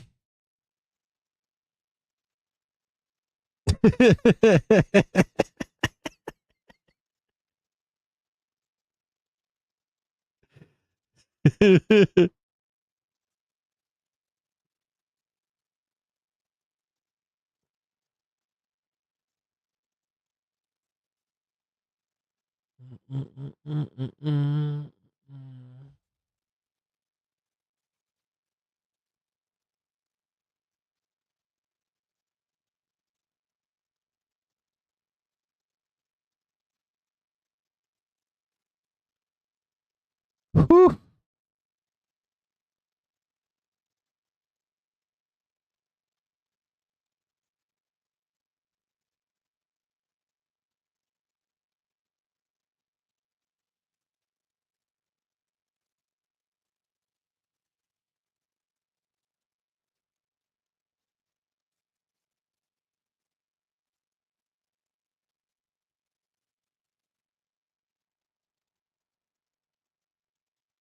Let's see. Meta. Some stuff about Meta.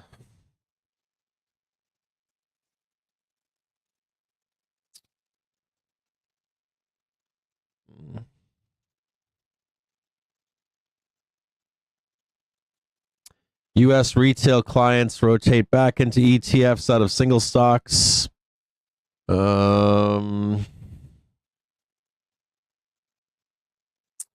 reading. This was 3 hours ago.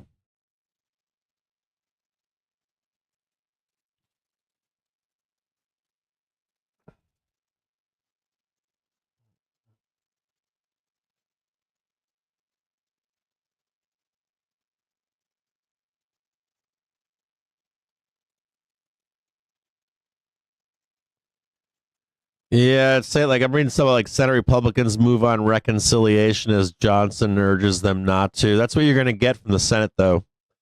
You'll get like the poison pill comes from the House.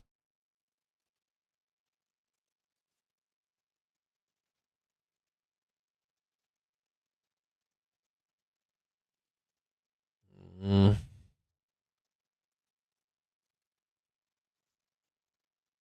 Well, I missed this one.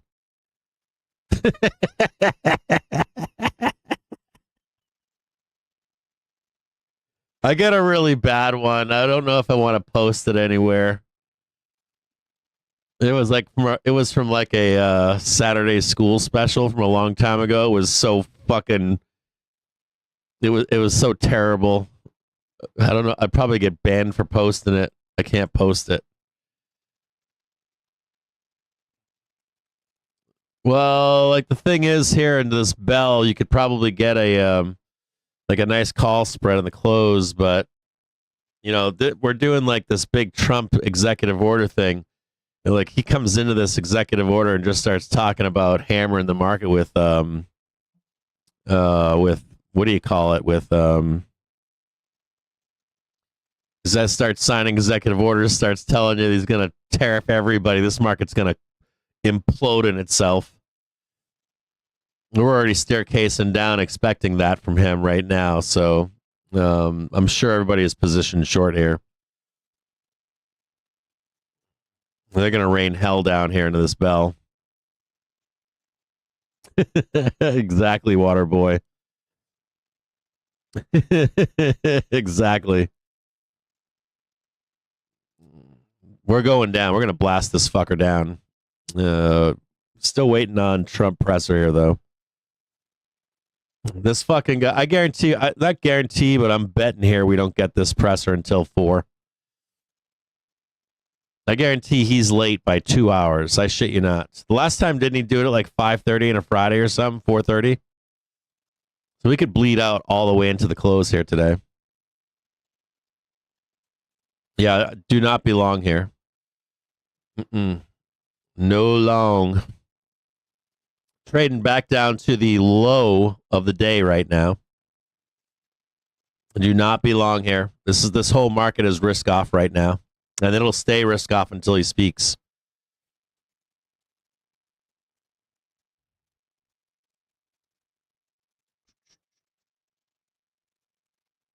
Yeah, they're not gonna do shit here. This market will crater right now. The next two hours if he doesn't come out. I think didn't this happen recently? I swore he said he was gonna have a presser and he never did it. So we went risk off and we just sat here into the close and it just bled. And then I think it spiked at like 5:30 at night or something like that. I wasn't willing to wait for it. I was just like, fuck this, I'm done. As a matter of fact, if he doesn't come out here soon, I might be done for the day in total. And I don't really care if it squeezes or not. There is a warning for you here. Trump's telling you, at least right now, the information that we have, Trump is telling you that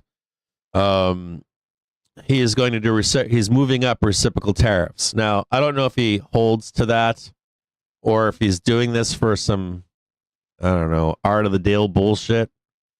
I don't know. You know what he's like, doing this so that the Americans talk about it, and then the foreign governments, they freak out, and then they make a bunch of proclamations over the weekend. Now let's say they do that shit. They tell him to go fuck himself. And then on Monday he does those reciprocal tariffs. Do you guys understand what reciprocal tariffs are? You guys probably don't. Some of you, I think, might understand, but reciprocal tariffs are if the trade imbalance between us and other nations is insane. In Canada, you cannot sell beer and wine. You can't sell beer between provinces, can you? There's like province or state level tariffs or sanctions in other countries. So the trade imbalance between the U.S. and other countries is massive. So if you're saying reciprocal, it's like a nuclear button basically. Now I don't think that he does reciprocal tariffs. I think it's like you'd have we'd probably be down 20% by Monday if that was true. By Monday we'd have a limit down. Not 20%. We'd have a limit down on Monday. I think we'd wake up with a limit down. Matter of fact, if he were to actually do that, I will guarantee you a limit down. If there was true reciprocal tariffs, we would have more than one. We'd have multiple. So just be aware of that. If it's true, or if he's just negotiating or not. Economies would implode. Foreign economies would implode. You would break the entire global or the entire global market system. It would immediately implode. You'd probably start a war. So I don't know if it's true or real. I would bet a war would start. So anyways, I don't want to think about this stuff because I don't think it's true. There's no reason to think about it. You're going to hear people talk about it like that too. Probably hear like Reddit go crazy over the weekend. And all this other stuff. So don't feed into that shit. It's not real. But if you get the firebrand Trump talking about this over the weekend, you're going to get panic everywhere. You're going to get volatility over the weekend. And even just the threat of it, people will go risk off. You know what I mean? There is a measure of risk involved if he's threatening this stuff between now and Monday. And there's a stance of, I'm buying Monday puts for 1 penny just in case. Do I care if they print or not? I don't. I'm just going to buy, thousands of them. 3, 4, 5 grand of penny puts. And see if they fucking print. You know what I mean? If they don't print, that doesn't come true. My stonk will be safe. But just be aware of that over the weekend. So coming up. And even if they're not truly reciprocal, if they're just maybe we just slam them with or institute those tariffs, we will begin that crash. So just be aware of it. Although I think we're near bottom. I think buying the close on today would be, or buying the open on Monday would be appropriate. Or Monday morning, depending on what happens over the weekend, because this shit's gonna swing fucking up it's gonna rip to the upside of none of this shit is fake. As if all the shit's fake, it's gonna rip like a beast.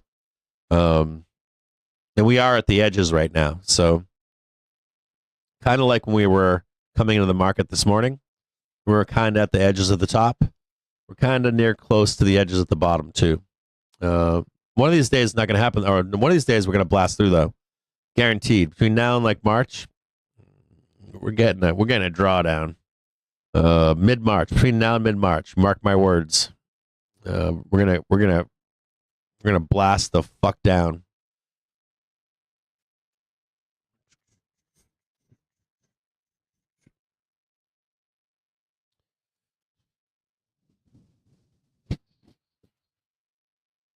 Nothing. Just waiting for Trump.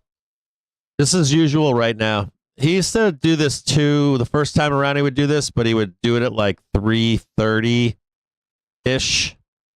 And then he would save the market. Oh, mark my words on this too. Oh, we haven't done this one yet, but he'll oftentimes fix the market at like 8:30 a.m., about an hour before market open. He's a little bit different in his timing right now. Some stuff's not the same, but oh yeah, they're fucking. So anyways, be careful. If he doesn't come out here to speak, I might even not trade the rest of today. I think I'm on my hands. I think I'm sitting on my hands till Monday morning at this point. I think I'm done until Monday.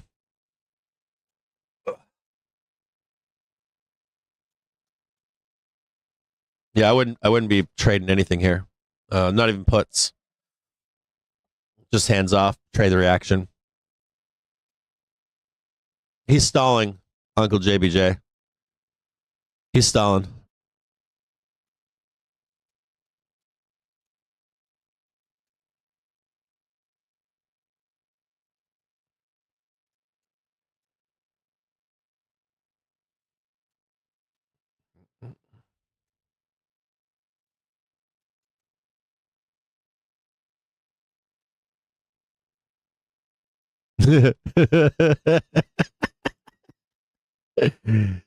Donald Joseph stalling. Can I post that?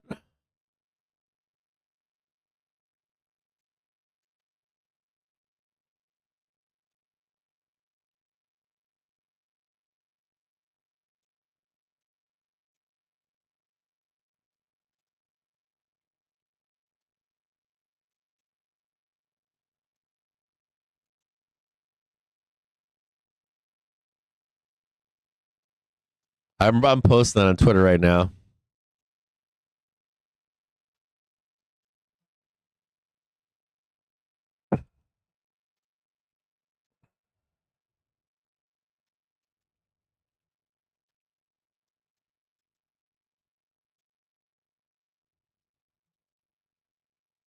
So it's just worth noting that on Yahoo Finance there is a live stream for President Trump holding a news conference with Japanese PM Ishiba. We'll get that out on the feed for all those interested.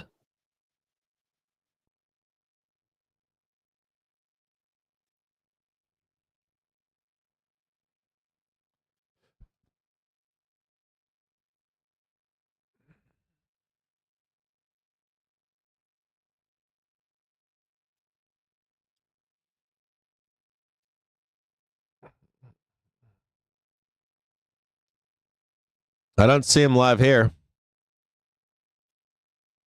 You got a link?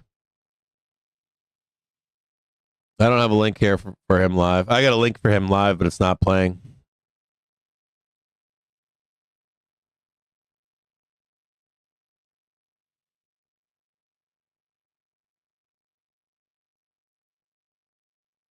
Nation that is home to one of the great. Do you want to stay up to I got it live here. Voice leading news edge of news disconnected. for non-farm payrolls? Then sign up today and get our Hold on here. Fucking Christ, shut up. for a year's worth of our service for the price of 1 month. and saved Found ourselves 92%. united by bonds of history, commerce, culture. Ourselves united by bonds of history, commerce, culture, mutual admiration, and great respect. After our meeting today, I'm confident that the cherished alliances between our two countries and others also will continue to flourish long and into the future. The military cooperation between the United States and Japan is one of our closest security partnerships, and it's one of the closest we have He anywhere. loves Japan, by the way. Our service members work together every day to defend. Thank you. I got it on right now. Japan is committed to double its defense spending by 2027 compared to my first term. They've invested a lot of money because of my first term. We worked on that very hard with Shinzo, the great Shinzo Abe. And we look forward to seeing even more so. Shinzo and I worked very, very long and hard, and those numbers are very reflective after my first term. And now they're going up very substantially based on our conversations today. In addition to being vital for our shared security, Japan is one of the top purchasers of U.S. military exports and equipment. And I'm pleased to say that this week my administration approved nearly $1 billion in foreign military sales to Tokyo. The United States is totally committed to the security of Japan. We will extend the full strength of American deterrence capabilities in defense of our friend and ally, 100%.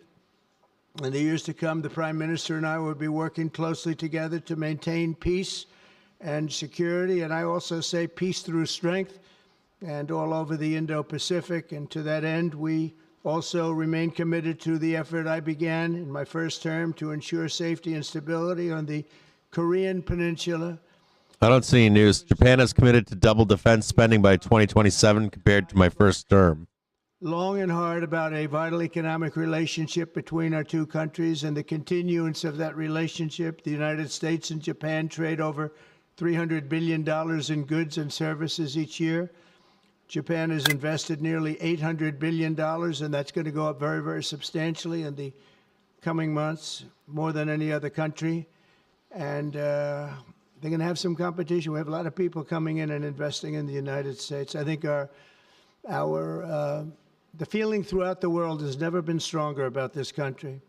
As a result of our victory in 2024, the presidential election, the Japanese investment and technology giant SoftBank announced plans to invest between $100 and $200 billion. And we have many other companies investing that number, higher than that number, some a little bit less, but we have trillions of dollars of investment pouring into our country now that you didn't have just a short while ago.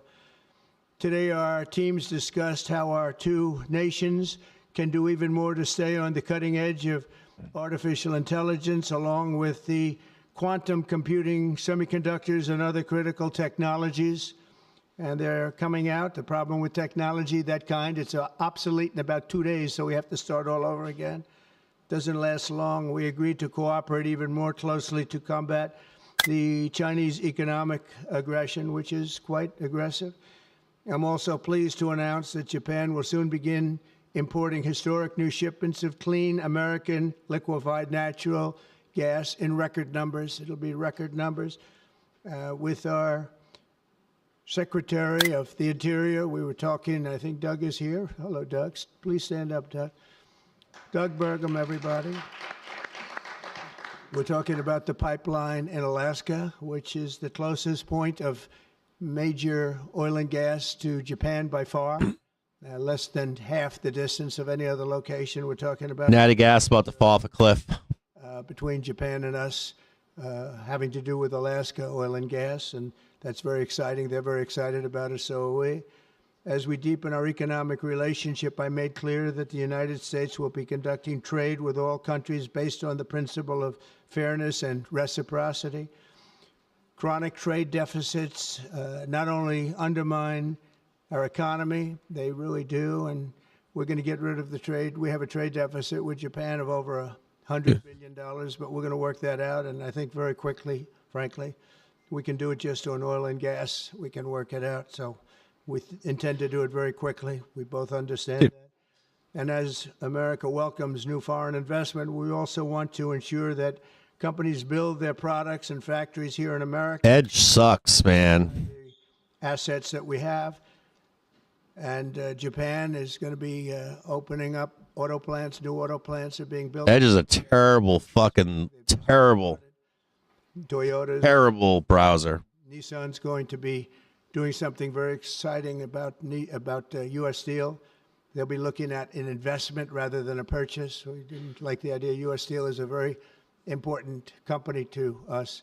It was the greatest company in the world for 15 years, many years ago, 80 years ago.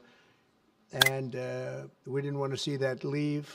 And it wouldn't actually leave, but the concept, psychologically not good.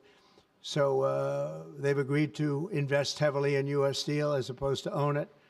And that sounds very exciting. And we're going to meet with Nissan next week, the head of Nissan, very great company. And they'll work out the details. I'll help. I'll be there to mediate and arbitrate. Just a note here that we are in negative gamma. Great Prime Minister, as you know. Wild price swings expected. Longest-serving Prime Minister in Japan's history. Likewise, I expect that this Prime Minister is going to be a great one. I really believe that he's going to be a great one. I've gotten to know him for not long, but I can see what they have. He's got the qualities of greatness. He's going to do a fantastic job for Japan and for the Japanese people. And I'd like now to invite the Prime Minister to say a few words, and then we'll take some questions. Mr. Prime Minister, thank you. Thank you very much.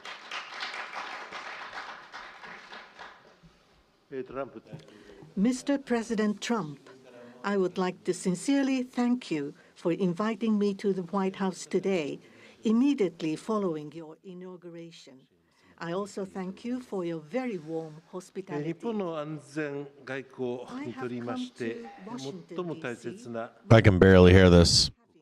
A face-to-face meeting and deepening our mutual understanding at this early date with President Trump, who is now leading the United States, the most important country for Japan's diplomacy and security, and aligning our perspectives and visions that Japan and the United States should pursue. Should we just take the rest of the day off here today? National interests of I both feel like taking the rest of the day off and just buying calls on Monday. to realize I'm peace serious. in the Indo-Pacific. I am convinced I think we should call it a day. This is what we're going to do. in further strengthening the strong and unwavering Japan This union looks like a nothing burger. to achieve a free and open Indo-Pacific. President, All right, let's talk about the end of the day here. to strengthen the deterrence and I'm going to wrap. I'm going to put the stream on self-guided in addressing strategic challenges. because I got no interest in this. Hold on here. Not just that, it's Friday. Japan as an ally But let's look at some stuff here. is ready to share responsibilities and to play its own role. I also reiterated Japan's unwavering commitment to fundamentally reinforcing its defense capabilities, and we confirmed the unwavering commitment by the United States to the defense of Japan. We reaffirmed that Article 5 of the Japan-U.S. Treaty of Mutual Cooperation and Security applies to the Senkaku Islands. With half of the world's population and approximately 60% of the world's GDP, the Indo-Pacific serves as the engine of growth and vitality for Japan, the United States, and the world. President and I also concurred that the United States and Japan will make further efforts in a wide range of areas, working hand in hand together to realize a free and open Indo-Pacific. In this context, we also concurred to further advance cooperation of the multi-layered networks of the like-minded countries, including the Quad and trilateral cooperation with the Republic of Korea and the Philippines. We also discussed Japan's United States cooperation to bring about growth and prosperity. Economic cooperation, including on economic security, is important from the perspective of strengthening alliance cooperation. Japan is the closest economic partner of the United States. This is all garbage. Like none of this is all just blah blah blah. States for 5 consecutive years. Also, with the inauguration of President Trump, the momentum for Japanese companies to invest in the United States is growing Whoa. even stronger. Today, I conveyed my willingness to cooperate together to elevate Japan's investment in the United States to an unprecedented amount of $1 trillion. President Trump and myself also concurred to elevate the Japan-U.S. partnership to an even higher level through improving business environment and increasing bilateral investment and employment, strengthening each other's industries, leading the world in developing advanced technologies such as AI, and leading Okay, I'm going to leave you guys with this today, okay? efforts to harness the energy of the growing market in the Indo-Pacific region. We also confirm that we will cooperate to strengthen energy security between the two countries, including increasing exports of United States liquefied natural gas to Japan in a mutually beneficial manner. Regarding foreign exchange, as in the first Trump administration, close discussions will continue between Japanese and the U.S. finance ministers who are experts in this field. We also held candid discussions on challenges the Indo-Pacific region is facing.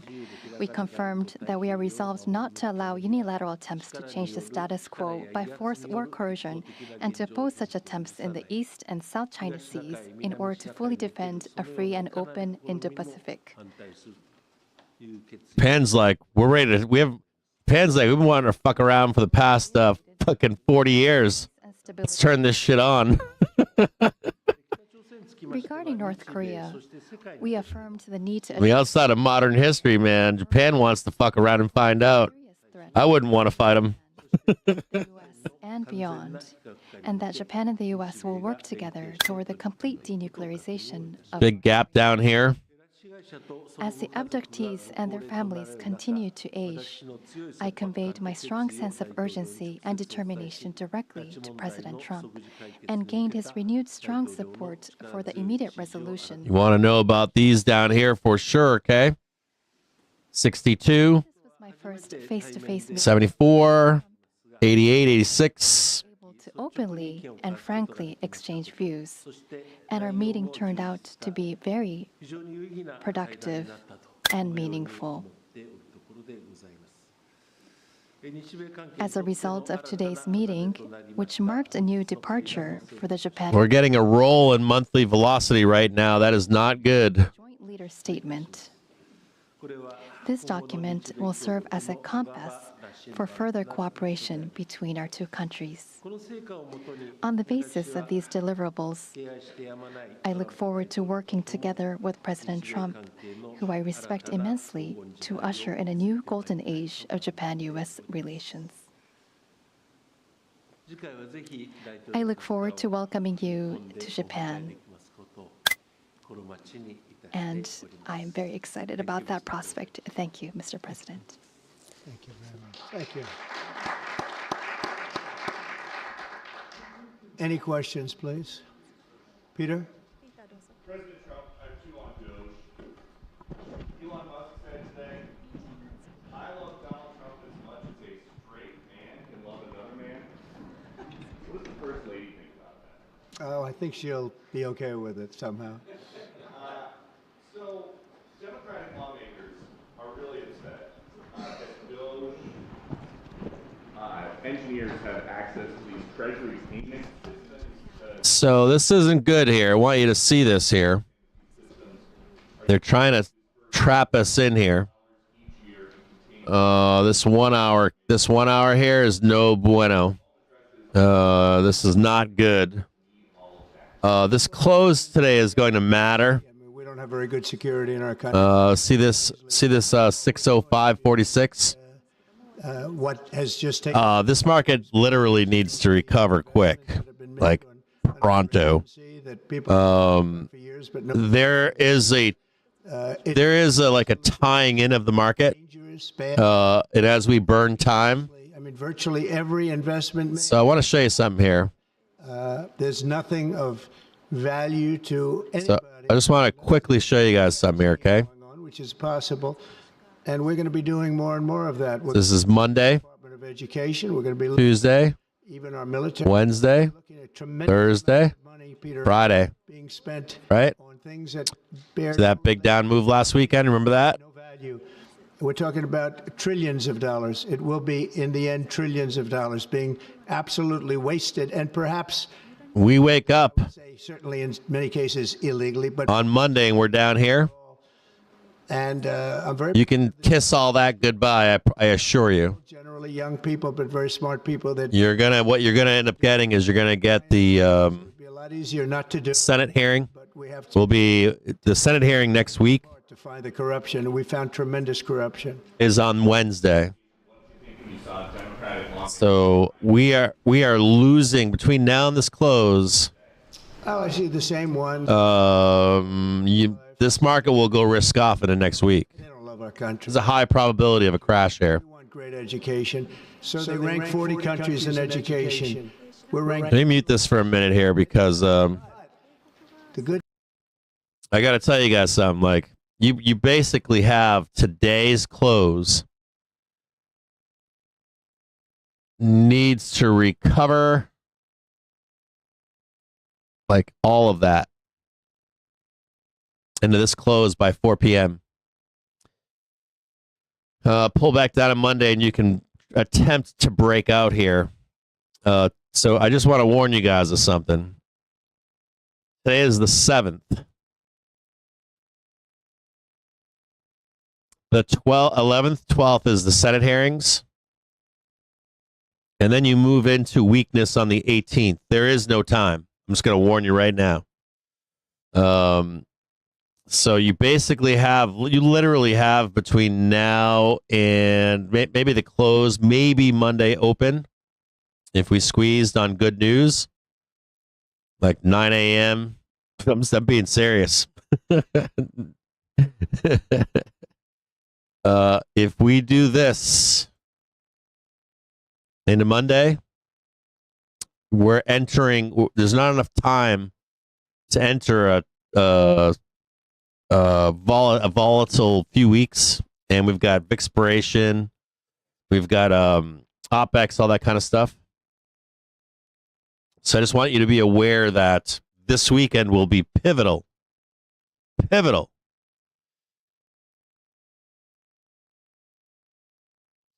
To like roped in and more down. We'll take that path where February, March, and April are just bare.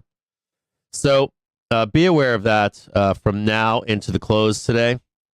My outlook here, at least on a 30-minute basis, see this green right here? That's bad. You don't want to see that shit.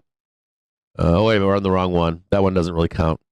Yeah, this is still bad right here. This is all bad.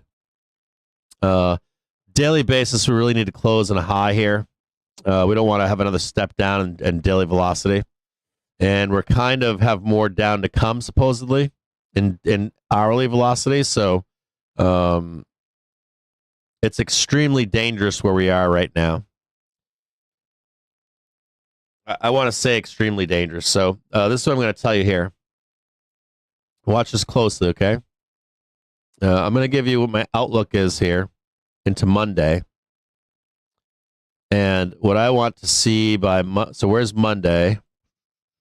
Monday, 1600? I'm not joking here. This into the close. You need to see coming into Monday, this gap right here. Get closed up, and by close right there.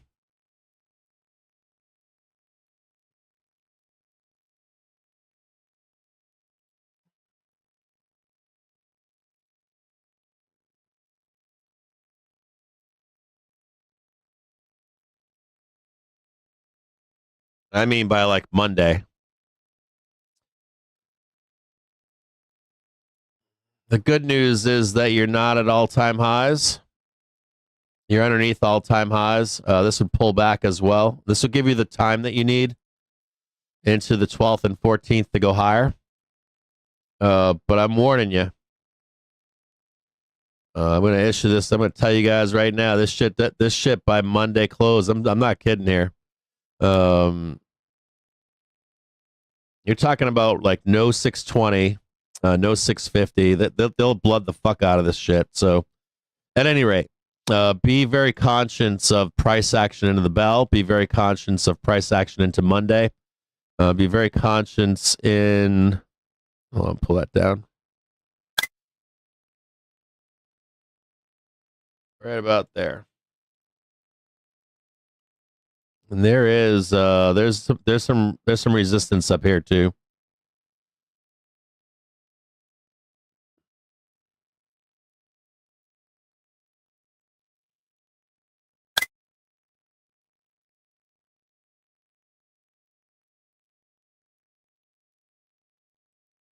Where's 4 p.m.?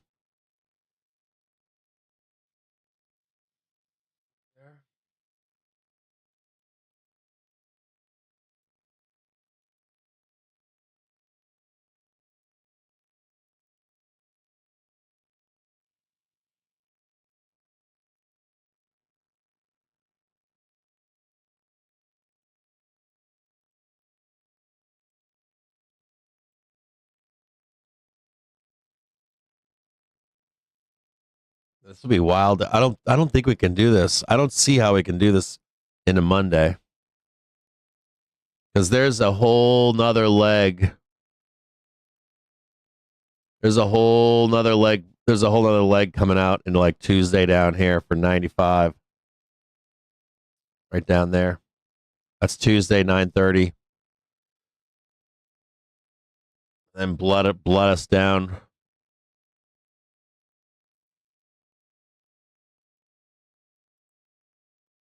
I'm fascinated to see what happens between now and Monday or Tuesday. There's crash risk here. There's definitely crash. It has to do with time more than anything. We get pretty bearish as we head into the 11th and 12th. 14th and 18th, it becomes really bearish. And, you know, you're talking about, like, we're coming back on the 10th. That leaves us with 7 sessions.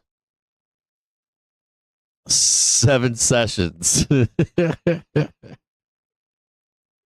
then we enter like a period of bearishness. And they start, like, when they're tying in, when they're closing the door on upper price here, you will see capitulation by retailers. I would be very, very guarded. You can like intraday trade this stuff, but I would be very guarded here over the weekend. Yeah, I see the 620. Or I see the 610. I don't see 620. I saw 620. What you needed what you needed today was this. You needed to like hit this in the morning and then blood down into the close and pick this up. So for today, you really need to return to like 605. That would be fine. If you return here at like 4 o'clock, 6 o'clock, you'd actually be fine. And you could have some more down on Monday to make your way higher. But this part right here is a problem. You need to pay very close attention to. You need to pay very, very close attention to not recovering into Monday and then hitting this one down here. Because what this would do is you're going to get trapped in right here. And that's it. You're done. Bam, bam, bam. It's not there yet. The door's not closed yet. And he's telling you right now that he's going to do these reciprocal tariffs on Monday. So I'm just warning you. This is positioned for a risk-off event. Just got to warn you right now. This is without a doubt positioning for a risk-off event into Monday. I would need to see price at 6:05 by the bell today to not believe that. Without a fucking doubt. I'm warning you. You get one warning.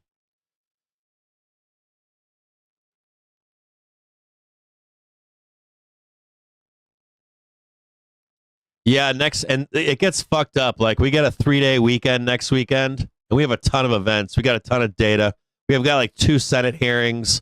It gets really fucking messy. Like, Rubner told you, if you chart this stuff out, right around like the 11th, 12th, it gets sketchy for like a 5% down move. For this, the last Senate hearing we had in 2018, they dropped us 5% on just that Senate hearing in one day. 5%. So if we're not going to make the highs to absorb the 5%, you're going to get a cascade effect to the downside. So you got to just, I'm not saying be bearish. I'm just saying watch the price action between now and the close. And you want to see where we wind up into this close. You just want to be hands off, see what happens into this bell. My thesis here is that we are going to go up and trade this 610 like fast, pretty fucking fast. Might even be on like Monday close. That's if Trump can resolve all of this stuff, because that's what this means. So let me explain this to you. So you got Trump claiming reciprocal tariffs, right? If he doesn't follow through with that stuff, if he comes back on Monday and says, we're not going to do any of that, we go right back to the scene of the crime, which is right here. Up, and away. Make sense? So this should all come back. This is all based on tariffs. This whole bottom leg was. So just a warning to you. If you watched the show last night, late night, you know exactly about what all this stuff is. You should be prepared for this. You already know where all the inflection points are. I already gave you all 3 of them. There's one right here. There's one at 6:12, and there's one, I believe, at 6:20 from now into mid-March. And you can already see the hedges on. Bam. To the downside. Expectations into Monday. I'm going to remain positive here and think Trump is going to restore the market into Monday. Upside targets, 6, maybe not 610. I'll rein it in a little bit right there. Upside target into the open of into the close of Monday. 607. Return to the scene of the crime up here by 4 p.m. Pretty good right about there. Bam, bam, bam. Something like that. I warn you, even though I'm bullish here, you have to be able to accept a bloodbath over the weekend. You have to be able to hedge. If you're long, you should be long from right here. Otherwise, you're a chaser. You're a chaser. So, man, look at that bloodbath. They did it again this week, too. There's Monday. You guys see that? There's Monday, bloodbath. There's Monday, bloodbath. You're coming into another Monday, right? There's a Tuesday. There's a Monday. Look at this. Monday, Tuesday. You can see it. It's clear as day. You need this right here. See this Monday? You need like rip faces off Monday, rip faces off on Wednesday. This is pretty much what you need. Right there. Straight vertical. You need that right there. Which I think you can do. I think this can be done, but we start breaking down here, it's gonna get fucking messy.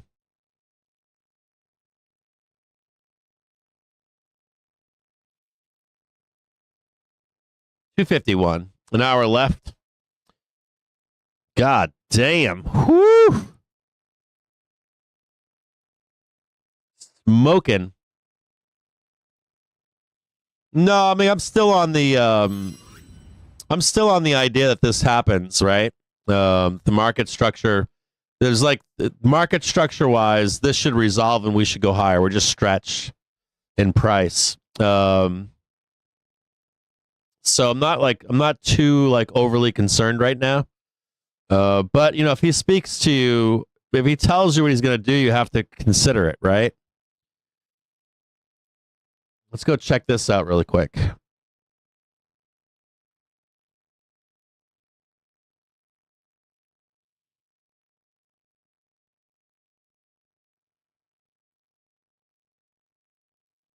This is that rejection point right here.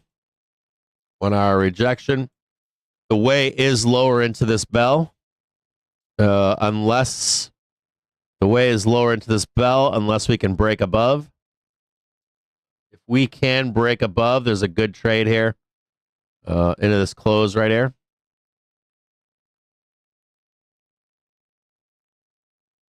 But you can't take this trade unless you break above and get the new high.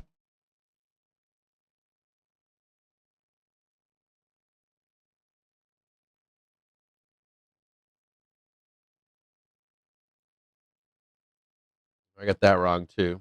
Hold on.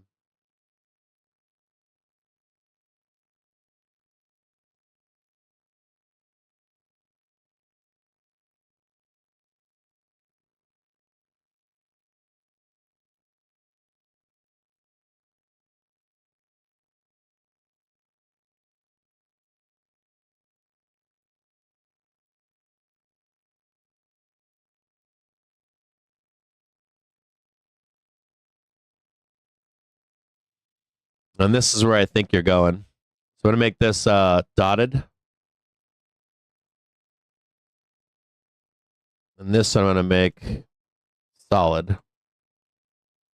This won't proof itself unless you get up here.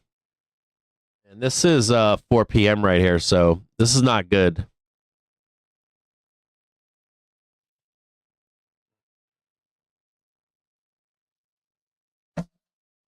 Ice cold. Woo! Ice cold today. Hold on, I'm going to turn this back on so we can listen to him. Kim Jong-un, I got along with him very well, as you know. I think I stopped the war. I think if I wouldn't have won that particular election, you would have ended up in a very bad situation. But I did, and we had a good relationship, and I think it's a very big asset for everybody. Yeah, I'm reading some of the chat. I'm going to tell you guys right now, they're setting this up, right? I've seen this too many times. Too many times. I'm bullish here into Monday, but you can see the door being shut right now. And it's pretty bad. If he does reciprocal tariffs on Monday, you might see a limit down. I don't want to be a fairmonger here, but these banks aren't going to tell you this. They're going to lie to you, and they will be risked the fuck off. That threat that he made earlier today is no joking around.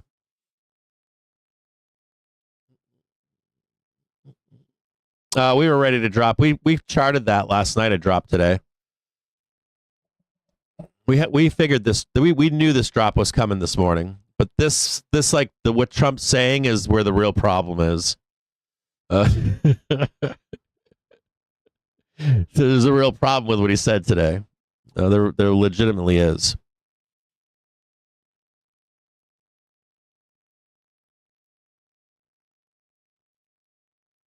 There's nothing else you can say about it. It's material. There's a concentration of retail traders. You have a concentration of retail traders, and then you've got like these upside expectations. Like you got all this stuff. That shit would have worked as long as he hadn't said that today. The moment he said that, boom, door gets closed in the market. Until he unsays it, which he does. So I'll give him the upside retracement on Monday, but That shit's dangerous.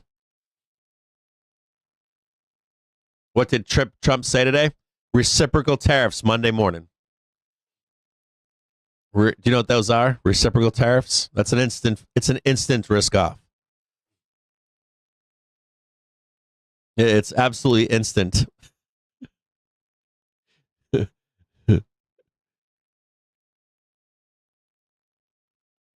Instant. VIX. No, I gotta be honest with you. If you're not a member in this group, if you're not a member of our community, I have zero recommendations.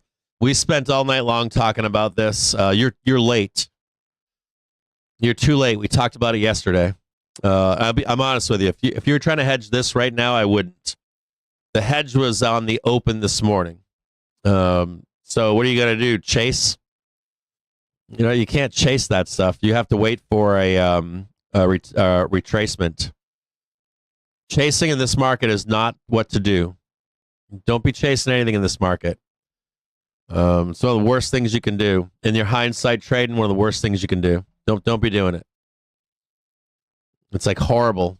You're already late. If anything, you're looking for a dip to buy. Now where that dip is, I don't know right now, but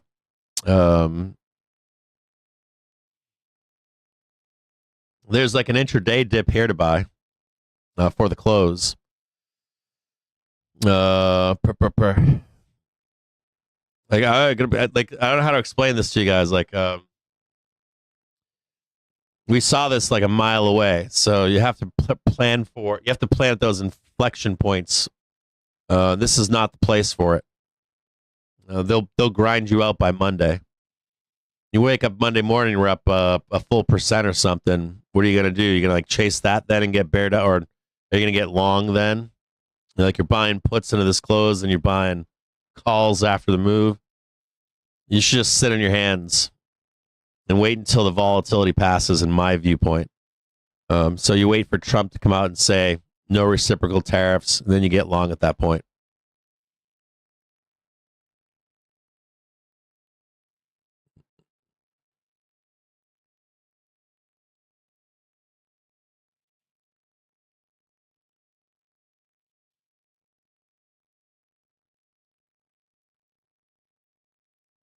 I got to talk to people in the Discord.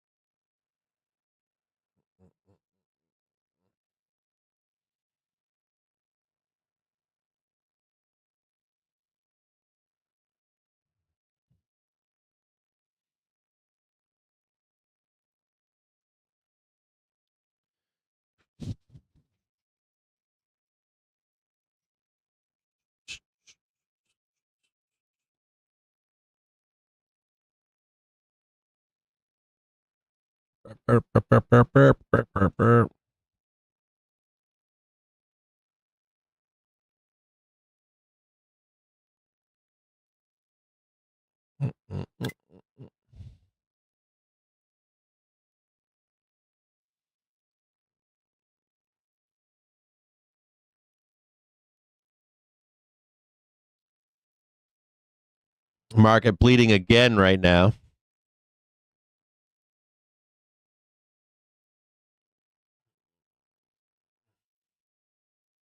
I'm like, I want to say like he pulled the pin on the hand grenade today. He's like, poop. Pulled it out with his teeth and went. Market's like, boop, bye bye. See ya.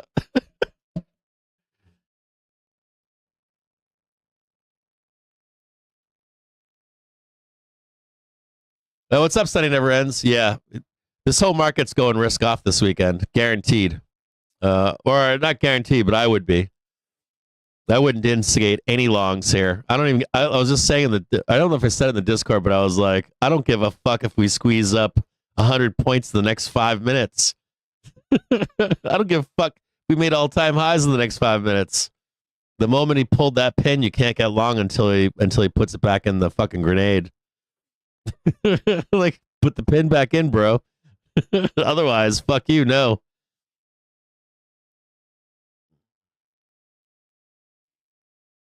Is that right, FX Retracer?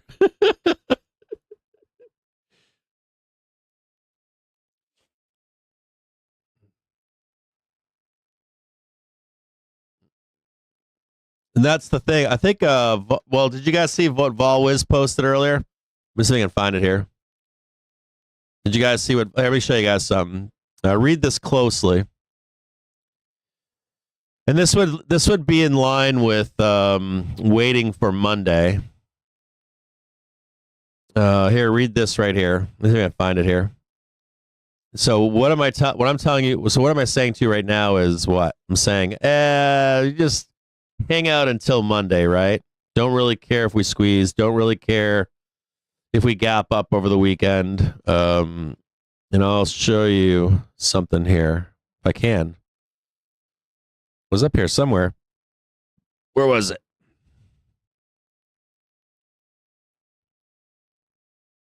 I think this answers the question closely. Can I just like download this and repost it inside the chat? So fuck, dude, we blew up this chat today, man. This chat got crazy. There we go.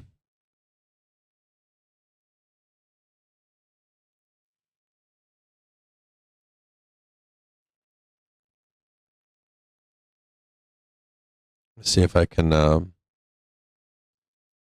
second here.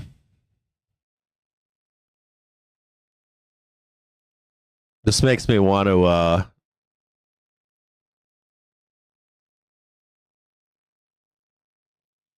save this here.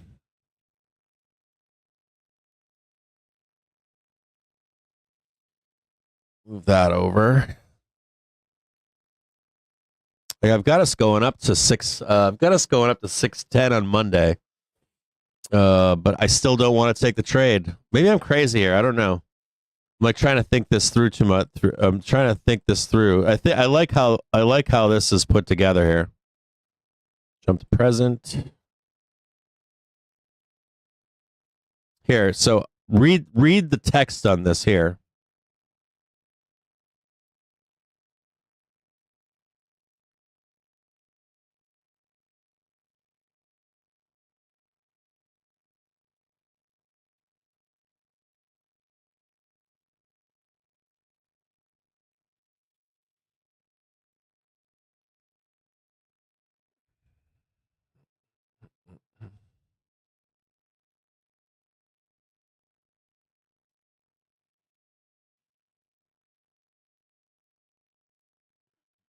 So, I mean, I don't know what that means here, but 4 times. You get what I'm saying? And there's text there that says something, and I think this is the same situation. You just wait until Monday and you let this pass.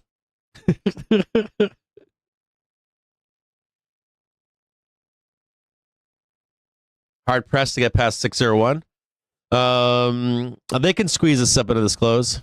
If they start to, I'll let you know. They can. We don't have it proofed right now. We're so close, right? What time is it right now? It's 3 o'clock already. So here's 3:30. My assumption here is that my assumption here is this: that they're going to grind us down to the close. Over the weekend, it's going to be ugly. There's no way around it. So let's just do this logically. So they're going to grind us down to this bell, or they could squeeze us up into the close. But think about this: Trump's not going to talk them over this weekend. So you're going to be sitting here over the weekend, and you're going to be looking at whatever the fuck it's called, Weekend Wall Street. And this shit's going to burn all weekend. Now, I want to preface this. This is important. During COVID, Trump would do this. We haven't done this yet, but I'm assuming we're going to do it. So I'm going to warn you of something. At some point, I know for sure. I'll bet I'll cut my hair off. Oh, I'll make a bet with you. If between now and year 2 of his presidency, we don't wake up, or we're not in one weekend, he will literally let this market's limit down, and then he'll bring it back by Monday morning. So I would expect into this close that you're going to see this market weak. You're going to go into the weekend, and you're going to see the market down possibly this weekend. You'll see it down 300 points, 500 points on DGIA, maybe even 600 points. You're going to be looking for Trump to come out at the latest sometime in the morning on Monday and say reciprocal trade is off. And you could literally see the futures go moon vertical by the time we hit 9:30 in the morning. If he doesn't say that, we will start to crash. He's like, hey, I'm going to sign those tariffs today, those reciprocal tariffs. This market's going to start, staircasing straight down. So just be aware of it.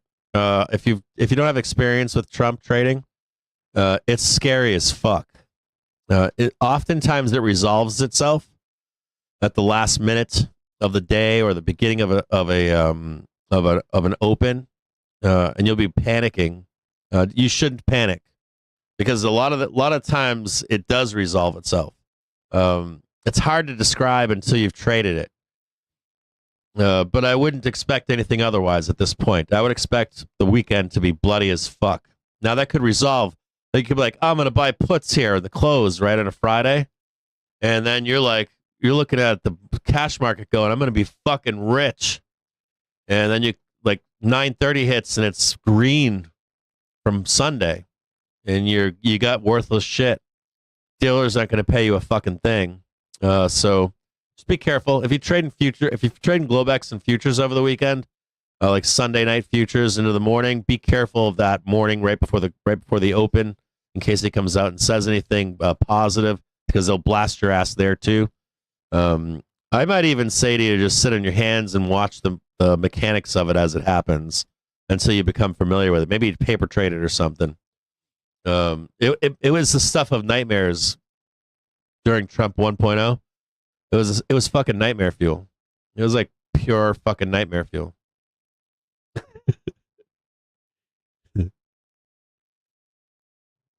Yeah, the clapper.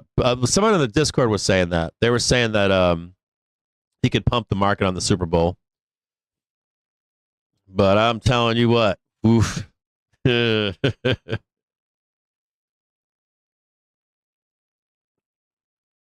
Yeah, I hope the Super Bowl thing helps. I do. Someone's saying he'll pump it up during the Super Bowl. So I would just sit on your hands over the weekend. I think the play here is to just do nothing, and then you come back in the market on Monday, and you get long if you can. Yeah, I think it can ruin the Super Bowl. I do. He's serious. I'm going to warn you guys. One thing here, one caveat I have here is, remember that whole. I just literally spent 8 hours talking to you about inflation, and he knows that matters to his voters. So I'll keep saying this shit. This shit goes in one of your ears and out. Not you specifically, but I know the shit that I say here goes in one ear and out the other. And I also know that you come back and you get fucking destroyed. And I know you guys don't, not all of you, but I know most of you don't listen when I tell you this stuff. I don't say this shit just because. I say it because it matters. It really does. So, at any rate.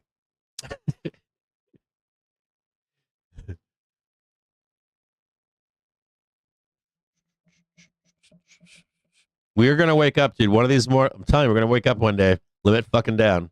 I promise you. We'll just keep saying it. It ain't going to ever happen. He's going to do this, going to do that.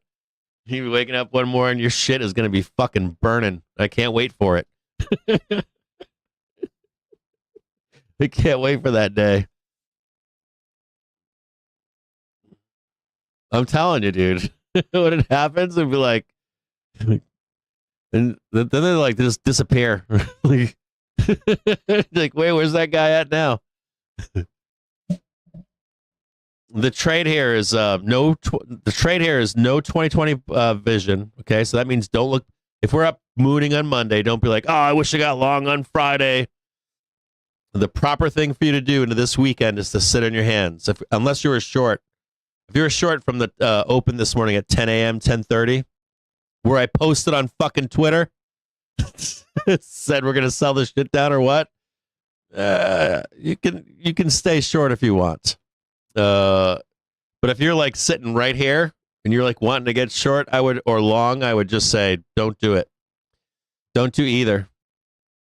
The trade was earlier.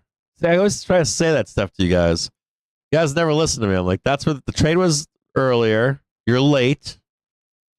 Now you just sit on your hands. If he hadn't said that today, had he not pulled the pin on the reciprocal tariffs, I would say to you, get long as fuck if you want. Better yet, on Monday. And people in the Discord have already read this, so they can read it on their own. You just get long on Monday, or wait for Monday to get long.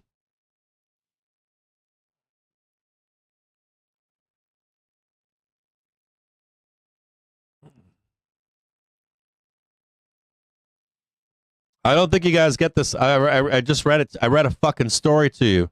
I just literally read a story to you today. Who's not listening?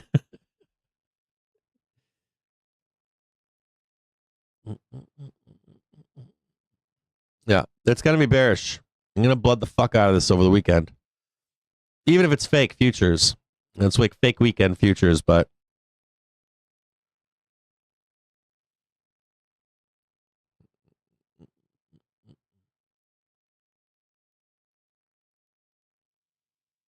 do I expect it to be a stretch? No. That fucking guy, right? The guy that made that post is from Wall Street.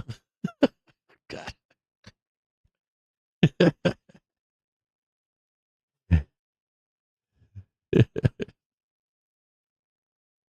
All right. Let me let you guys know something, all right? I'm going to tell you guys something. Our community is filled with professional traders, okay? This isn't like Bobby who chews bubblegum and plays video games. Like this.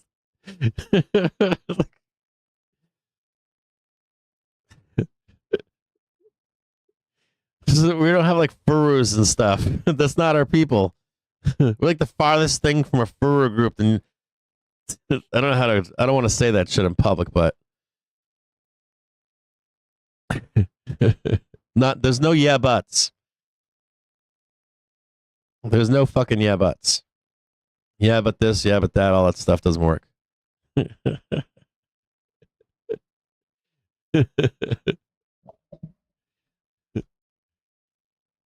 You're sitting in a room swimming with sharks and don't realize it.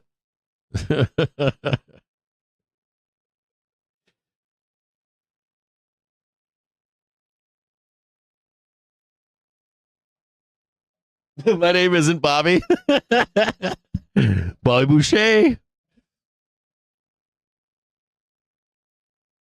God damn, dude.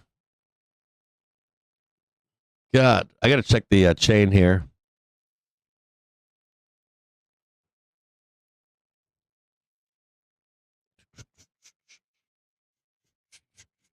Spy. All right, so here you go. 606 is worth 1 penny. So that one's out. You're not getting 606 at the end of the day today. 605 is at 2 cents. So they could be at 0. 604 is at 3 cents. So if you got it in the money, what did I say? 605, I think. You need 605 by the closing bell. You're not getting that. Oh, you could possibly get that and it would go to 0. 603 is at 5 cents. Your best chance here, ready? Your best chance is to close right here. So we're kind of fucked over the weekend. They're trapping retailers in today. They're going to fucking murder these retailers over the weekend.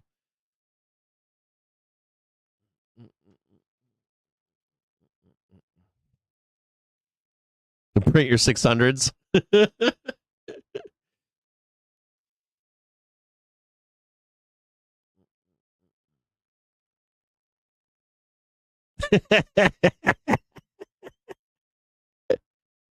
I'm with you. I'm with you, Doug Fuller. 100%, Doug. I'm with you. Yeah, there's no trade here for a bull. There's no trade, Binky.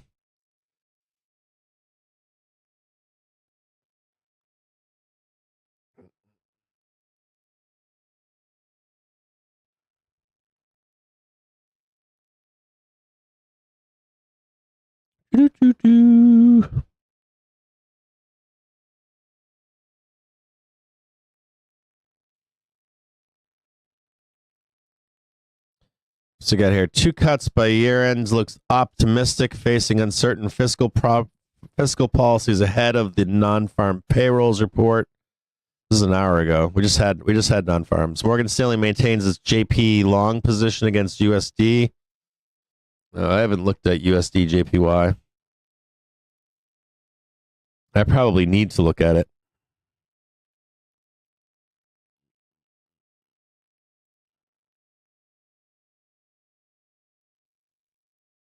Yeah, this is another thing too. So, here, let me show you guys something down here. It's really fucking dangerous right now. I don't care what anybody says. Like, I'm a bull. This is a USD JPY. Okay. And I'm going to warn you guys of something here. You guys know I'm bullish, right? So this 152 needed to hold. And we are slamming into it again. Do you guys know what this means? Now, it looks like it'll squeeze up, so the market should squeeze, okay? Like U.S. stock market should squeeze. But this is a cliff. The tech trade is wrapped up in this. If you see us lose 152, basically, if you see us lose 152, let me show you what happens. This is August right here. If you lose 152, if you lose 152, you're going to trade. You're going to end up trade. Well, we're going to get a crash anyways, but this is how I know we're getting a crash, by the way. I just don't know exactly when. But it's 132 right about there.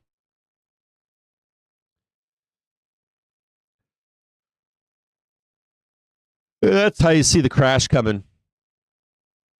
That unwind will be fucking vicious. It is a brutal trade. And it's right here.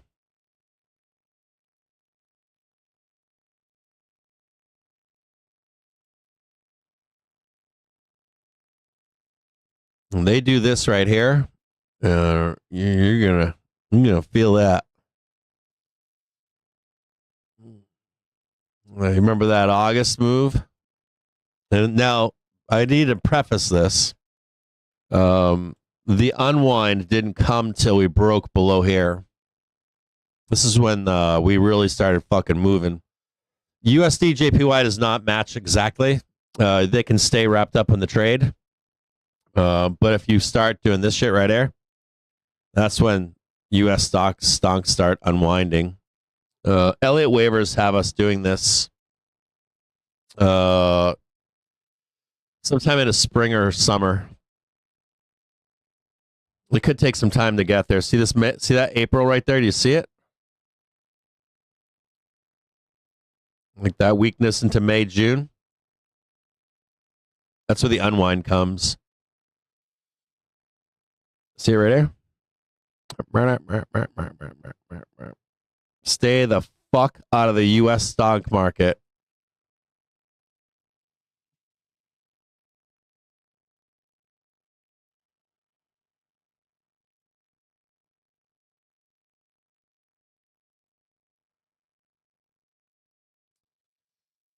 You can see it right here, right? Look at that. Look at that daily velo. It's just fucking nasty. It's looking to capitulate.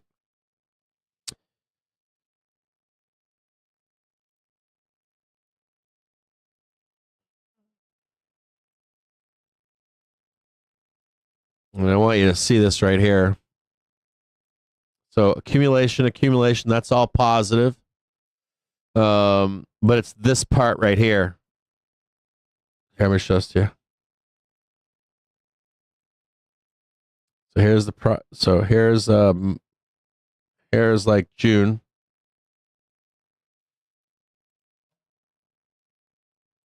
And you like got this right here where it starts to get more supportive as we head into June. But this part right here is like danger. Danger, danger, danger. Anyways. They're trapping us in.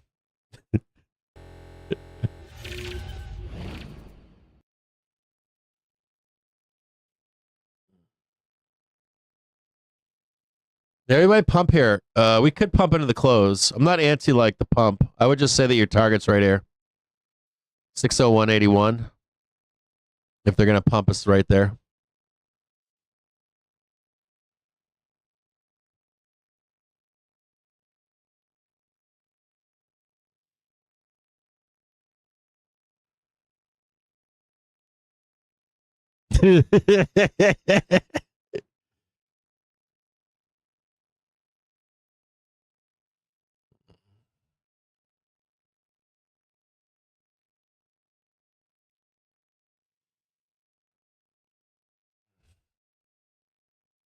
Three days, 666 rows.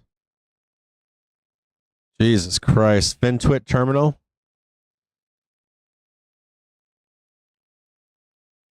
Are you serious, Nick?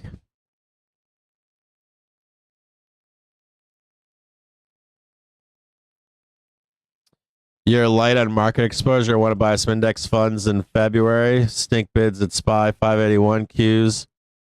Are you getting filled? 86 will fill. 86.52 or 86 and 62 will fill. Yeah. There's a big rotation into indexes right now too over the last 3 days. Did you see that? Hold on here.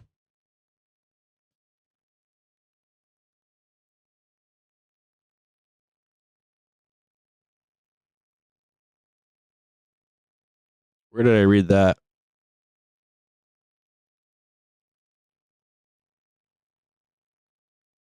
Was that BBG that said that? I mean, hold on a second here. This right here. There was one nice thing. I agree with this. Tesla held up today. Did you guys notice that?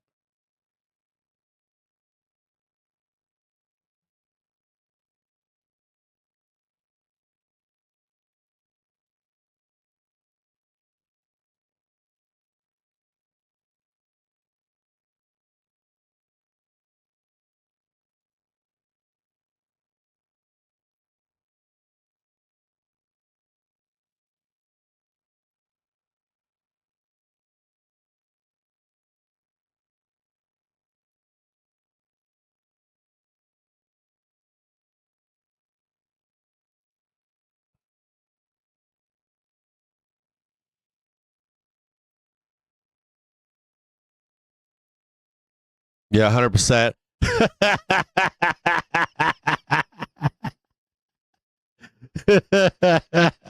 That's me, dude. That's what I'm saying, man. You buy an index fund, you're fine. Exactly. They can't get fired. Because that shit's always coming back. I'm with you, Doug. Doug, I want to buy that. I want to buy index funds on April, May, June.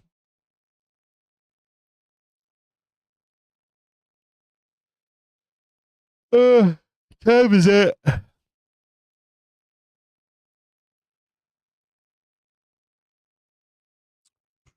We get some zero dates for the bell.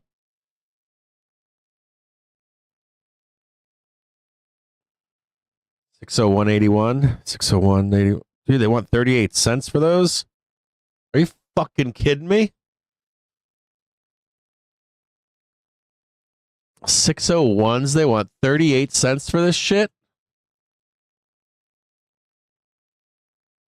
What are calls like for Monday? Let's see what calls cost for Monday. They're expensive as fuck too. 601s for Monday are $2.28 for 2 days of theta burn, and then a potential fucking crazy town over the weekend. I don't know, man. I don't know.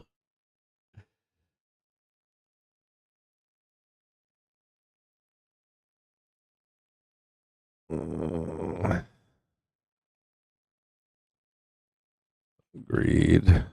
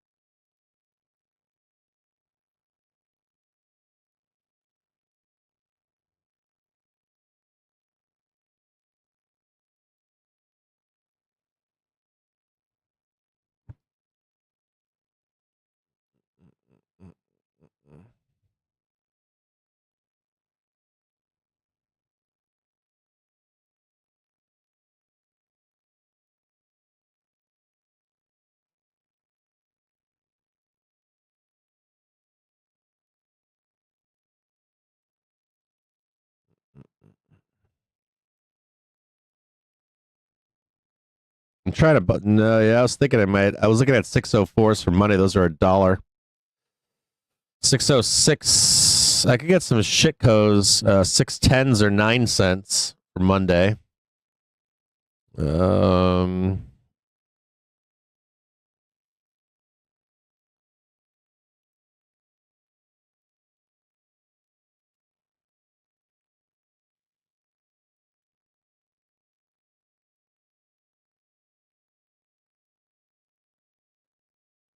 What did I say? 604? I haven't slammed the buy button yet. I probably shouldn't buy this. I'm not going to do it. I was thinking of buying 607s for Monday. If we have to close 610, then we're not quite 610. What did I say I had to close on Monday? 604, 603 is nice. I like that trade for Monday if you're bullish. If you're like bulled up for Monday, 603, 604. But this stuff's going to come racing down on Monday.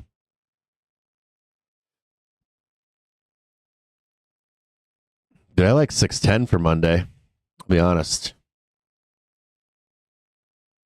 We'll bump at 603, 607. So much 607, 608. Yeah, I was looking at 607s. Those are 35. If you had a bullish thesis for the open on Monday, it'd be 60, 603, 604 by cash open, then trade 607 by end of day. 603 is probably your best bet.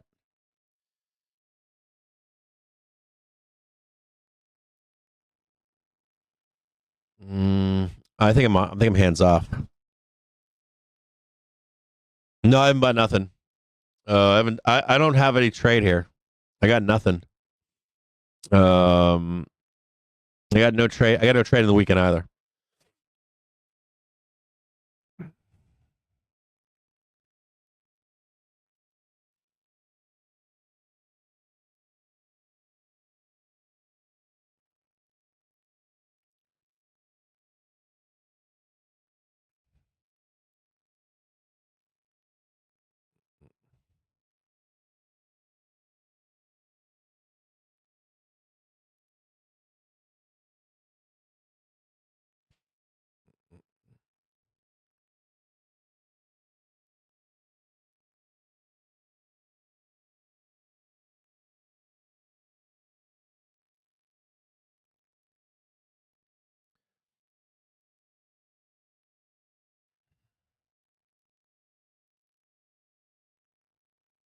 Fuck yeah.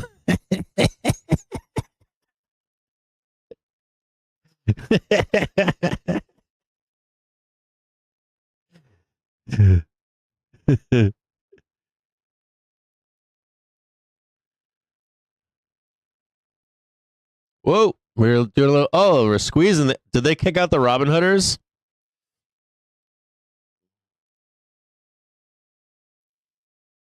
Looks like they're kicking out the Robin Hooders here. Is it 3:30 yet?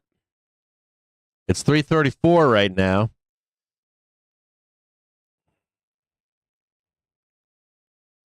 I'm risk off. I'm not trading degens with anybody here. We're at this like weird place where there's no reason to trade it. There's better trades. I just posted for you something that said if you wanted to go long, you wait until Monday.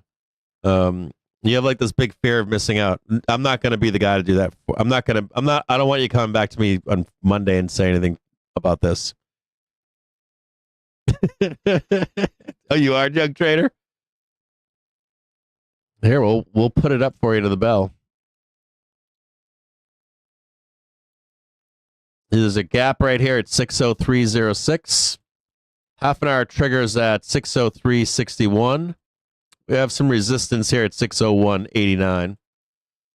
I want nothing to do with it. Oh, fucking right it is going to be lit.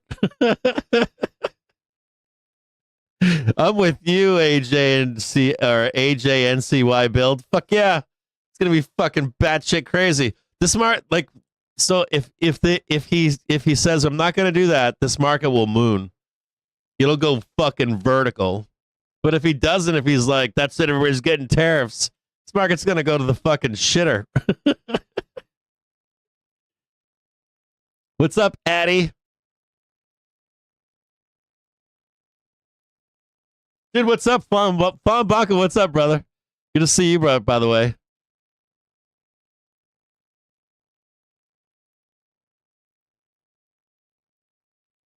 Jav, you want to do a gamble? You want to do a gamble on a Friday? I'll do a gamble with you. What do you want to do? You want to do, what was I looking at earlier? Do you want to do the let me take a look here.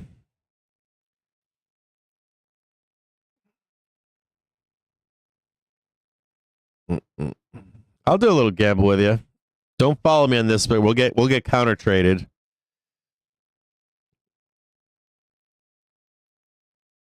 What are we looking for? You want to do 210s, or do you want to do for today, or for you want to do today, or you want to do Mondays?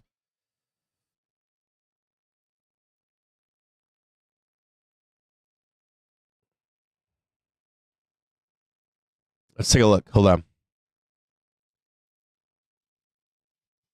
So this is gonna come down here.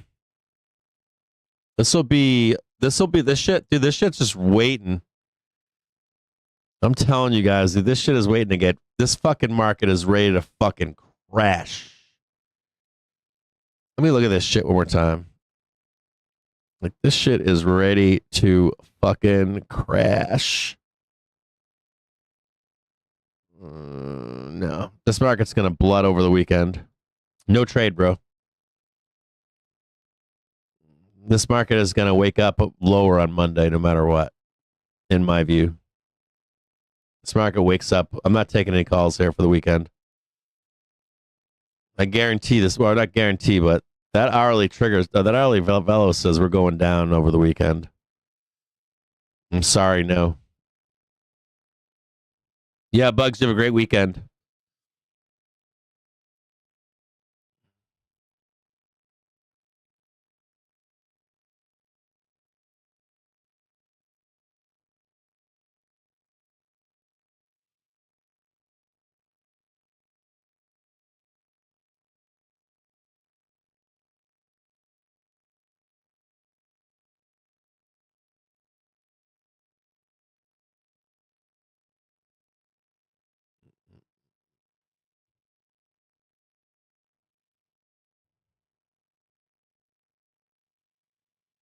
Yeah, that makes sense, though. No, that's unreliable.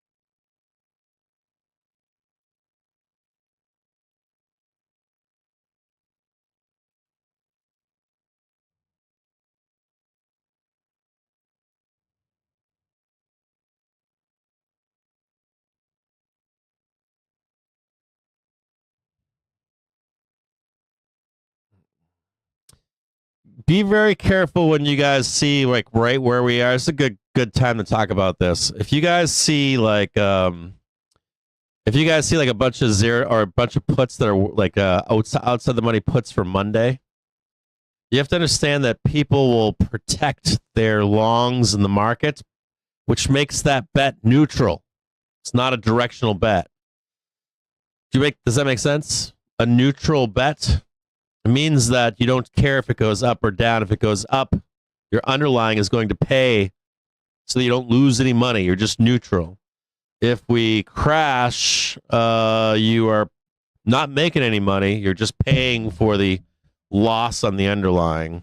That's what puts were intended for.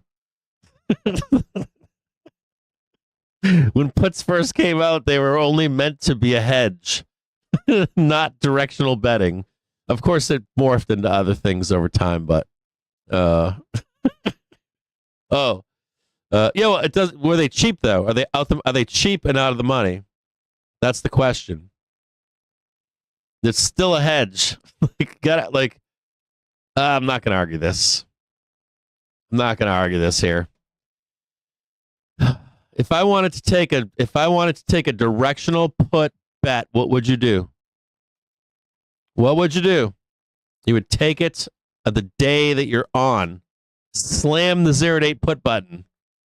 That's what all you're doing. Slam the 0-8 put button. I'll show you I'll show it when it happens.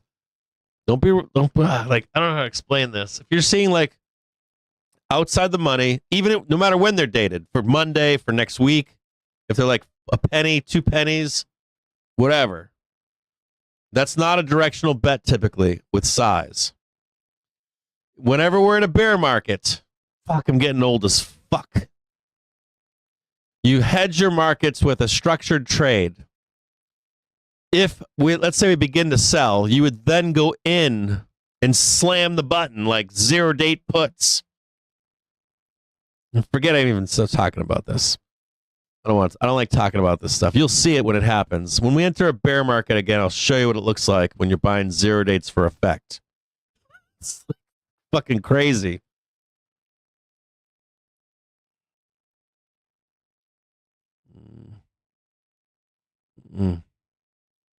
All right, water boy. Where's the bet? One-sided trade, right? Where's it at?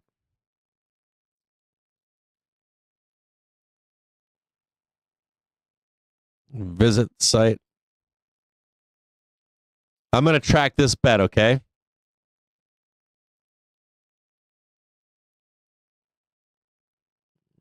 I'm saving it right now. We're going to come back and look at this on Monday. Let's see how much money, let's see how worthless they are on Monday.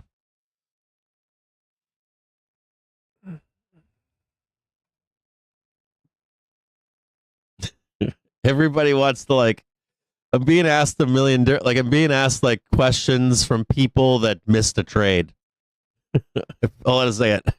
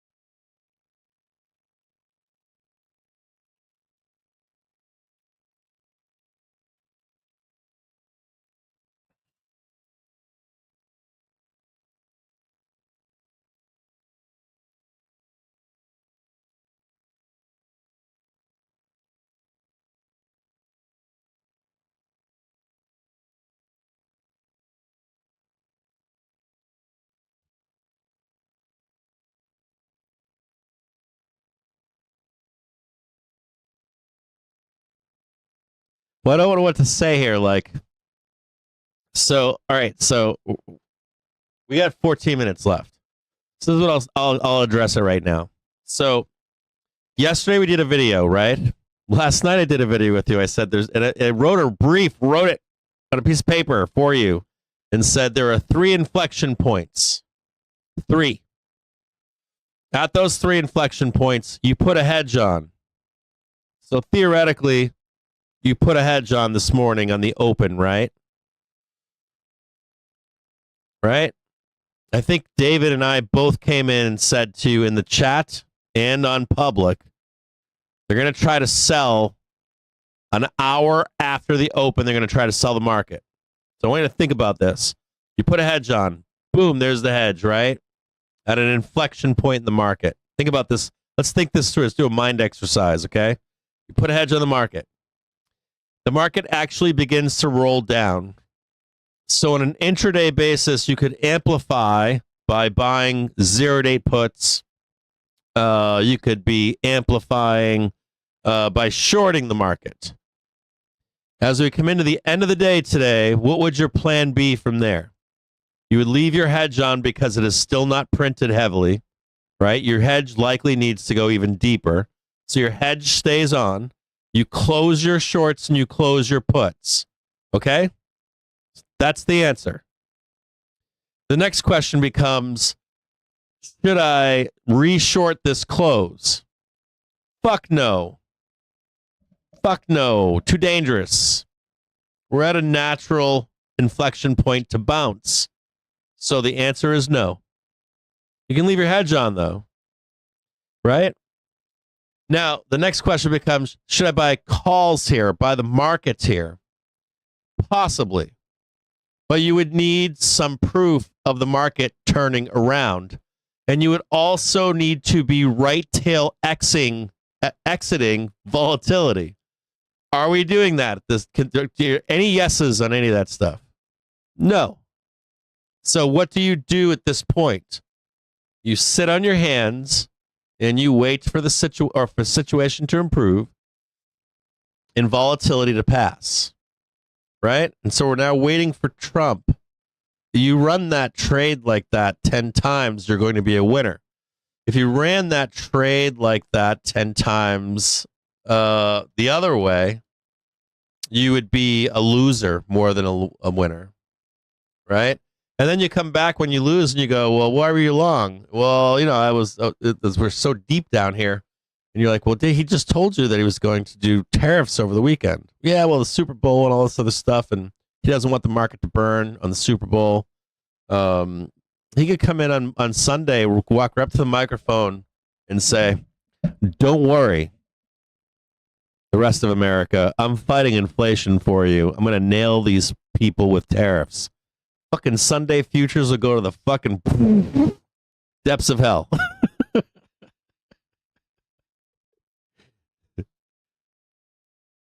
But I'm not bearish here. I'm looking for a bounce, but I think it's more just sit on your hands and wait.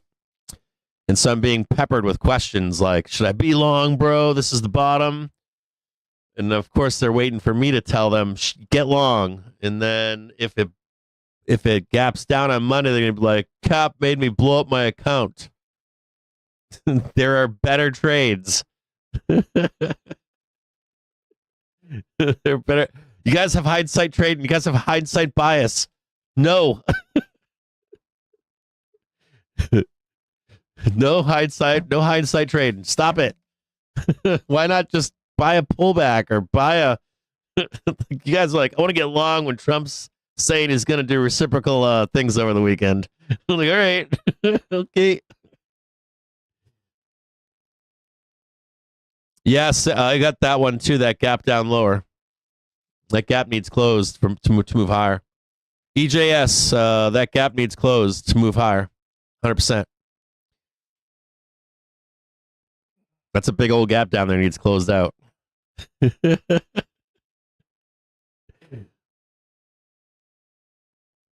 Pop it, then drop it.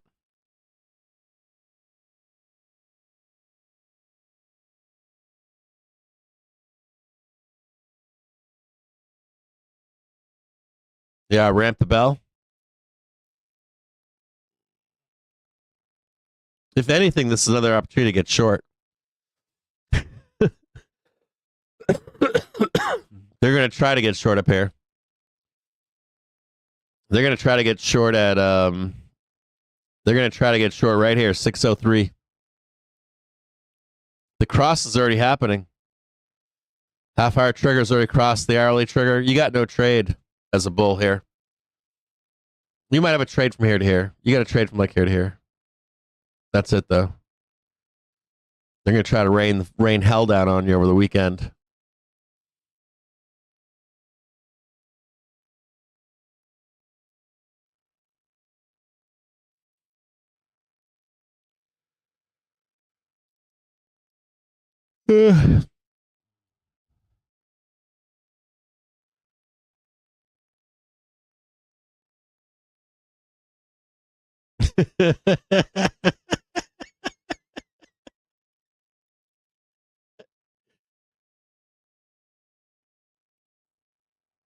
Whew.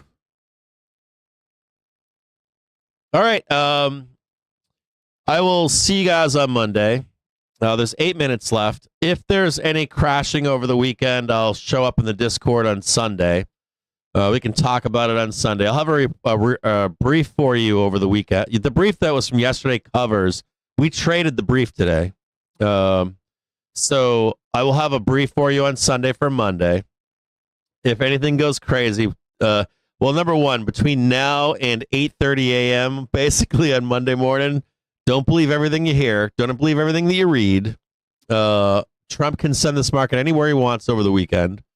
Don't drink too much Kool-Aid, the bear Kool-Aid either.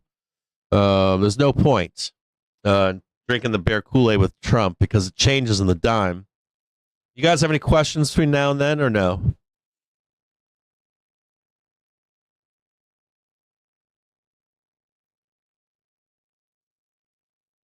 Of course, Chase. It zigs and zags, man. We're at a natural support, brother. Don't you know that? You don't know that we're at a natural support? You might get a leg down over the weekend in low volume, brother. That's it. You need some Trump. You need Trump power over the weekend.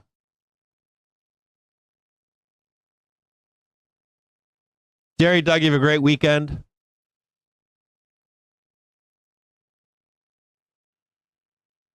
Yeah, JC, that they're closing the window right now.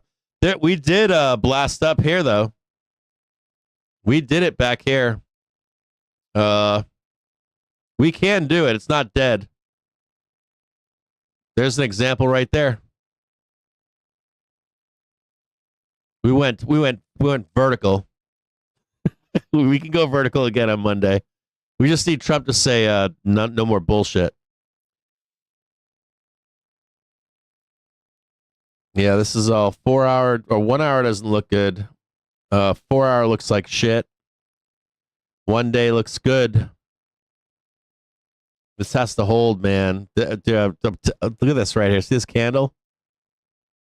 Like, look at that fucking candle. Like, this is an inside day, closing a week, making a negative week.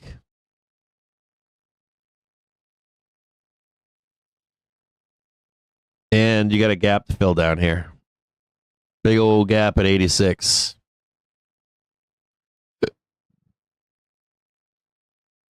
You start losing that. Wake up tomorrow or wake up Monday morning. It's like, bye-bye. See you later. Trump tariffs.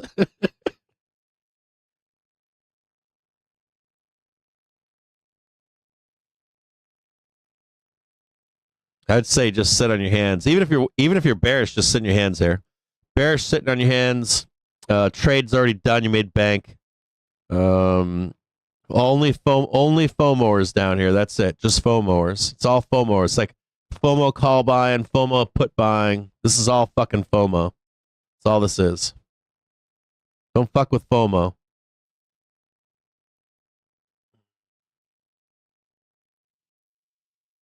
I think TLT is going to sideways trade it and not come back to the upside until June or July. It's a long-term trade. It's like a 2-year trade.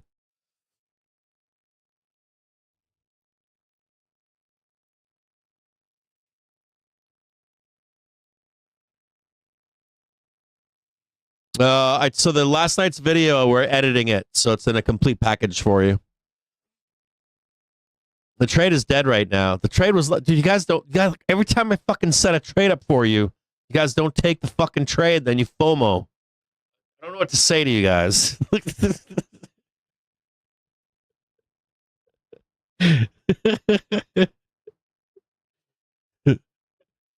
God. Always like,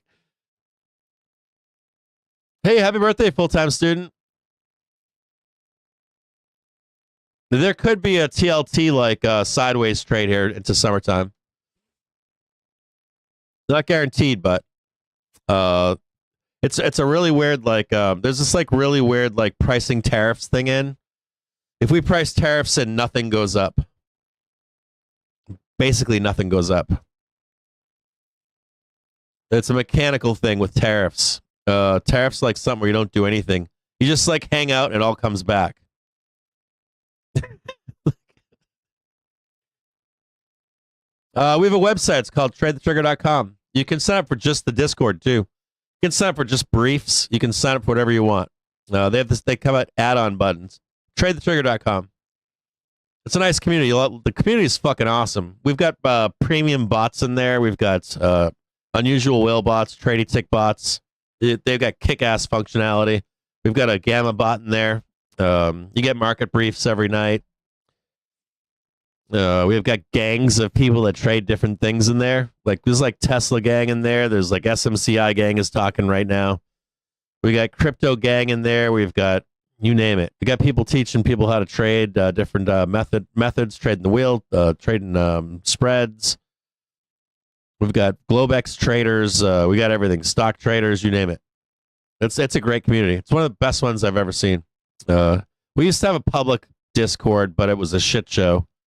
I can't leave it public anymore because it invites people with no skin in the game, scammers, bots, trolls, people not taking it seriously. We would have to like call like 2,000 members a month and shit. It was crazy. So now it's just a nice group of traders, like a nice close knit family. It's a really, really good thing. We got uranium traders. We've got pairs traders. We literally do. We got people that trade currencies. We got a lot of different interest or people with different interests in our Discord.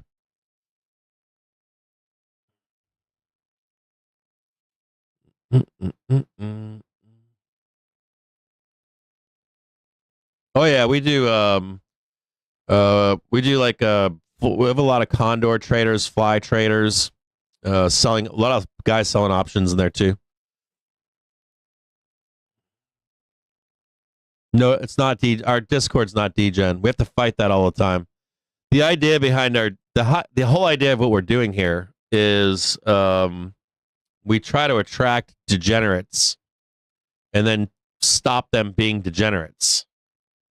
Which is what I'm doing right now, talking to the Discord.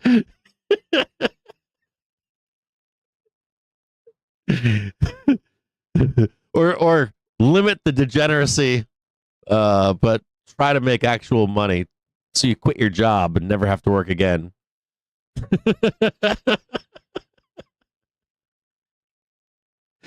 The idea is that we lure you in with the zero dates, and then we're like, "What the fuck are you doing? Stop! You don't even know how to make money with degen trades."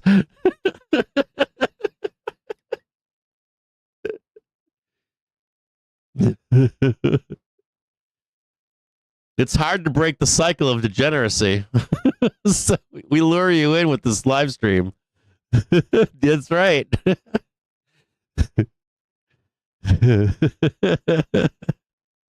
Yeah, exactly. Or John L gives him a stern talking to.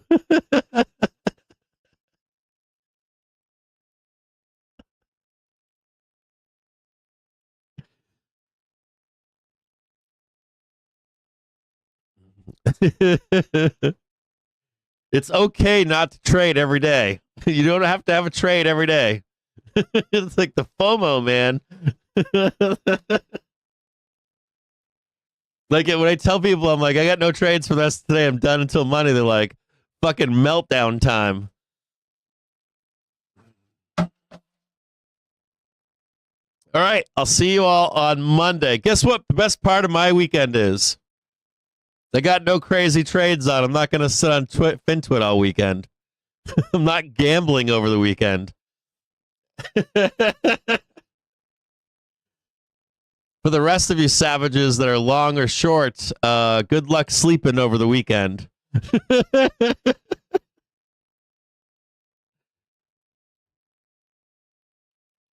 Hold on here.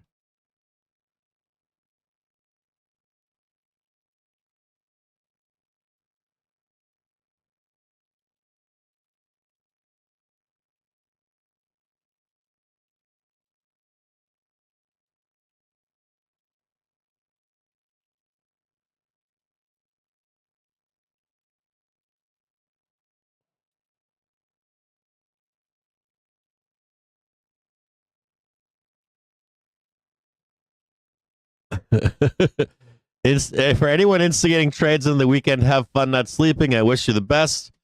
I do remember those days. I used to be that trader. I haven't been that guy in a long time. Good luck with that.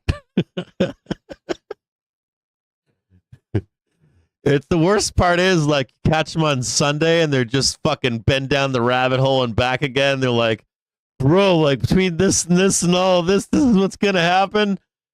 And then like Trump comes in on Monday morning and just crushes your dreams.